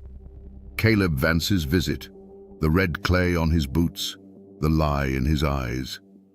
Armed with the truth that had been buried for a decade, the sheriff walked out of his office and down the main street. He found Caleb Vance where he always was, overseeing a small timber business he'd built on the ashes of Bill Young's empire.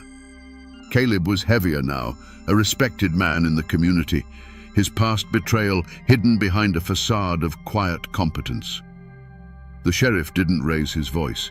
He simply held out the open journal.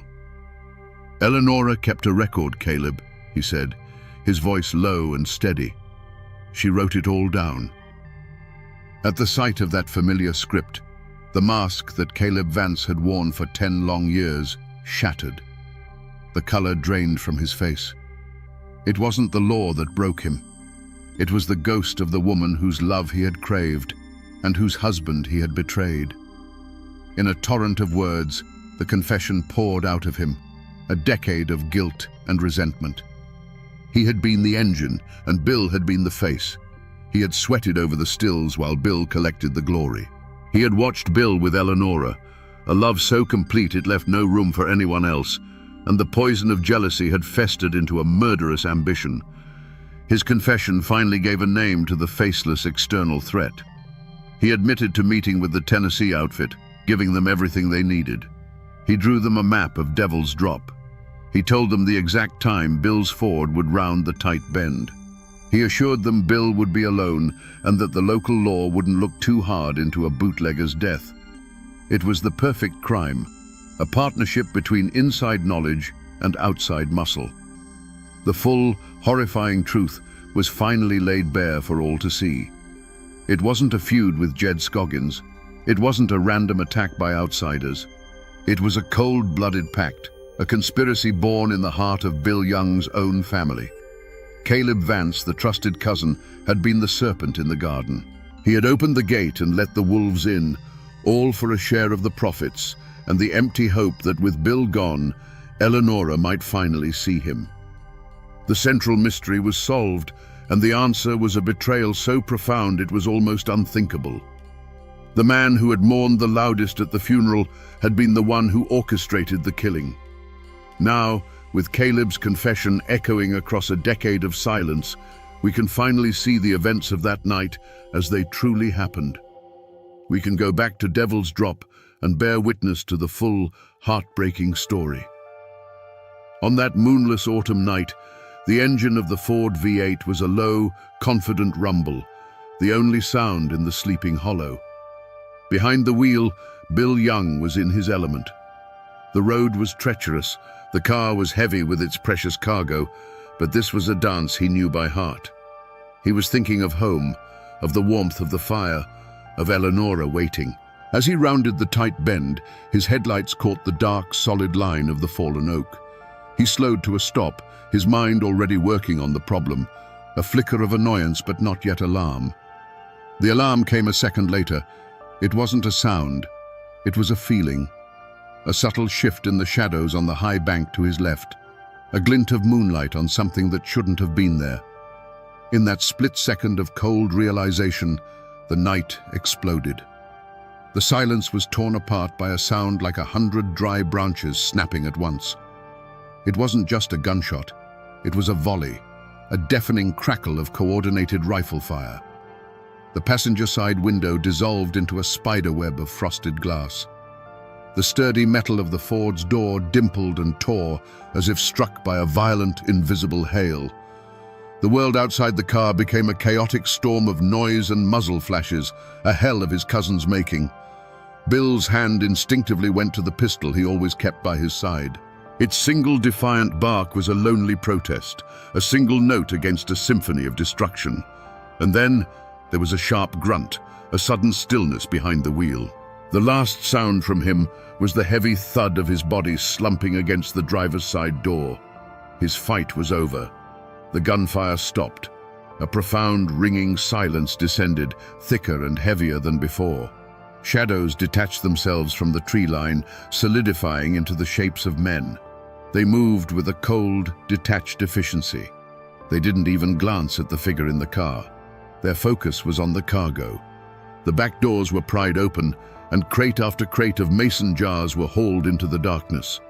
Their movements were swift, practiced, leaving no trace but their boot prints in the mud. When the last crate was gone, the men melted back into the woods as silently as they had appeared. They left behind a scene of chilling stillness. The shattered headlights cast jagged, broken beams into the darkness, like the eyes of a great beast that had been blinded. The air, once crisp with the scent of pine, now hung heavy with the acrid smell of burnt gunpowder. The only movement was a thin trickle of whiskey from a single shattered jar, its clear liquid mixing with the dark, damp earth in a final, wasted offering. The trial of Caleb Vance was more than a legal proceeding. It was a public reckoning, a final, painful chapter in a story that had haunted the community for a decade. The small county courthouse was packed to the rafters. Old men who had known Bill Young personally sat beside young people who had only ever heard his name whispered in ghost stories. The air was thick with the weight of unspoken history. Every person in that room, a silent juror in a trial that had been held in the court of public opinion for years. In the defendant's chair, Caleb Vance was a ghost of a man. The facade he had maintained for 10 years had crumbled, leaving behind a hollow shell. He wasn't defiant. He didn't rage or deny. He simply sat there, his eyes fixed on the worn floorboards, as if he could see the faces of Bill and Eleonora in the grain of the wood. When the charges were read, conspiracy and murder, he showed no reaction, offering a quiet plea of guilty. His confession had been a dam breaking, and now there was nothing left inside him to fight with. The prosecutor, armed with Eleonora's journal, painted a devastating picture of betrayal. He read passages aloud, and the sound of the dead woman's words, filled with sorrow and suspicion, silenced the entire courtroom. He presented Caleb as a modern-day Cain, a man who had sold his own kin into a bloody ambush for a handful of silver and a sliver of power. The evidence was overwhelming, the confession absolute. The prosecution demanded the harshest penalty the law would allow. But this was Appalachia, and justice here has always been a complicated, tangled thing. Caleb's lawyer didn't argue his client's innocence. Instead, he argued his weakness. He portrayed Caleb not as the architect of the crime, but as a foolish, resentful young man who was manipulated and threatened by the faceless, ruthless Tennessee outfit. He argued that Caleb never fired a shot, that his guilt was in his silence and his cowardice, not in a direct act of murder.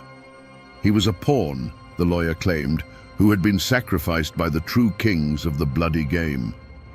The verdict, when it came, felt both inevitable and unsatisfying. The jury found Caleb Vance guilty, but not of first-degree murder. They convicted him on charges of conspiracy and accessory to the crime. The judge sentenced him to 20 years in the state penitentiary. He was led from the courtroom in chains, his head still bowed, a man condemned to live with his ghosts in a cell of his own making. The community was torn. For some, it wasn't enough. 20 years felt like a pittance for the life of a man like Bill Young and the decade of sorrow that followed. But for others, there was a quiet, reluctant sense of pity. They saw Caleb not as a monster, but as another victim of the violent world they all inhabited.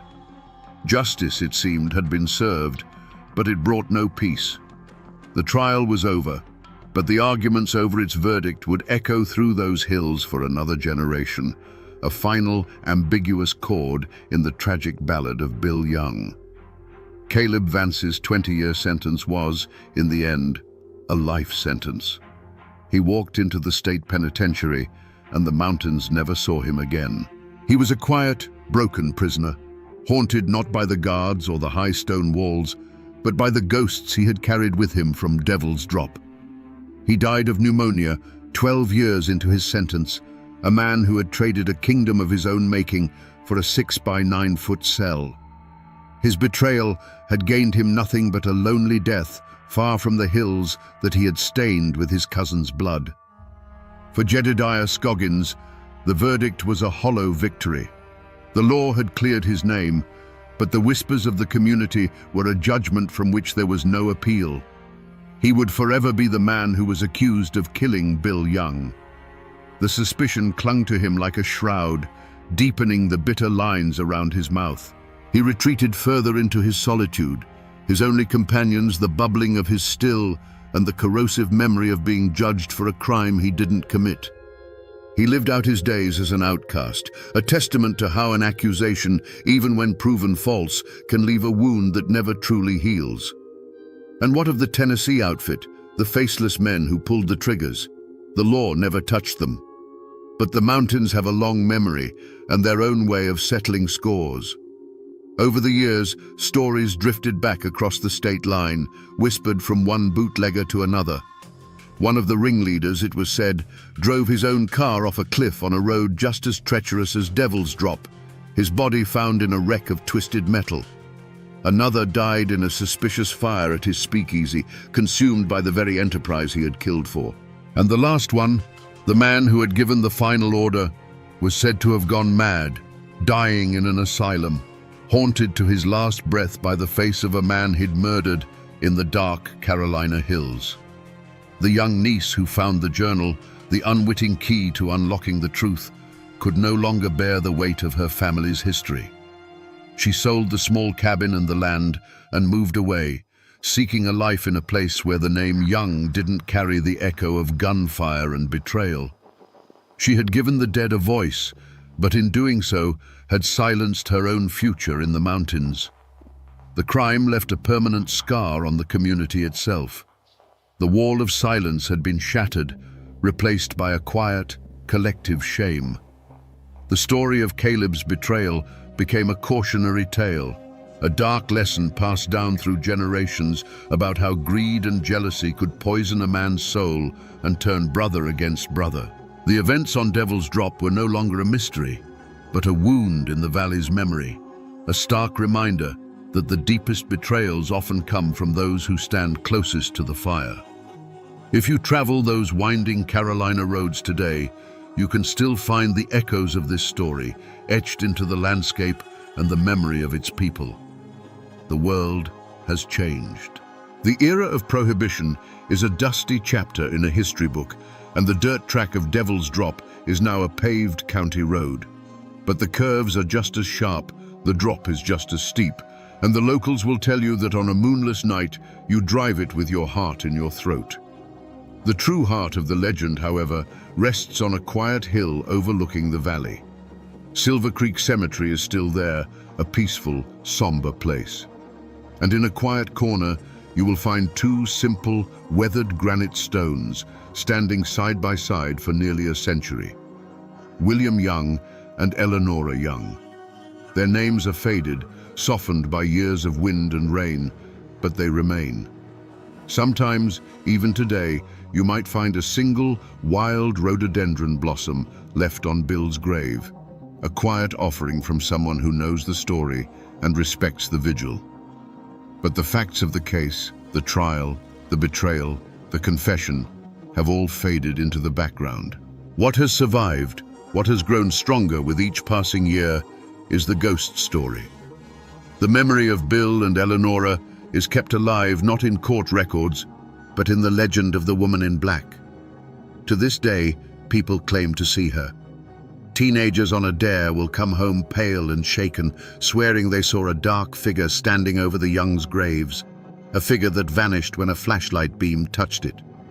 Travelers on the road below still report hearing the faint sound of weeping carried on the wind when there is no wind to carry it.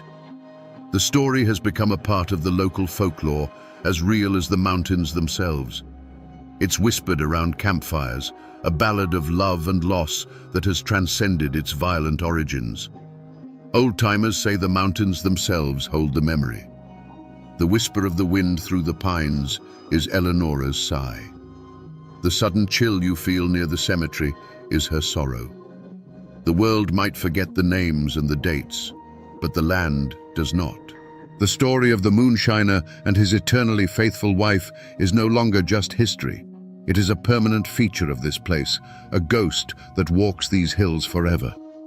We began this journey on a cold stretch of road with a bullet-riddled car and a question: what really happened on Devil's Drop? We found the answer, not in a heroic shootout, but in a sordid, quiet act of betrayal. A story of greed and jealousy, as old as the hills themselves. The law eventually found its man, and a measure of justice was served in a dusty courtroom. But that ugly human truth is not the story that has survived. This is the ultimate lesson of the woman in black. It is a story not about the brutal end of a man's life, but about the unending love of his wife. The community, bound by fear and a code of silence, allowed the facts of a murder to be buried. But through their whispers, their awe, and their respect for Eleanora's vigil, they resurrected a different kind of truth. They chose to remember the loyalty, not the betrayal. They chose to honor the love, not the violence. In the end, This is a ghost story that teaches us that some bonds are too strong to be broken by gunfire or the grave. It shows us how a deep and abiding love can become a legend, a story told to remind us that even in the darkest of times, loyalty is a light that can echo through generations. The law may have closed the case on Bill Young, but it was Eleanora's heart that wrote the final, enduring chapter. And now, my friends, you know the rest of the story, or at least as much of it as the mountains are willing to give up. If you stand on the courthouse square in Manchester, Kentucky, and just listen, you can almost feel it. The sounds of today, the hum of traffic, the distant laughter from a storefront, they're just a thin veneer. Beneath that, there's an echo, a deep, cold resonance in the very ground beneath your feet. Because it was right here, on this patch of earth, that a man of God committed an unholy act in broad daylight. He took a life, and in doing so, held a mirror up to the soul of a time and a place known to history as bloody clay. The question that hangs in the air, even after more than a century, isn't just about the crack of the pistol that shattered the autumn quiet. It's about the man who pulled the trigger. How does a devout Methodist minister, a man sworn to peace, become a killer? And more chillingly, how does a jury of his peers look upon that act and call it justice? Today, we're going to listen to those echoes. These old bricks and this worn-down soil have a story to tell, and we are here to piece it together. To understand what happened on that courthouse square, you have to rewind the clock to 1899 and step into a world that feels both ancient and terrifyingly raw. This is Clay County, Kentucky. Deep in the Cumberland Mountains, cut off by ridges and creeks, this place had its own set of rules, and they were written in blood. The rest of America was looking forward to a new century of progress, but here, the wounds of the Civil War were still fresh, still weeping. They called it Bloody Clay, and it was a name earned through decades of ambush, assassination, and open warfare on the streets. The war had split this land down the middle, not just north and south, but neighbor against neighbor, cousin against cousin. The Baker clan, staunchly Unionist and Republican, found themselves locked in a bitter struggle for power against a formidable alliance of ex-Confederate families, the Howards, the Whites, and the Gilberts. This wasn't just about who sat in the courthouse. It was a feud over everything. It was about land, about the profits from the salt mines, and most of all, it was about honor. In these mountains, a man's honor was his most valuable possession, and an insult to it demanded a violent reply. In the middle of this cauldron walked Reverend George D. Baker. He was no backwoods preacher screaming at the sky. He was a respected traveling Methodist minister, a man whose words could soothe a grieving widow or inspire a congregation to grace. In a community held together by faith and family, the preacher was meant to be the moral compass, the peacemaker who stood above the endless cycle of revenge. He was the shepherd, meant to guide his flock away from the darkness. But George Baker had a second identity, one that was fused to his very bones. He was a Baker. He was born into the feud, raised on stories of kinsmen shot from their saddles or gunned down in town. The unwritten law of the mountains was absolute. Blood answers for blood. A man stood with his family, or he stood for nothing at all.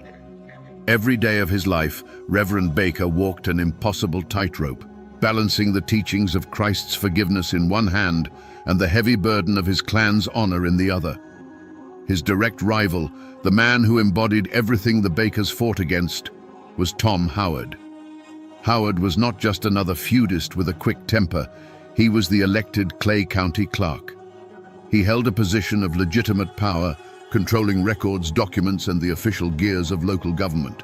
As a leader of the Democratic faction, he was the public face of the Baker family's oldest and deadliest enemies.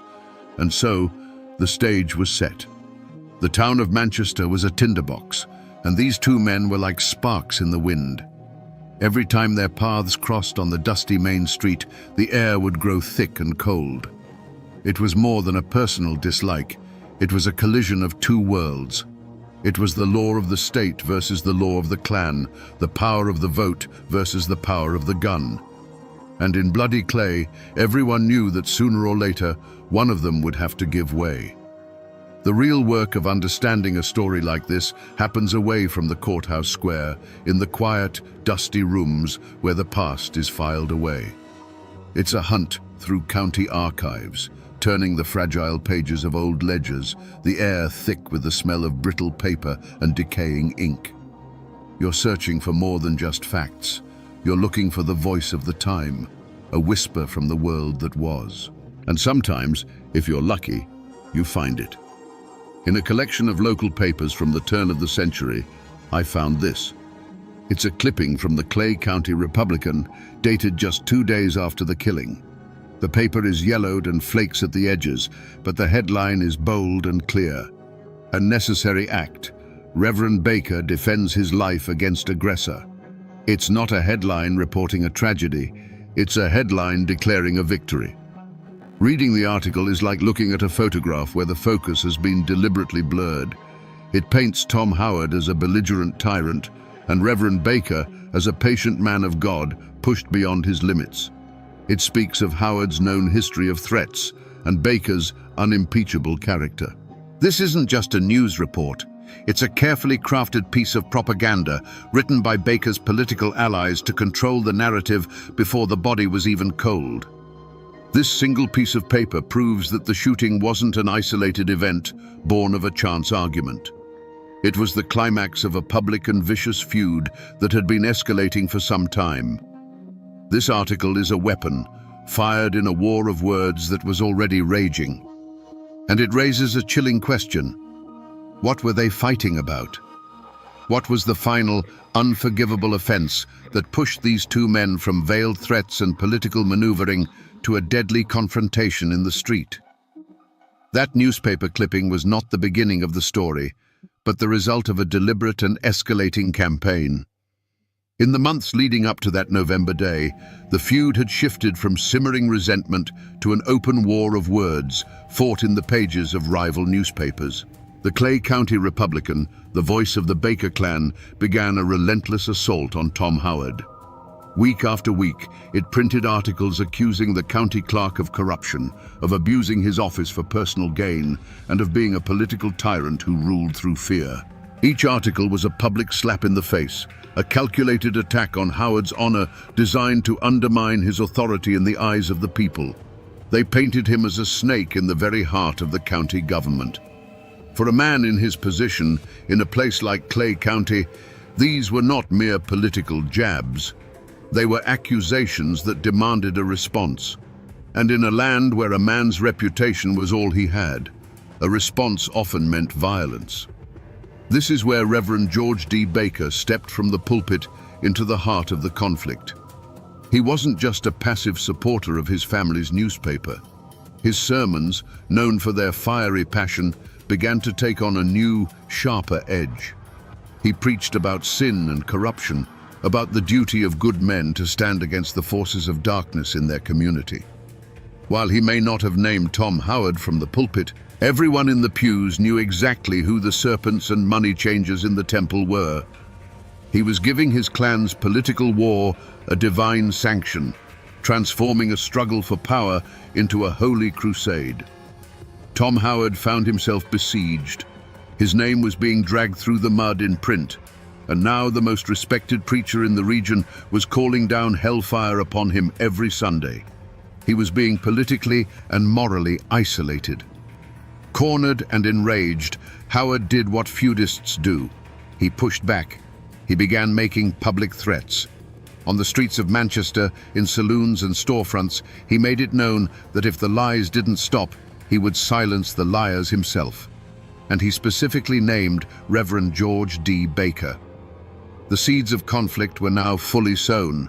The battle had moved from the printed page to open verbal threats. The entire town of Manchester could feel the change in the air. The tension was no longer a political disagreement, it was a personal death threat. Two of the most powerful men in Clay County were on a collision course, and everyone was just waiting for the crash. It was no longer a question of if it would happen, but when. Newspapers and official records can give you the skeleton of a story, but they can't give you its heart. To find that, you have to talk to the people who have kept the story alive, not on paper, but in memory. In Clay County, there are still folks who hold the oral traditions, the tales passed down over generations that fill in the gaps the official histories leave behind. I found one of them in an old-timer named Silas, a local historian whose family has lived in these hills since before Kentucky was a state. We sat on his front porch, the afternoon sun filtering through the oak trees, and he spoke of the past as if it were yesterday. He listened patiently as I recounted the details I'd found, the newspaper war, the political maneuvering. He just nodded slowly, a wry smile on his face.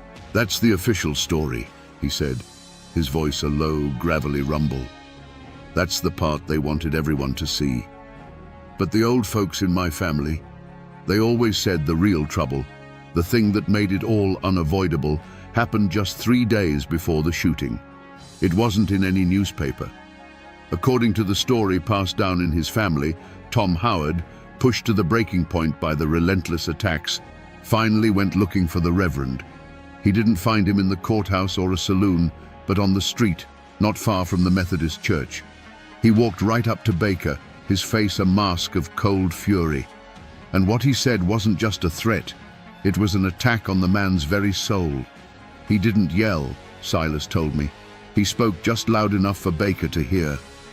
"You hide your feud behind that Bible, preacher," Howard hissed. "You call me a sinner from your pulpit while you sick your family's dogs on me in the papers. You ain't a man of God.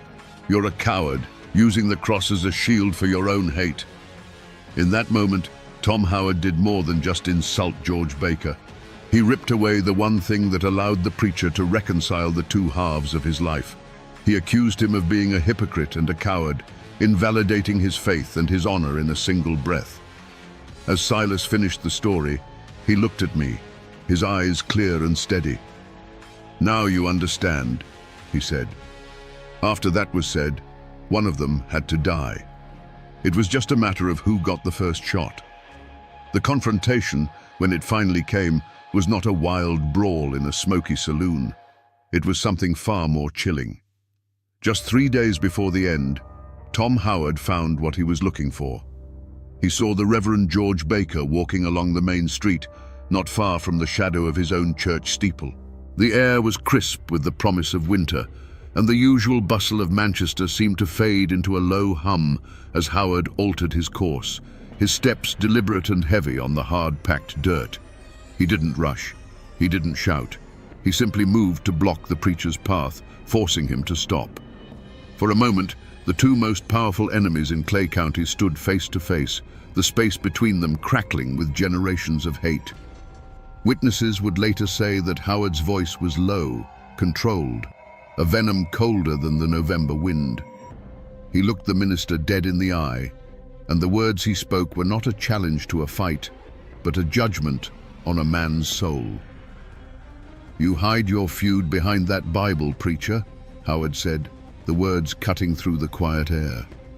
"You call me a sinner from your pulpit while you sick your family's dogs on me in the papers." He took a slight step closer, his gaze unwavering. "You ain't a man of God. You're a coward, using the cross as a shield for your own hate." In that single devastating moment, Tom Howard had found the one weapon that could pierce George Baker's armor. He didn't just question his honor as a Baker, he publicly condemned his integrity as a man of faith. He declared that the Reverend's entire life, his ministry, his moral authority, was a lie. For a man who had built his identity on those two irreconcilable pillars, clan and cloth, it was an accusation of absolute spiritual bankruptcy. The tightrope he had walked for so long had just been severed. George Baker said nothing. He simply stood there, his face a stone mask. But something in his eyes changed. The fire of the preacher was extinguished, replaced by the cold, hard glint of the feudist. The argument was over. The debates, the sermons, the newspaper articles, they were all meaningless now. Tom Howard had delivered the final, unforgivable insult, and in the unwritten law of bloody clay, such a thing could only be answered one way. Howard turned and walked away, leaving the minister standing alone in the street. But it was too late. The line had been crossed, the words had been spoken, and they could never be taken back. In that quiet, tense exchange, a death sentence had been passed. The only question left was who would be the executioner and who would be the condemned. So I'm standing here now, back on the courthouse square in Manchester. The building you see today isn't the one that stood here in 1899. That was an older, two-story brick building, the kind with tall windows that seemed to look down on the town like weary old eyes. That building is gone, lost to time and progress. But the ground is the same. The earth that drank Tom Howard's blood is still right here, paved over, but present. This whole square is a witness mark, right here. This is where it happened. The county clerk's office was in that original courthouse, so Tom Howard would have been walking right across this very path, maybe heading for the street. And based on all accounts, Reverend Baker was approaching from that direction, coming into the heart of town. This patch of ground was their collision point, the inevitable destination for two men who had run out of words. This wasn't an ambush in a dark hollow or a fight in a lawless saloon. This was a confrontation set to happen in the very center of civic life, in the shadow of the law itself. Storekeepers would have been sweeping their porches, farmers negotiating prices, children running errands. They were all about to become the audience for the final bloody act of a drama that had been building for months. They were about to see the moment when the last thread of civility in bloody clay finally snapped. On that fateful November day, the inevitable finally arrived. Reverend George Baker and Tom Howard met on the courthouse square. The exact words spoken between them were lost to the wind and the partisan accounts that followed, but they were surely little more than a final, venomous formality. It was the last spark falling onto a powder keg that had been packed with generations of hatred and a week of unforgivable insults. For a heartbeat, the world seemed to hold its breath. The clatter of wagons, the murmur of conversation, it all seemed to fade away as the two men stood locked in that final, silent challenge. Then, a blur of motion, a hand diving beneath a coat. The sound that shattered the afternoon quiet wasn't a single shot, but a deafening, thunderous crack of pistols echoing between the wooden storefronts. It wasn't the sound of a fight. It was the sound of an ending. Pigeons scattered from the courthouse roof in a frantic grey cloud. A woman on the far side of the square dropped a basket of apples, and they rolled, unheeded, across the dirt. Everything froze. When the smoke cleared, the scene was stark and horrifyingly simple. Tom Howard was on his feet, but only just. He staggered back a step, a look of profound surprise on his face, his hand clutching at his chest. A dark patch began to bloom across his shirt, a terrible flower of violence. He opened his mouth as if to speak, but no sound came out. Then, with a finality that silenced the entire town, he collapsed in a heap on the ground. Standing over him, his feet planted firm, was the Methodist minister, George D. Baker. His face was not one of rage or panic, but of grim, unyielding determination. The hand that had baptized children and offered the communion wafer now held a smoking pistol. He had shot and killed the Clay County clerk in broad daylight in the very heart of town, and he made no move to run. The battle was over. In the terrible silence that followed, the only thing left to do was count the cost. After the chaos of the courthouse square, the story moves indoors into the quiet, methodical world of paper and ink. I'm sitting in a county records office, a place where human dramas are boiled down into simple, declarative sentences written in the elegant, spidery script of the past. In my hands, I have a copy of the coroner's inquest for Thomas Howard, dated November 1899. It's a document of brutal efficiency. Under cause of death, the physician wrote just 2 words. Pistol shot. 2 words. That's all the official record has to say about the violent end of a man's life. It doesn't mention the generations of animosity, the public insults, or the look of shock on his face as he fell. The paper reduces the entire complex, bloody feud into a simple clinical fact. It strips away the passion, the hatred, and the honor, leaving only the sterile mechanics of the event. This is the first step in the law's attempt to make sense of the unthinkable. Then there's the sheriff's logbook entry for that day. It's just as lean. George D. Baker surrendered himself into my custody this afternoon. States he shot Thomas Howard in self-defense after being threatened.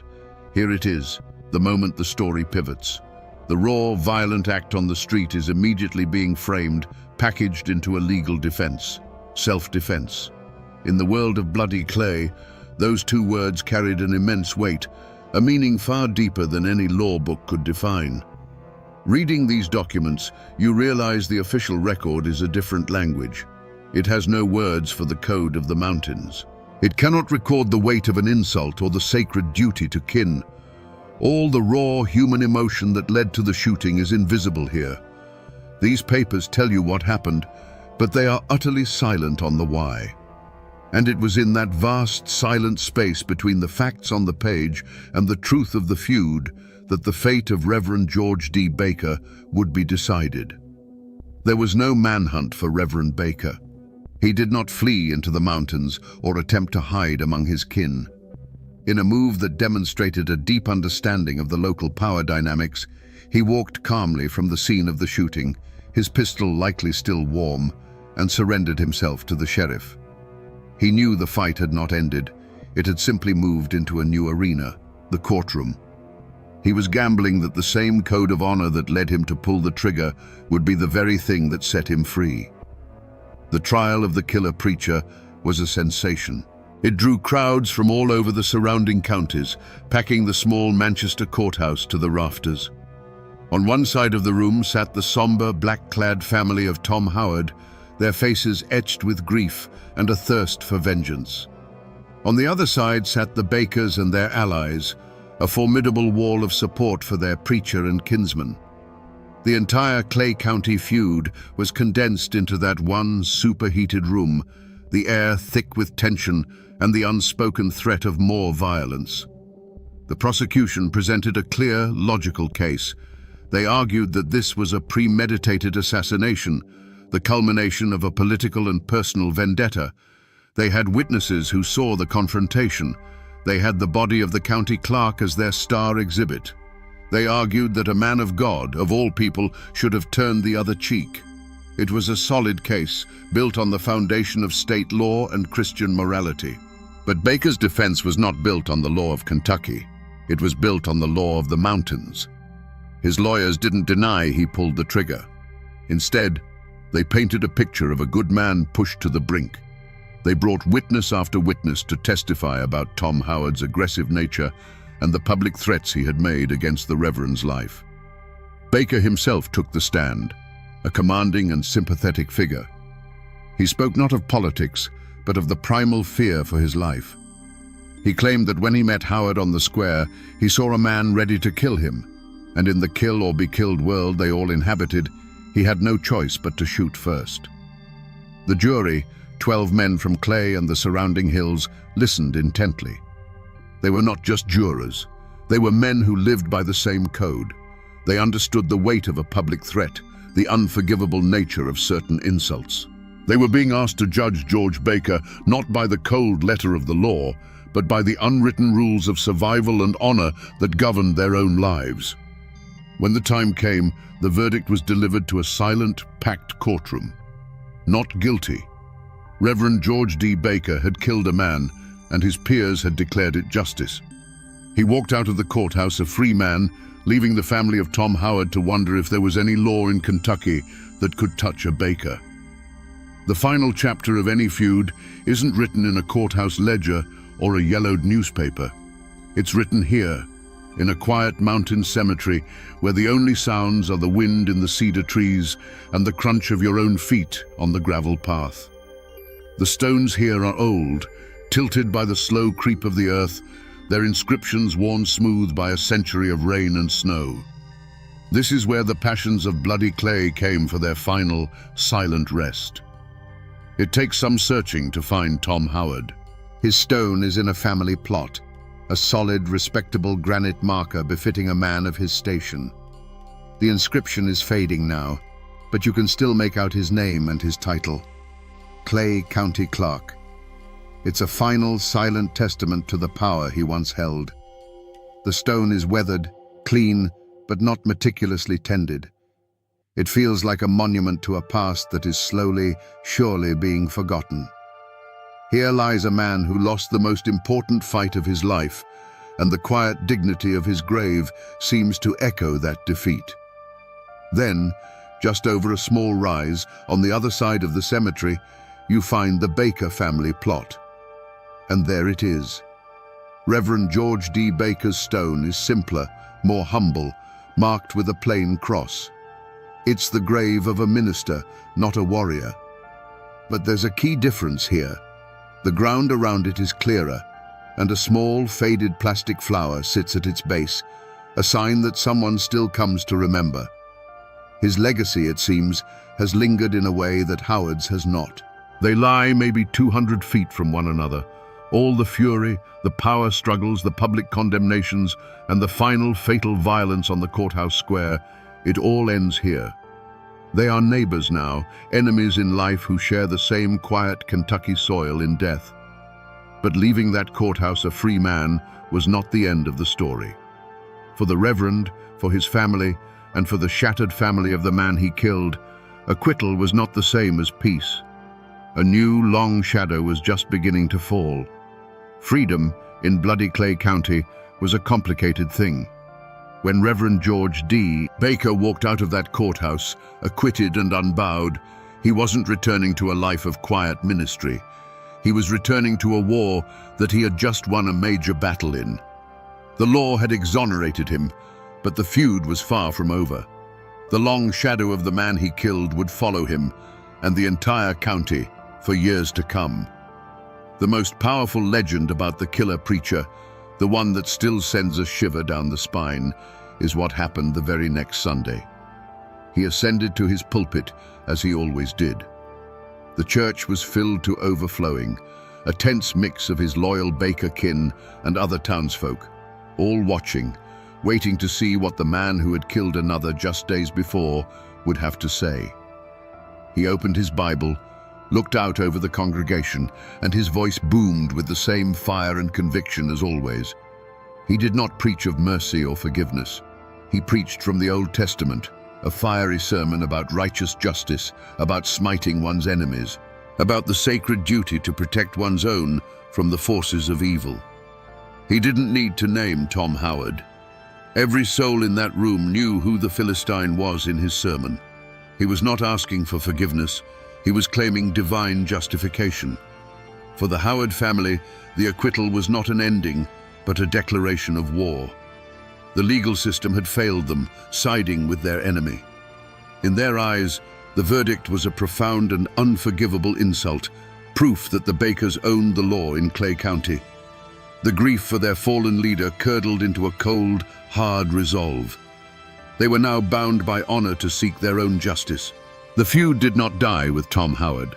His death became a rallying cry, a martyr's blood that guaranteed the violence would continue for another generation. And so, Clay County did not find peace. The acquittal hardened the battle lines. The Bakers and their allies were emboldened, convinced of the righteousness of their cause. The Howards and their supporters were driven by a fresh, burning sense of grievance. The violence sputtered on, in ambushes on lonely roads and sudden confrontations in town. The long shadow of that courthouse showdown poisoned the community, ensuring that sons would inherit the hatreds of their fathers. Reverend George D. Baker, for his part, continued to preach. He lived for many more years, a respected elder in his clan and a pillar of his church. He died an old man, a living paradox, who never seemed to have been troubled by the two halves of his life. To his flock and his family, he remained a man of God who had been forced to defend himself. He was the shepherd who, to protect his flock, had been forced to kill a wolf. The story of his life, however, would serve as a dark and permanent reminder that in the mountains, the law of God and the law of man could both be bent to the will of the feud. Even today, more than 100 years after the smoke cleared on the courthouse square, the story of the killer preacher is not a settled piece of history in Clay County. It's a living wound. The feud itself may have faded, but its memory has split into two powerful, irreconcilable currents that still flow through the community. The truth, you see, depends entirely on which side of the cemetery you're standing on. If you talk to folks with Baker blood, or those whose families were allied with them, a clear picture emerges. To them, Reverend George D. Baker remains a pillar of strength and conviction. He was a man of God, yes, but he was also a man of his time and place, forced to defend his very life against a corrupt and violent political enemy. In their telling, the acquittal wasn't a miscarriage of justice. It was the will of the community, a righteous verdict for a man who had been pushed too far. He is remembered as a hero, a symbol of the unbreakable bond of family and the courage to stand against tyranny. But if you find someone with a connection to the Howard clan, you will hear a different gospel entirely. They will tell you the story of a cold-blooded hypocrite who hid a killer's heart behind the cloth of the ministry. They'll speak of a political assassination, carefully planned and brutally executed, disguised as a chance street fight. To them, Tom Howard was a duly elected public servant, a husband and a father, murdered for standing up to the Bakers' control of the county. The trial was a sham, the verdict a final bitter insult delivered by a jury of their enemies' friends. In this version, Reverend Baker is no hero. He is the villain, a man who twisted both the law of man and the word of God to get away with murder. So who was he? A righteous man of God or a sanctimonious killer? Was Tom Howard a dangerous aggressor or a public servant trying to do his job? The absolute objective truth of what was in each man's heart on that day is likely buried with them under those worn granite stones. What remains are these two opposing legacies, two powerful stories passed down through generations.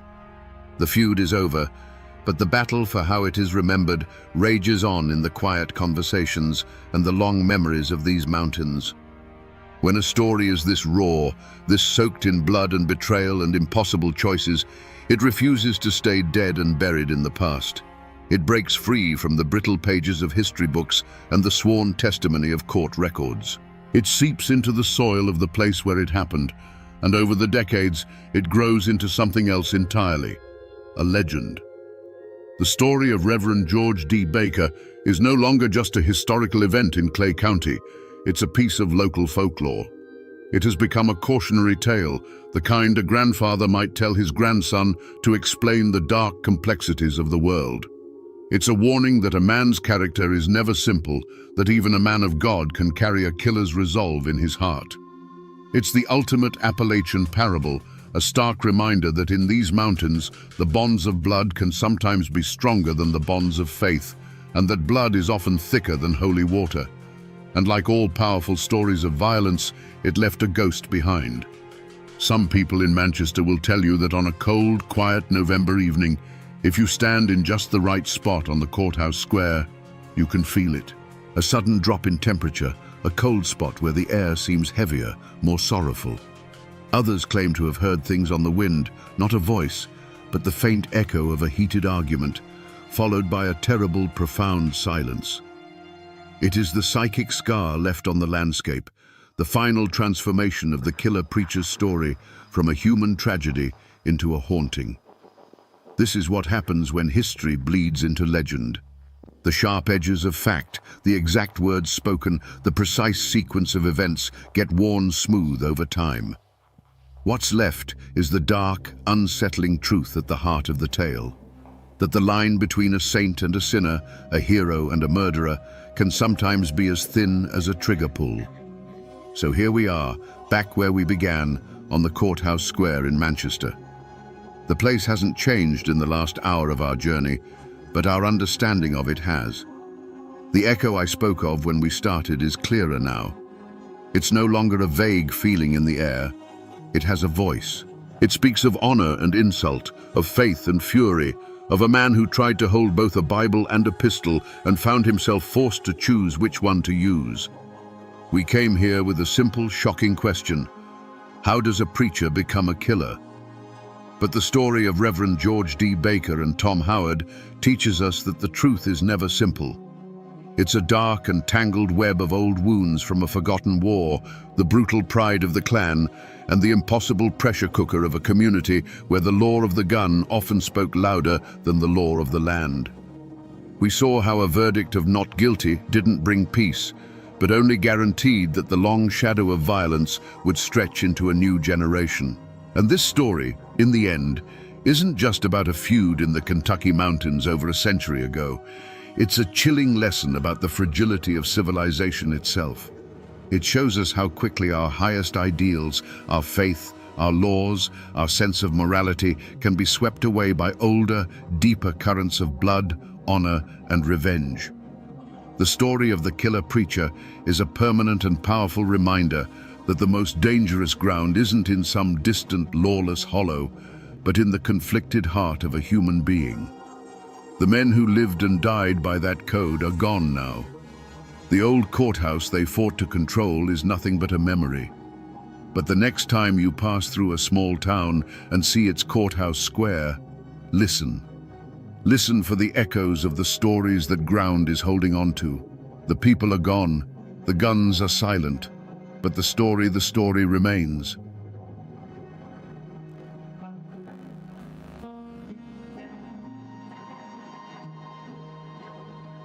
It starts with a vibration in the soles of your boots. You are standing on the muddy bank of the Ocmulgee River, deep in the Georgia woods. It is 3 in the morning. The air is heavy, thick with the smell of wet earth and decaying pine needles. It is silent, the kind of silence that presses against your eardrums. Then, the tremor moves up your legs. The water in the river begins to ripple, though there is no wind. And then you hear it. It's not the low rumble of a modern diesel engine. It is a high, shrieking hiss, the sound of water hitting superheated iron, the sound of a steam engine pushed beyond its limit. A light cuts through the river fog.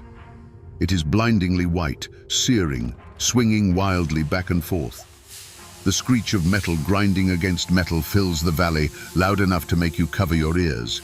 You see the massive black shape of a locomotive, smoke pouring from its stack, hurtling out of the darkness at 50 miles per hour. You flinch. You brace for the wind of its passing, but the wind never hits you, because the train isn't on the ground.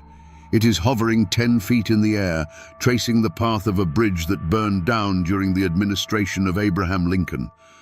And then comes the sound that locals in Macon try to ignore every April. It's the sound of wood splintering like matchsticks, the groan of twisting steel, and finally, a splash so loud it sounds like a cannon shot, followed by the instant, boiling hiss of a boiler exploding underwater. Then, silence. The light is gone. The ripples in the river settle.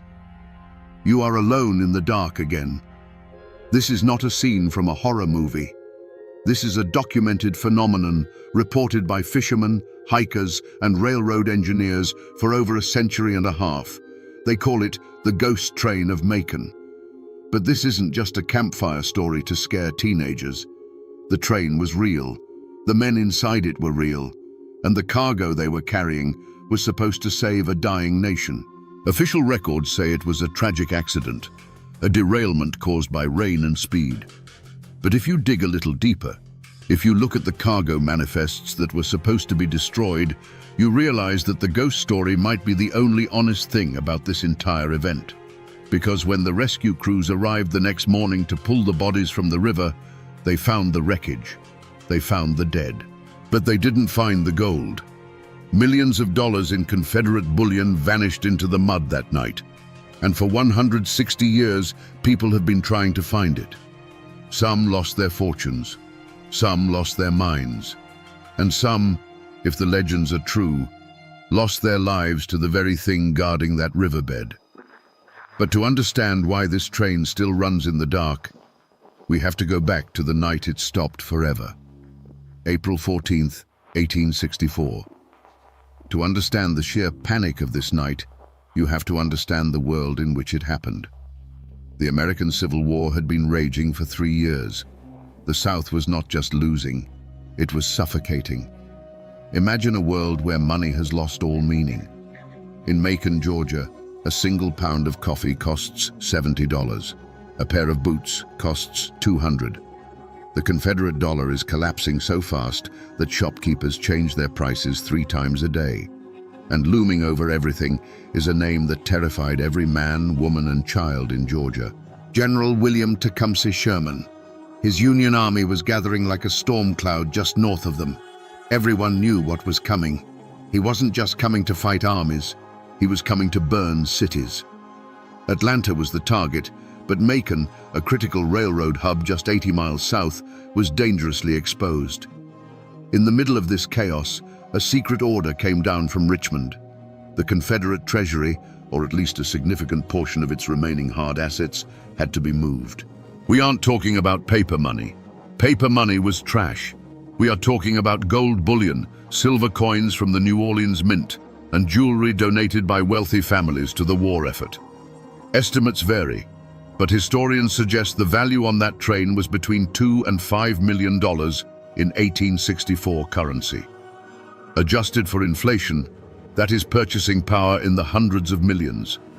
But in the middle of a war, it was worth even more. It was the only thing that could buy guns, medicine, or foreign support. It was the last heartbeat of the Confederacy, and they decided to put it all on a steam train in the middle of a thunderstorm. The scene at the Macon depot was frantic. Witness accounts describe a night of torrential rain. The mud was ankle-deep.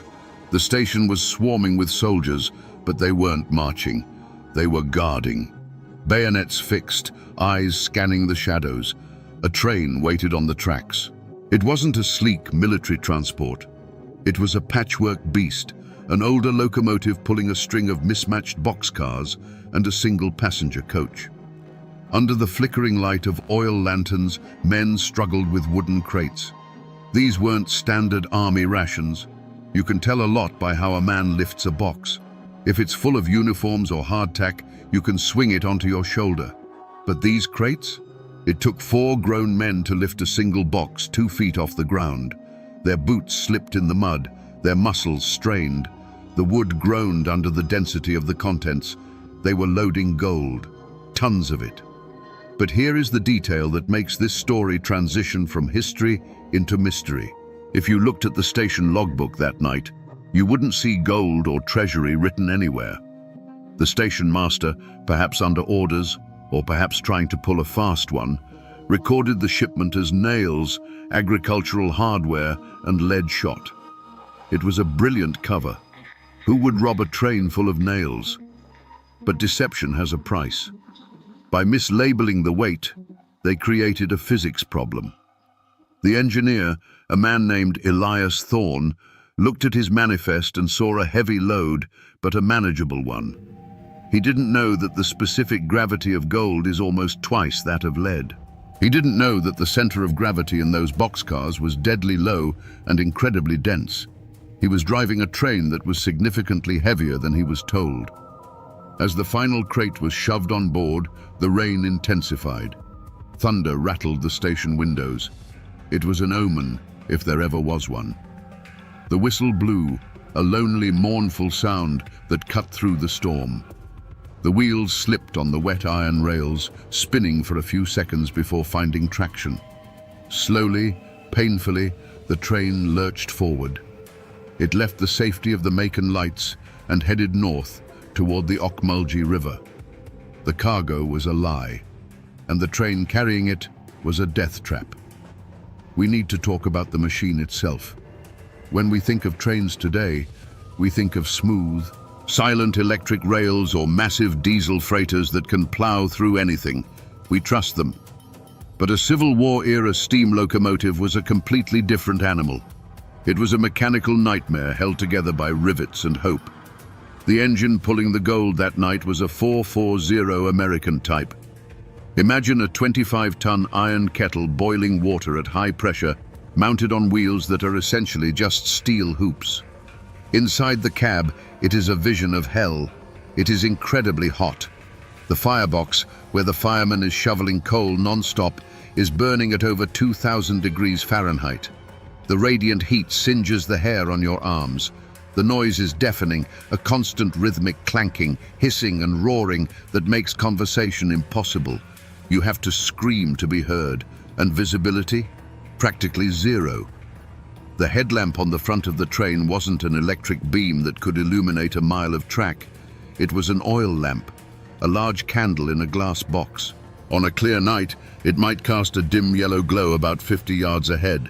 In a thunderstorm, it was useless. You were driving blind. Elias Thorne, the engineer, stood with one hand on the throttle and the other on the brake lever. He was an experienced railman, but experience can't change the laws of physics. He was running on a schedule that was already broken. The loading had taken too long. They were late. In the railroad business, being late is bad. In war, being late is fatal. If he didn't reach the junction by dawn, he risked crossing paths with Union scouts. He had to make up time. So, he did what any engineer under pressure would do. He pushed the throttle forward. The pistons pumped harder. The steam pressure gauge climbed. The train picked up speed, rattling over the uneven, war-torn tracks. 30 miles per hour. 35. This doesn't sound fast to us. We drive faster in school zones. But on 1860s tracks, which were often just iron strips nailed to rotting wood ties, 35 miles per hour feels like re-entry. The cab shook violently. The floorboards vibrated so hard they numbed the feet. And there was another problem: the brakes. Modern trains have air brakes on every single wheel of every single car. If the engineer stops, the whole train stops. This train had hand brakes. To stop the train, brakemen had to physically run across the tops of the moving, slippery boxcars in the rain and turn a wheel by hand to clamp the brakes down on each car individually. It was a suicide mission in good weather. In a storm, it was impossible. Essentially, once that train got up to speed, it was a runaway projectile. Elias Thorne had almost no way to stop it quickly. He checked his pocket watch, squinting in the dim light of the firebox. He snapped the lid shut. The anxiety in the cab was palpable. Behind him, in the boxcars, sat the Confederate guards. They were sitting on crates of gold, likely thinking about what they would do with their share if the South won the war. They were smoking pipes, playing cards, trying to ignore the lurching of the car. They didn't know that the train was unbalanced. They didn't know the tracks ahead had been soaked by 3 days of relentless rain. Elias Thorne wiped sweat and soot from his forehead. He leaned out of the window, rain stinging his face, trying to see the line. He was approaching the Ocmulgee River trestle, a wooden bridge spanning the dark, swirling waters. He was 5 minutes late. He opened the throttle. He shouldn't have. The journey was only supposed to be a few hours, a mad dash north under the cover of darkness. But as the train left the outskirts of Macon, the landscape changed. The dim lights of the city vanished, and the locomotive plunged into an abyss of pine forests and rolling hills. The storm, which had been a nuisance in town, became a living thing out here. Rain fell in sheets, overwhelming the tracks. Water poured off the hillsides, turning the ditches into muddy torrents. Lightning illuminated the countryside in stark, ghostly flashes, revealing a world of thrashing trees and overflowing creeks. Inside the passenger coach, the mood was grim. A dozen high-ranking Confederate officials and their families were huddled together. They weren't soldiers. They were bankers, politicians, the architects of the war. Now, they were just scared passengers on a rattling, bucking train, praying for the ride to end. Up in the cab, the situation was even worse. Elias Thorne was fighting the machine. Every railroader knows that speed on a curve is dangerous. The centrifugal force wants to lift the wheels off the inside of the track. With a normal cargo, you learn to feel that tipping point. But this was not a normal cargo. The gold, concentrated in heavy crates on the floor of the boxcars, created an unusually low center of gravity. It didn't want to tip. Instead, the immense weight acted like a battering ram against the rails, pushing them outwards. Every time they hit a curve, the rails groaned and spread under the strain. Thorne could feel it in the cab, a sickening sideways lurch that told him the entire track was flexing beneath him. He eased back on the throttle, but the momentum of the train was too great. The wheels screamed, the firebox roared. They were a metal serpent, sliding on a bed of mud and water. And then we get the first piece of testimony that doesn't fit the official narrative. A few miles south of the river, there was a small farm with a crossing. The farmer, a man named Jedediah Blackwood, was woken by the sound of the approaching train. He was a Union sympathizer, and the late-night train traffic made him suspicious. He peered through his window as the locomotive thundered past. In the flash of lightning, he saw two figures silhouetted in the cab. Thorne, the engineer, was a big, broad-shouldered man. He was unmistakable. But next to him, according to Blackwood's later statement to the sheriff, was a smaller, wiry man in a dark coat. This is the problem. The official crew roster for that train listed only 3 men assigned to the engine: Elias Thorne, the engineer, a fireman, and a brakeman who rode in the first boxcar. The fireman was in the cab with Thorne, but he was a known local, a stout man named Miller. The man Blackwood saw was a stranger. Who was he? A Confederate officer overseeing the transport? A Treasury agent? Or was he someone else entirely? The question hangs in the air, unanswered by history. As the train thundered on, the river got closer. The roar of the engine was now competing with the roar of the flooded Ocmulgee. Thorne knew he had to slow down for the trestle bridge. It was old, wooden, and never designed for this kind of weight, especially not in a flood.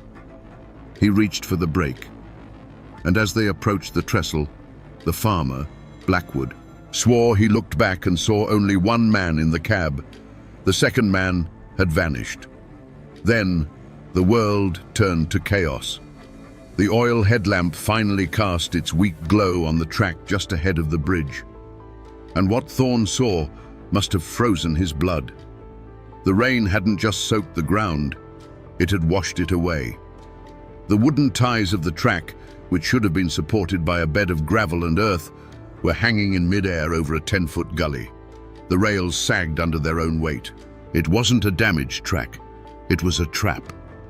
Thorne yanked the brake lever with all his strength. He threw the engine into reverse. A shower of sparks erupted from the wheels as they locked up. But it was too late. The point of no return had been passed miles ago. The front wheels of the locomotive hit the unsupported section of track. The iron rails bent, twisted, and then snapped. And the train simply gave way. Time slows down. For the men on that train, the next 3 seconds must have felt like an eternity. Imagine you are Elias Thorne. One moment, you are fighting to control a machine. The next, the floor beneath you is gone. There is a sensation of weightlessness, a sickening lurch in your stomach as the 25-ton locomotive pitches forward and down into the abyss. The noise is the first thing that hits you. It's not a single sound, but a symphony of destruction. First, the shriek of the snapping rails, high-pitched, like a metallic scream. Then, the splintering of the trestle bridge. Massive oak beams, a foot thick, shatter like toothpicks under the immense weight. The sound is like a forest of giant trees being felled all at once. The locomotive, now completely airborne, nosedives. Inside the cab, Thorne and his firemen are thrown against the front wall. The firebox door bursts open, vomiting a wave of glowing red-hot coals across the floor. The cab instantly fills with smoke and the smell of burning flesh. But they have no time to scream. Behind them, the tender car, full of 10 tons of coal and water, detaches and slams into the back of the engine, crushing the cab like a tin can. The first boxcar, the one with the gold, follows the engine's path. It tilts, hesitates for a fraction of a second on the edge of the broken bridge, and then plunges. Inside, the Confederate guards are tossed like rag dolls. The wooden crates, each weighing hundreds of pounds, break free from their moorings. They become unguided missiles, sliding across the floor, crushing limbs and pinning men against the walls. The second boxcar slams into the first. The third slams into the second. It's a chain reaction of catastrophic failure. The coupling links between the cars snap one by one, each with a deafening report like a rifle shot. The entire train concertinas, a metal serpent folding in on itself as it falls into the churning black water of the Ocmulgee River. From the riverbank, it would have been a sight of terrible, brief beauty. The firebox, now submerged, cast an eerie, hellish orange glow through the water. A massive cloud of steam and smoke erupted into the night sky, momentarily illuminated by the train's own dying light. The sound wasn't a splash, it was a crunch, the sound of a mountain falling into a lake. The locomotive hit the riverbed with enough force to drive it 15 feet into the mud. The impact sent a shockwave through the water, a wave so powerful it uprooted trees 100 yards downstream. The boxcars followed, landing on top of each other in a tangled, unrecognizable heap of splintered wood and twisted steel. For a moment, there was a strange, gurgling silence. The rain still fell. The thunder still rolled in the distance. But the mechanical roar of the train was gone, replaced by the hiss of cooling metal. Then came the screams. The few men who survived the initial impact were now trapped in a nightmare. They were in total darkness, submerged in cold, muddy water, inside wreckage that was rapidly filling up. They were disoriented, injured, fighting for a pocket of air that wasn't there. But their suffering was about to get much, much worse. Because the physics of a steam engine don't stop just because it's underwater. The fire in the firebox was still burning at 2,000 degrees. The water in the boiler was still pressurized to over 100 pounds per square inch. And cold river water was now flooding into the engine, pouring over the superheated iron of the boiler. Silence followed the crash. But it lasted only a second. Then came the physics of thermodynamics. The boiler of a steam locomotive is essentially a massive pressure cooker. It is designed to contain extremely high temperatures and pressures. The metal is thick, the rivets are immense. But even the strongest metal has its limits. When the submerged engine hit the river, it wasn't just water that rushed in. It was a flood. Cold, dense river water poured into the superheated firebox and over the exterior of the boiler.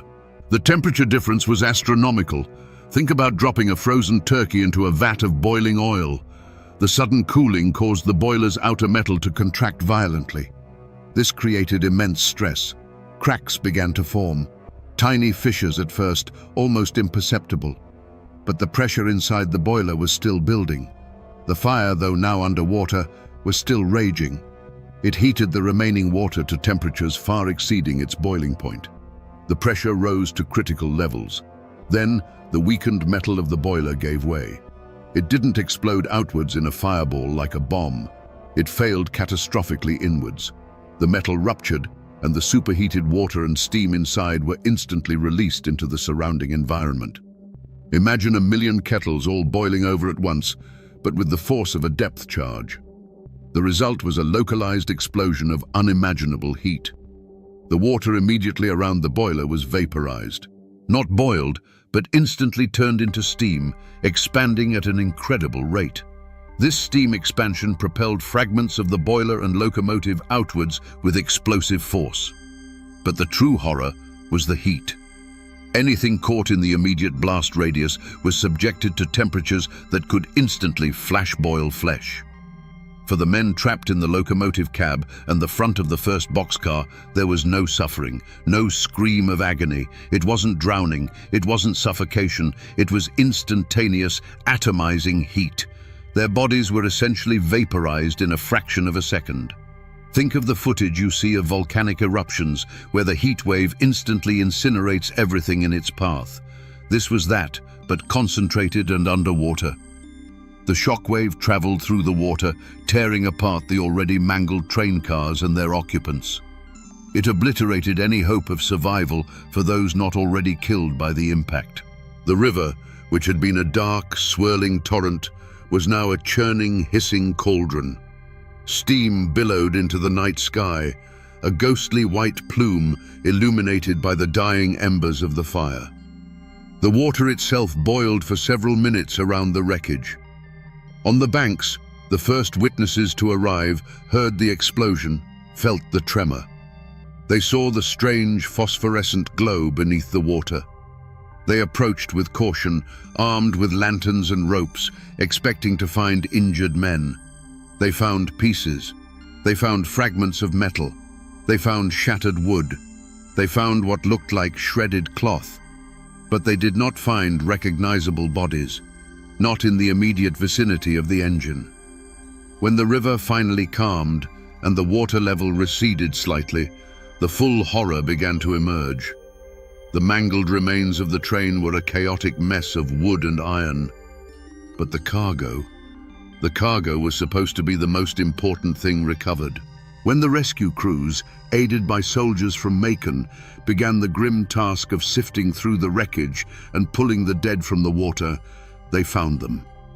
The bodies of the guards, the officials, the engineers. Many were horrifically mutilated, some boiled beyond recognition. They recovered what they could. They held makeshift funerals on the riverbank. But they didn't find the one thing that mattered: the gold. The morning after the crash, the Ocmulgee River was a scene of controlled chaos. Confederate officers, their faces grim, barked orders. Soldiers formed a tight perimeter, pushing back the morbidly curious locals. The official story was already being crafted: a tragic but straightforward accident.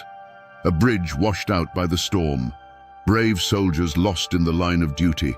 A terrible loss for the Confederacy. But behind the scenes, a quiet, desperate search was underway. The Treasury officials who had overseen the loading of the train were now wading in the waist-deep, muddy water, their fine uniforms soaked and stained. They weren't looking for survivors. They were looking for their crates. The physics was simple. Gold is one of the densest materials on Earth. It doesn't float. It doesn't dissolve. If the crates shattered on impact, the bullion bars and coins should have sunk straight to the bottom and embedded themselves in the soft riverbed mud. They should have been right there. The soldiers began to dredge the river. They used ropes and grappling hooks, dragging the river bottom in a grid pattern. They probed the mud with long poles. When that failed, they brought in divers, men in heavy canvas suits and brass helmets tethered to air pumps on the shore. These divers walked the riverbed, their boots sinking deep into the silt. They felt with their hands, searching for the unmistakable weight and shape of a gold bar or the sharp edge of a coin. They found nothing. They found twisted pieces of the train. They found personal effects: a pocket watch, a boot, a shattered rifle stock, but not a single ounce of gold. Days turned into a week. The search became more frantic. They brought in barges with dredging cranes, scooping up tons of mud and sifting through it on the riverbank. It was grueling, soul-crushing work. Imagine the paranoia setting in among the Confederate command. Millions of dollars, the financial lifeline of their entire nation, had just vanished. The official reports sent back to Richmond were vague.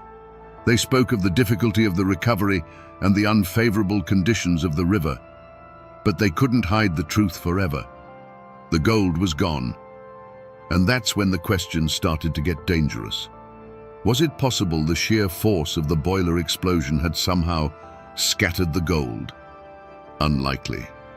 The explosion was thermal, not kinetic in a way that could vaporize metal. It might have pushed the bars around, but it wouldn't have made them disappear. Could the river current have carried it downstream? Impossible. Gold is too heavy. A single bar would sink like a stone, even in a flood. This is where the official story begins to fray. The river was dredged. Every inch of mud around the wreck was sifted.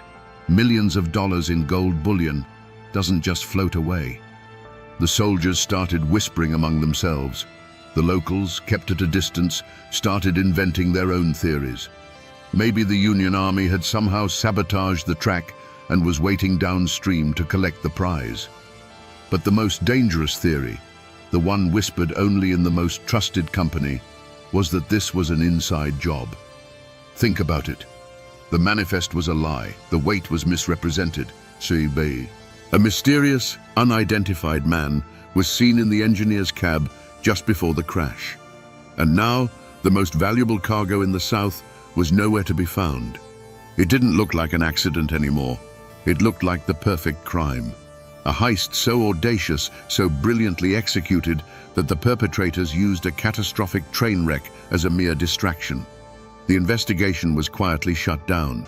The official cause of the crash was listed as derailment due to track washout. The missing gold was never mentioned in the final public report. It was a national secret, buried under the larger tragedy of a losing war. The Confederacy couldn't afford the panic that would ensue if the public knew its treasury was empty. So they left. The soldiers packed up their equipment. The officials returned to Macon. They left the mangled corpse of the train to rust in the Ocmulgee River, a silent monument to a secret that was already beginning to fester. And that's when the whispers started. Maybe the gold wasn't lost. Maybe it was stolen. Let's think like a criminal for a moment. If you wanted to steal the Confederate treasury in 1864, you'd have a few problems. First, security. The train was swarming with armed guards. A direct assault would be a suicide mission. Second, logistics. Gold is heavy, absurdly heavy. You can't just throw a few sacks over your shoulder and ride off into the night. You'd need wagons, mules, and a team of men to move it. An operation that large would be impossible to hide. So, a conventional robbery is off the table. You need something more elegant, more deceptive. This is where the second man in the cab becomes the key. Let's call him the architect. He's not just a common thief. He's someone with inside knowledge. He knows the train's route. He knows its schedule. And most importantly, he knows its cargo. Who could he be? A disgruntled Confederate officer? A Treasury agent playing a double game? A Union spy with more on his mind than just intelligence gathering? We'll never know for sure, but let's follow his plan. His first move is to ensure the manifest is falsified. He makes sure the cargo is listed as something heavy, like lead or nails, but not so valuable that it attracts unwanted attention. This also has the side effect of making the engineer underestimate the train's true weight, making a derailment more likely. His second move is to be on that train. He gets himself into the cab with the engineer, Elias Thorne. Maybe he's posing as a superior officer. Maybe he's a special courier from Richmond. He has papers. He has authority. No one questions him. Now, he's in control. His objective is not to rob the train while it's moving. His objective is to make sure the train never reaches its destination. He needs a crash, but not just any crash. He needs it to happen at a very specific place, a place he has prepared, the washed-out track just before the bridge. Was it really an act of nature? Or did the architect and his team spend the day before the storm with shovels, deliberately weakening the embankment, creating a trap that would be perfectly hidden by the rising floodwaters? It's diabolically clever.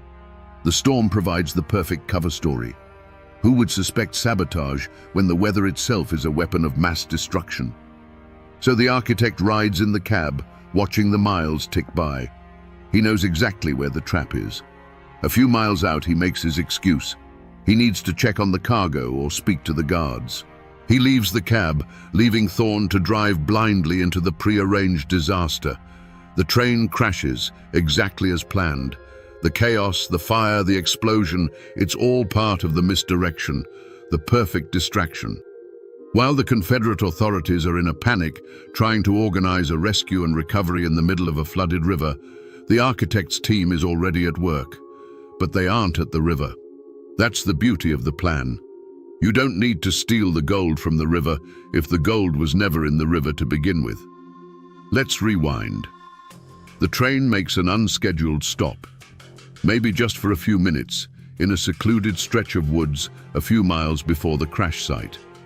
The architect, using his authority, orders the stop. "Engine trouble," he'll say. His team is waiting with wagons. In the pouring rain, under the cover of darkness, they don't unload all the gold. That would take too long. They unload just one or two key crates, the most valuable ones. The ones filled with bullion, not coins. They replace the crates with identical ones, filled with something of similar weight. Lead bars, stones, anything to maintain the illusion. Then the train starts up again and proceeds to its doom. The authorities dredge the river for weeks, looking for gold that is already miles away, rattling in the back of a wagon on its way to a port in Savannah or a Union-controlled territory. It's a masterpiece of criminal engineering. It explains the missing gold. It explains the mysterious man in the cab. It explains the convenient track failure. It's a perfect theory, except for one thing: the bodies. The men who died in that crash didn't know they were part of a heist. They thought they were serving their country. Their deaths were real. Their suffering was real.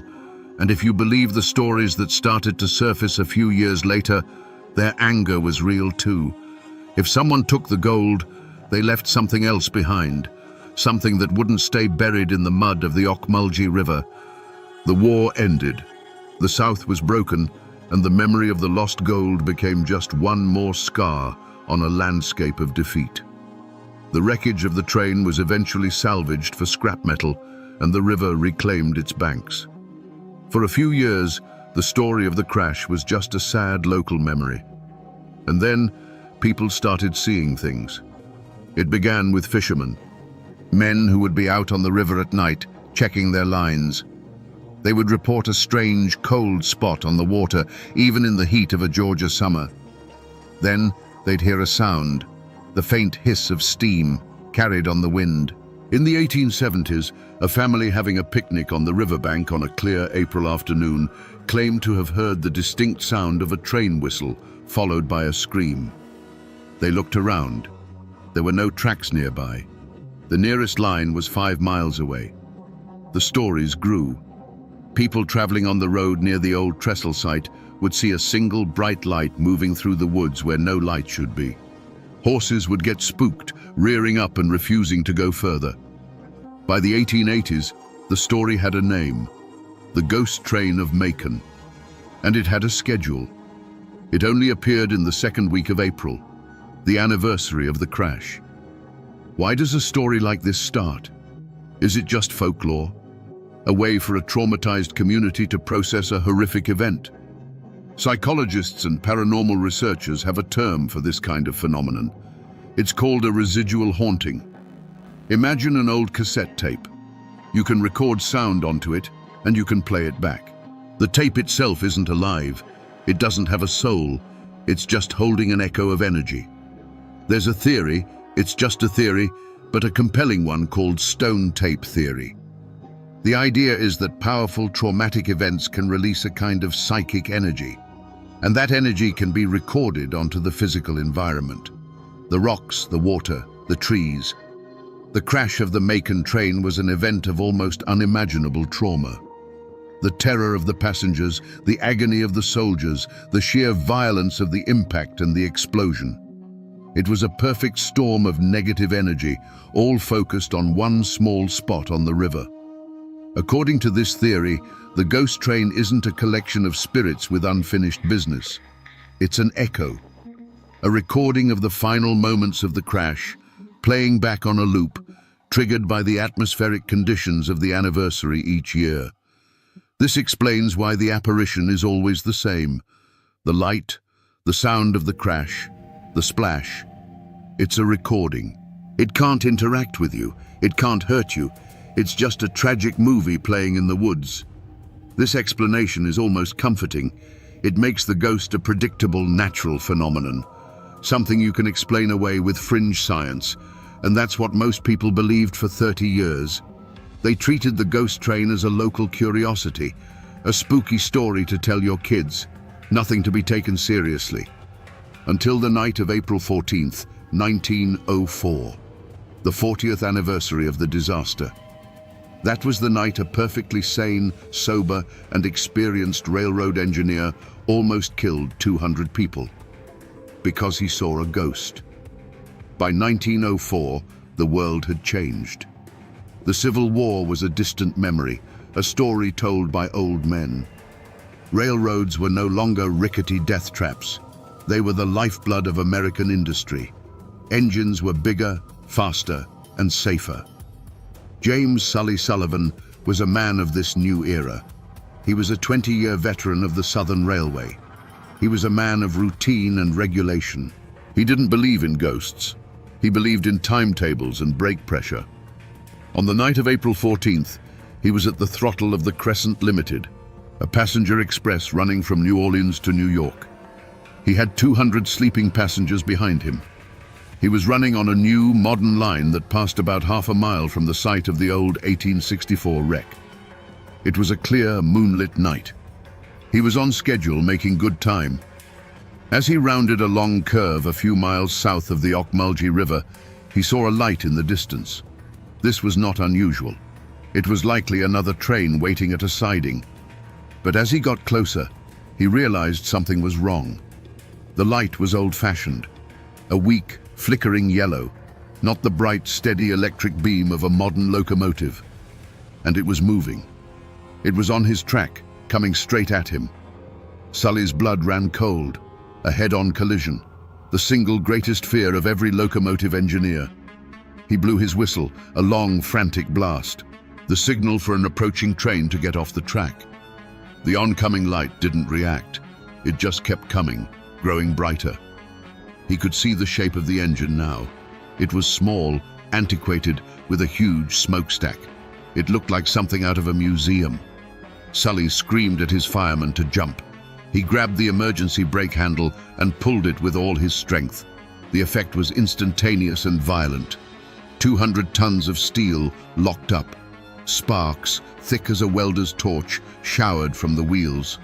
The passengers were thrown from their berths, jolted awake by a sound like the train was being torn apart. The Crescent Limited screeched, groaned, and finally shuddered to a halt, the smell of burning steel filling the air. Sully stood there, heart pounding, braced for the impact. He stared out the window, waiting for the crash, and saw nothing. The track ahead of him was empty. The mysterious locomotive was gone. There was no wreckage, no smoke, no sound except the panicked shouts of his passengers. The conductor came running up to the engine.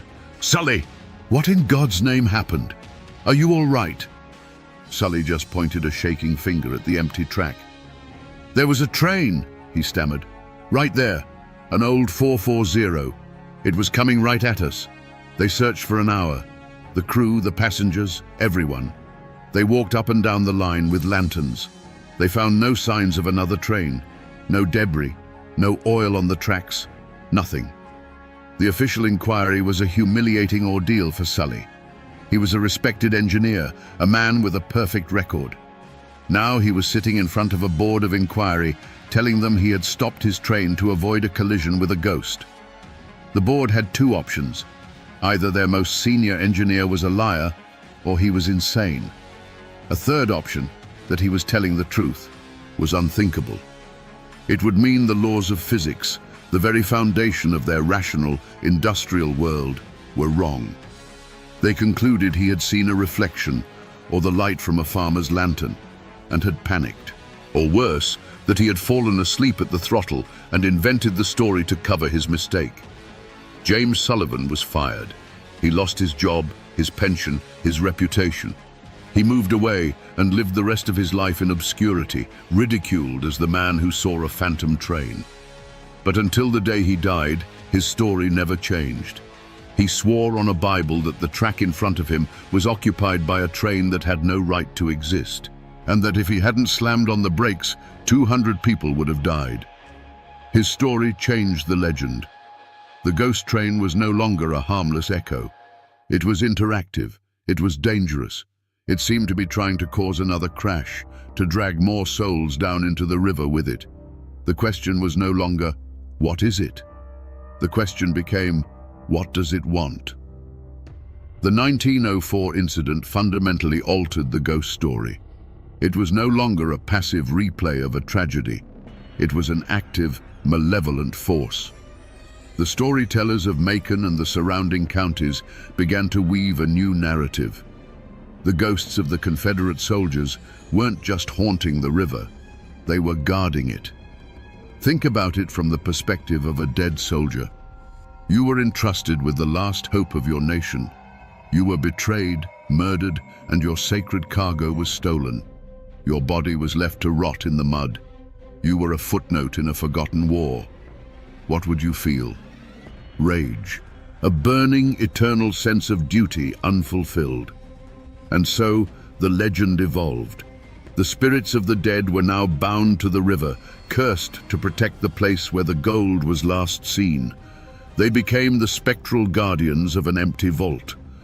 This new version of the story served a purpose. It was a warning. Don't go looking for the gold. And people did look. Throughout the 20th century, the story of the lost Confederate gold became a siren song for treasure hunters, adventurers, and con artists. They would arrive in Macon with old maps, fancy new metal detectors, and wild theories. Most of them left with nothing but empty pockets and mosquito bites. But some of them didn't leave at all. The local police records are filled with strange incidents around the old crash site. In the 1950s, a prospector from California was found wandering delirious on a nearby road, suffering from severe hypothermia on a warm summer night. He claimed cold hands had dragged him into the river. In the 1970s, a team with semi-professional dredging equipment had to abandon their search after a series of bizarre mechanical failures. Their engine pumps seized up. Their boat's engine flooded for no reason.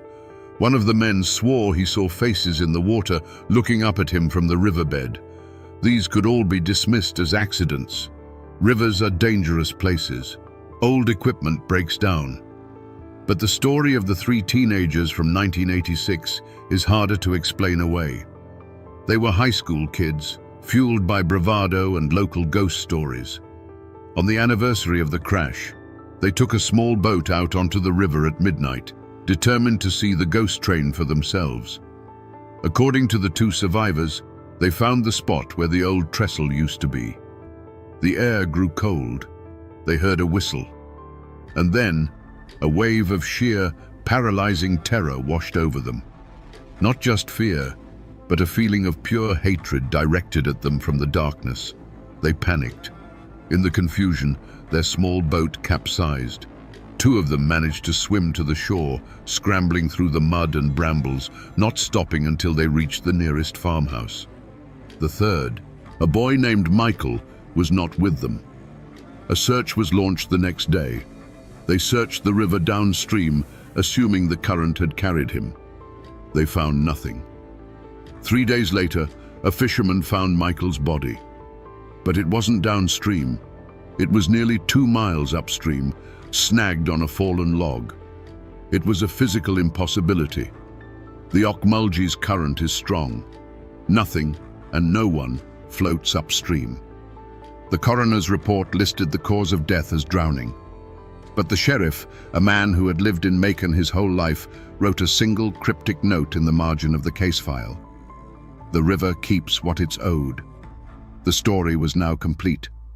The ghost train was a lure, a phantom light in the darkness, drawing the greedy and the foolish to their doom. And the guardian ghosts were the enforcers, ensuring that whatever secret lay at the bottom of that river stayed there. For decades, this was the accepted truth. The gold was down there, and the dead were protecting it. But what if the ghosts weren't guarding the gold? What if they were guarding the truth? Accidents happen. Rivers are dangerous. But what happened to a professional diver in 1995 defies all rational explanation. In the mid-1990s, the Georgia Department of Transportation was planning to widen the modern highway bridge that crossed the Ocmulgey River, not far from the original crash site. Before construction could begin, they needed to do a thorough structural survey of the existing bridge pylons. This is a routine job. They hired a commercial diver named Frank Miller. Frank was not a treasure hunter or a ghost enthusiast. He was a professional, a former Navy diver. He was a man who spent his life in dark, dangerous water. He was not easily spooked. The job was simple.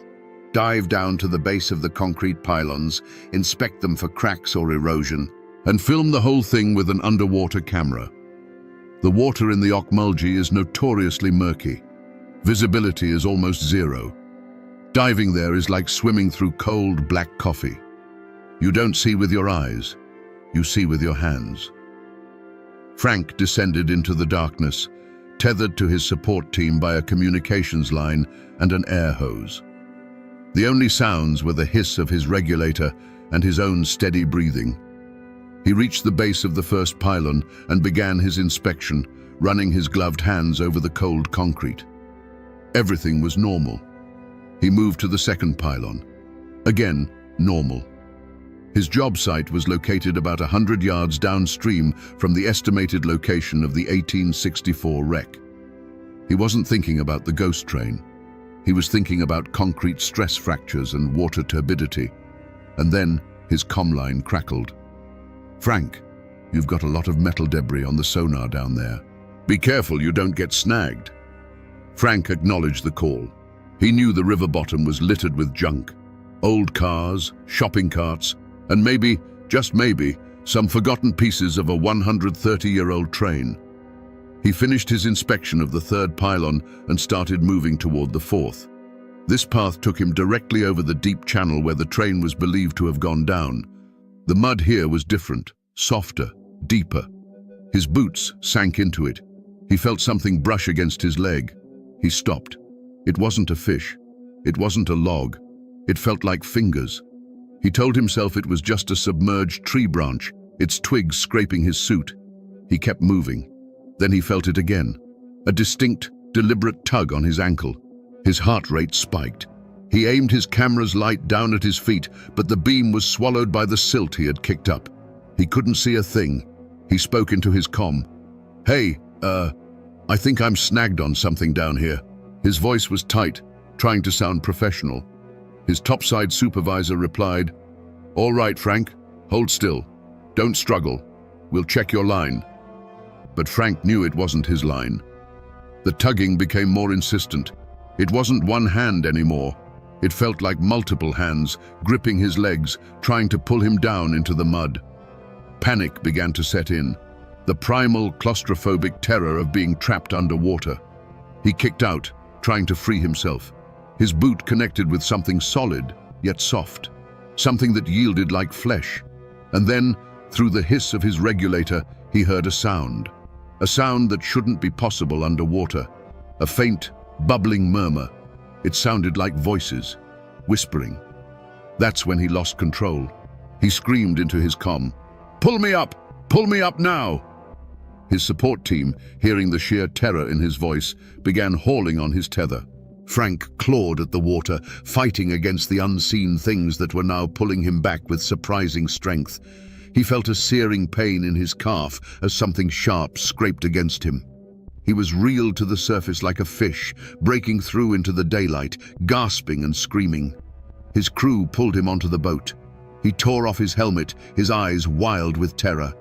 "They're down there!" he yelled. "They're still down there, in the mud!"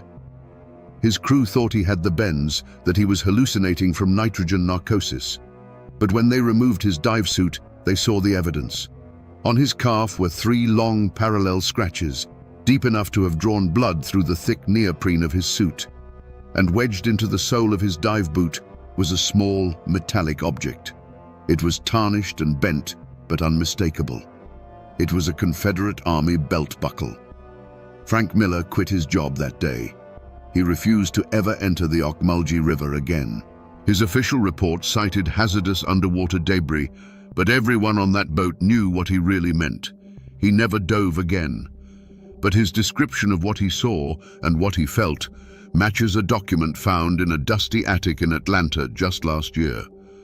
A document that changes everything we thought we knew about that night in 1864.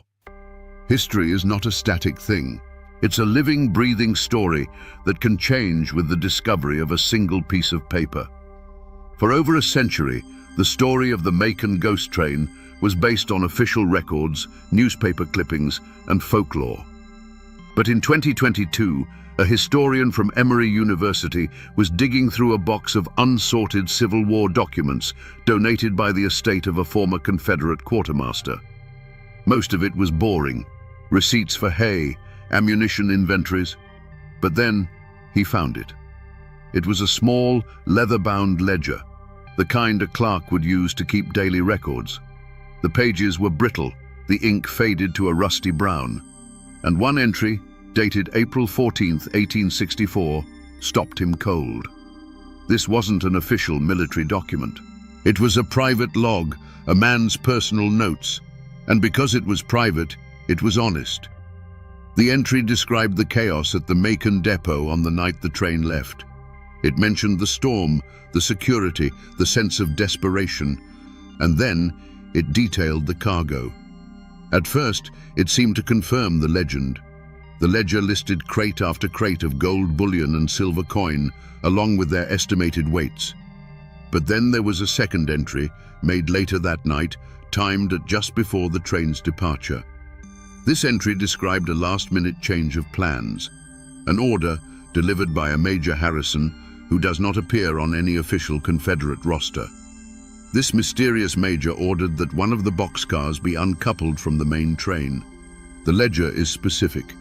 It was the second-to-last car, a heavy, reinforced car that the clerk noted was carrying the primary asset, the gold.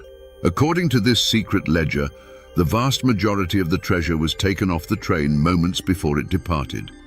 It was diverted to a secondary, smaller train on a different track, headed not north toward the fighting, but south toward the coast. The train that crashed into the Ocmulgee River was still carrying some valuables, yes. A few boxes of silver coins, the personal effects of the officials. Enough to make the manifest seem legitimate. But its primary cargo wasn't gold. Its primary cargo was deception. It was a decoy. A sacrificial lamb sent roaring into the night to draw attention away from the real treasure. This single entry reframes the entire story. The crash wasn't a failed heist. It was a successful diversion. The architect, this Major Harrison, wasn't trying to steal the gold. He was trying to save it.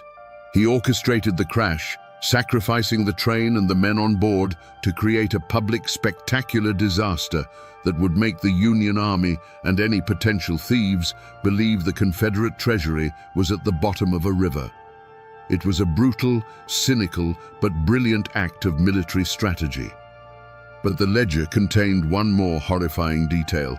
The final page of the entry for that night wasn't about cargo. It was titled Macon Dispatch, Asset Relocation. And it wasn't a list of gold crates, it was a list of names. There were 32 names on that list. Next to each name was a rank, and next to that, a single word, terminated. These were the names of the soldiers, the engineers, and the railroad workers who knew the truth. The men who had loaded the real gold onto the other train. The men who had witnessed the change of plans. They were loose ends, and according to a scribbled note at the bottom of the page, they were all assigned to guard the decoy train, the one heading for the Ocmulgee River. This changes everything. The crash wasn't just a diversion, it was a mass execution. The men on that train weren't victims of an accident. They were targets. They were put on that train specifically to die, to take the secret of the real gold to their graves. And suddenly, the ghost story makes a completely new kind of sense. If the ledger is true, then the ghosts aren't guarding treasure. They are not waiting for their stolen gold to be returned. They are guarding a crime scene, their own. With this new evidence, the scattered pieces of the puzzle, the history, the folklore, the eyewitness accounts, snap into a single, terrifying picture. Let's reconstruct the events of April 14th, 1864, not as a ghost story, but as a Black Ops military mission. The mission objective: save the Confederate treasury at all costs. The architect: the mysterious Major Harrison. He's likely a high-ranking intelligence officer, a man comfortable with deception and collateral damage. His plan has two parts. Phase 1 is the switch. Under the cover of the storm and the chaos at the Macon depot, He oversees the loading of the gold. But at the last minute, he stages a reorganization. He moves the real treasure to a different train, a smaller, faster one that slips away south unnoticed. But he has a problem. Witnesses. The men who moved the gold. The station hands who saw the switch. The guards assigned to the original cargo. There are dozens of them. In a war, secrets get you killed. But men who know secrets get you killed faster. So he initiates phase 2, the cleanup. He gathers all the witnesses, the 32 men from the ledger, under one pretext. They are the honor guard. They are being given the crucial task of escorting the treasury north. It's a suicide mission, but they don't know it. They are loaded onto the decoy train. The train is deliberately overloaded, its manifest falsified to ensure the engineer, Elias Thorne, will push it too hard. Thorne is not a conspirator. He is a pawn, another victim. Major Harrison himself gets into the cab. He's the second man the farmer Jedediah Blackwood saw. He's not there to supervise. He's there to ensure the plan goes off without a hitch. He needs to make sure Thorne gets the train up to a speed from which it cannot recover, and he needs to confirm the trap is set. His own men, hours earlier, had gone to the Ocmulgee trestle and dug out the embankment beneath the tracks. A simple act of sabotage that the floodwaters would perfectly conceal. The train thunders into the night. It's a ghost train even before it crashes. A train full of dead men who just don't know it yet. A few miles from the bridge, Harrison makes his exit. He jumps from the slowing train, or perhaps has a horse waiting for him. His job is done. The fuse is lit. Elias Thorne, alone in the cab, drives the train into the trap. The derailment, the crash, the explosion. It all happens exactly as Harrison planned. The crash wasn't an accident. It was the cleanup. It's a perfect, brutal solution. In a single fiery event, Harrison has achieved 3 things. He has created a highly visible public tragedy that convinces everyone the gold is lost in the river. He has physically eliminated every single witness to his real plan. And he has created a dramatic story that will be told for generations, a ghost story that keeps people away from the scene of his crime. Now think about the paranormal events from this perspective. The ghost train isn't a residual echo of a tragedy. It's a psychic scream of betrayal, the rage of 32 men who realized in their final terrifying seconds that they were not dying for their country. They were being murdered by it. The guardian ghosts aren't protecting gold. They are pointing to the crime. They are trying to show us what happened. James Sullivan, the engineer in 1904, didn't see an aggressive spirit trying to cause a crash. He saw a warning, a phantom train appearing on the tracks to say, "Stop! Danger ahead! This is what happened to us." And the diver, Frank Miller. What if the hands he felt weren't trying to pull him down? What if they were trying to give him something? The belt buckle, a piece of evidence, a plea from the grave saying, "Look closer, find the truth. We have the motive, the brutal logic of war. We have the method, a masterful plan of deception and murder." But the river kept the bodies, and for over a century, it kept the secret. So the obvious question is, why can't we just go and prove it? Why can't we take a modern forensics team to the Ocmulgee River, excavate the site, and find the remains of the decoy train and its murdered crew? The answer is the river itself. The Ocmulgee River of today is not the Ocmulgee River of 1864. A river is a living thing. It breathes, it moves, it changes its shape. In the 160 years since the crash, the river has flooded hundreds of times. Each flood deposits a new layer of silt, sand, and mud on the riverbed. The site of the wreck is now buried under an estimated 15 to 20 feet of sediment. That's like digging through a 2-story building made of mud. Furthermore, the river has changed its course. The deep channel where the train went down is no longer the deepest part of the river. The banks have eroded in some places and built up in others. The exact location, once known to every local, is now a matter of educated guesswork. And even if you could pinpoint the location, Excavation would be an environmental and legal nightmare. The area is now a protected wetland. Bringing in the kind of heavy industrial equipment needed to dig that deep, barges, cranes, cofferdams, would require an army of engineers and a mountain of permits. It would risk destroying a delicate ecosystem. The river has become the perfect accomplice to the crime, silently burying the evidence deeper and deeper with each passing year. So where did the real gold go? The most likely theory is that the second train took it south to the port of Savannah. From there, it was probably loaded onto a blockade runner, a fast ship designed to evade the Union Navy. Its destination, Europe. The Confederacy was desperate for foreign allies. A few $1 million in gold could have bought them guns from France or ships from Great Britain. It was a last, desperate gamble to turn the tide of the war. Did it work? Almost certainly not. By April of 1864, the war was already lost. The gold likely ended up in a European bank vault, its origins obscured, absorbed into the global financial system. The last hope of the Confederacy probably paid for a French vineyard or a British country estate. The gold is likely long gone, untraceable. But the evidence of the crime, the bones of the men who were murdered, are almost certainly still there, buried in the cold, dark mud of the Ocmulgee.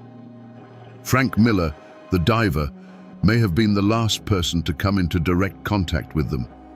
The scratches on his leg, the belt buckle in his boot, a final, desperate message from the bottom of the river. A message that says, "We are still here. Do not forget us." The mystery of the ghost train of Macon is, in the end, two stories woven together. The first is a story of lost gold, a classic treasure hunt. But the second, deeper story is a murder mystery. It's a story about the true cost of war, where loyalty is a weapon and human lives are just another resource to be spent. So, the gold is gone. The soldiers are dead. But if you stand on that bank tonight, on a quiet April evening, you have to wonder. When you hear that phantom whistle blowing on the wind, are you hearing an echo of the past? Or are you hearing a warning for the future? Every town has a ghost story, a haunted house, a spooky old road. We tell these stories for entertainment, to feel a shiver run down our spine in the safety of our own homes. But the ghost train of Macon is different. It's more than just a campfire tale. It's a living piece of history, a mystery that has endured for over a century and a half, fueled by whispers, sightings, and the tantalizing promise of lost treasure. We began this journey looking for a simple ghost, an echo of a tragic accident. But the truth we've uncovered is far more complex and far more human. It's a story born from the desperation of a dying nation. A story of a brilliant, ruthless plan to save a fortune by sacrificing human lives. It's a heist, a diversion, and a mass murder, all disguised as a simple train wreck. The phantom locomotive that people see is not just a replay of an event. It's the psychic scar left on the landscape by an act of profound betrayal. The soldiers on that train thought they were dying for a cause. Instead, they were silenced, their deaths used as a tool of deception by the very leaders they trusted. Their story was buried, first under the muddy waters of the Ocmulgee River, and then under the weight of history itself. The official record calls it an accident. But the legend, the ghost story that refused to die, kept a different version of the truth alive. The folklore was right. It always hinted that something was wrong with the official story. It told us the river was guarded. It told us the spirits were restless. We thought they were angry about stolen gold, but they were angry about stolen lives, their own. This is the enduring power of such legends. They are the folk history of the forgotten. When the official documents are sanitized, when the truth is deliberately obscured, the ghosts are sometimes the only ones left to testify. The real treasure wasn't the gold. The real treasure was the truth. And it's a truth that forces us to look at history not as a set of clean facts, but as a messy, often brutal story of human choices. The gold is gone. The war is over. The men who orchestrated the deception are long dead. All that remains is the river, the mud, and the story. A story that still gets told in the dark, on the banks of the Ocmulgee, every April. Some say history is written by the victors. In Macon, history is whispered by the dead. And they haven't finished talking yet.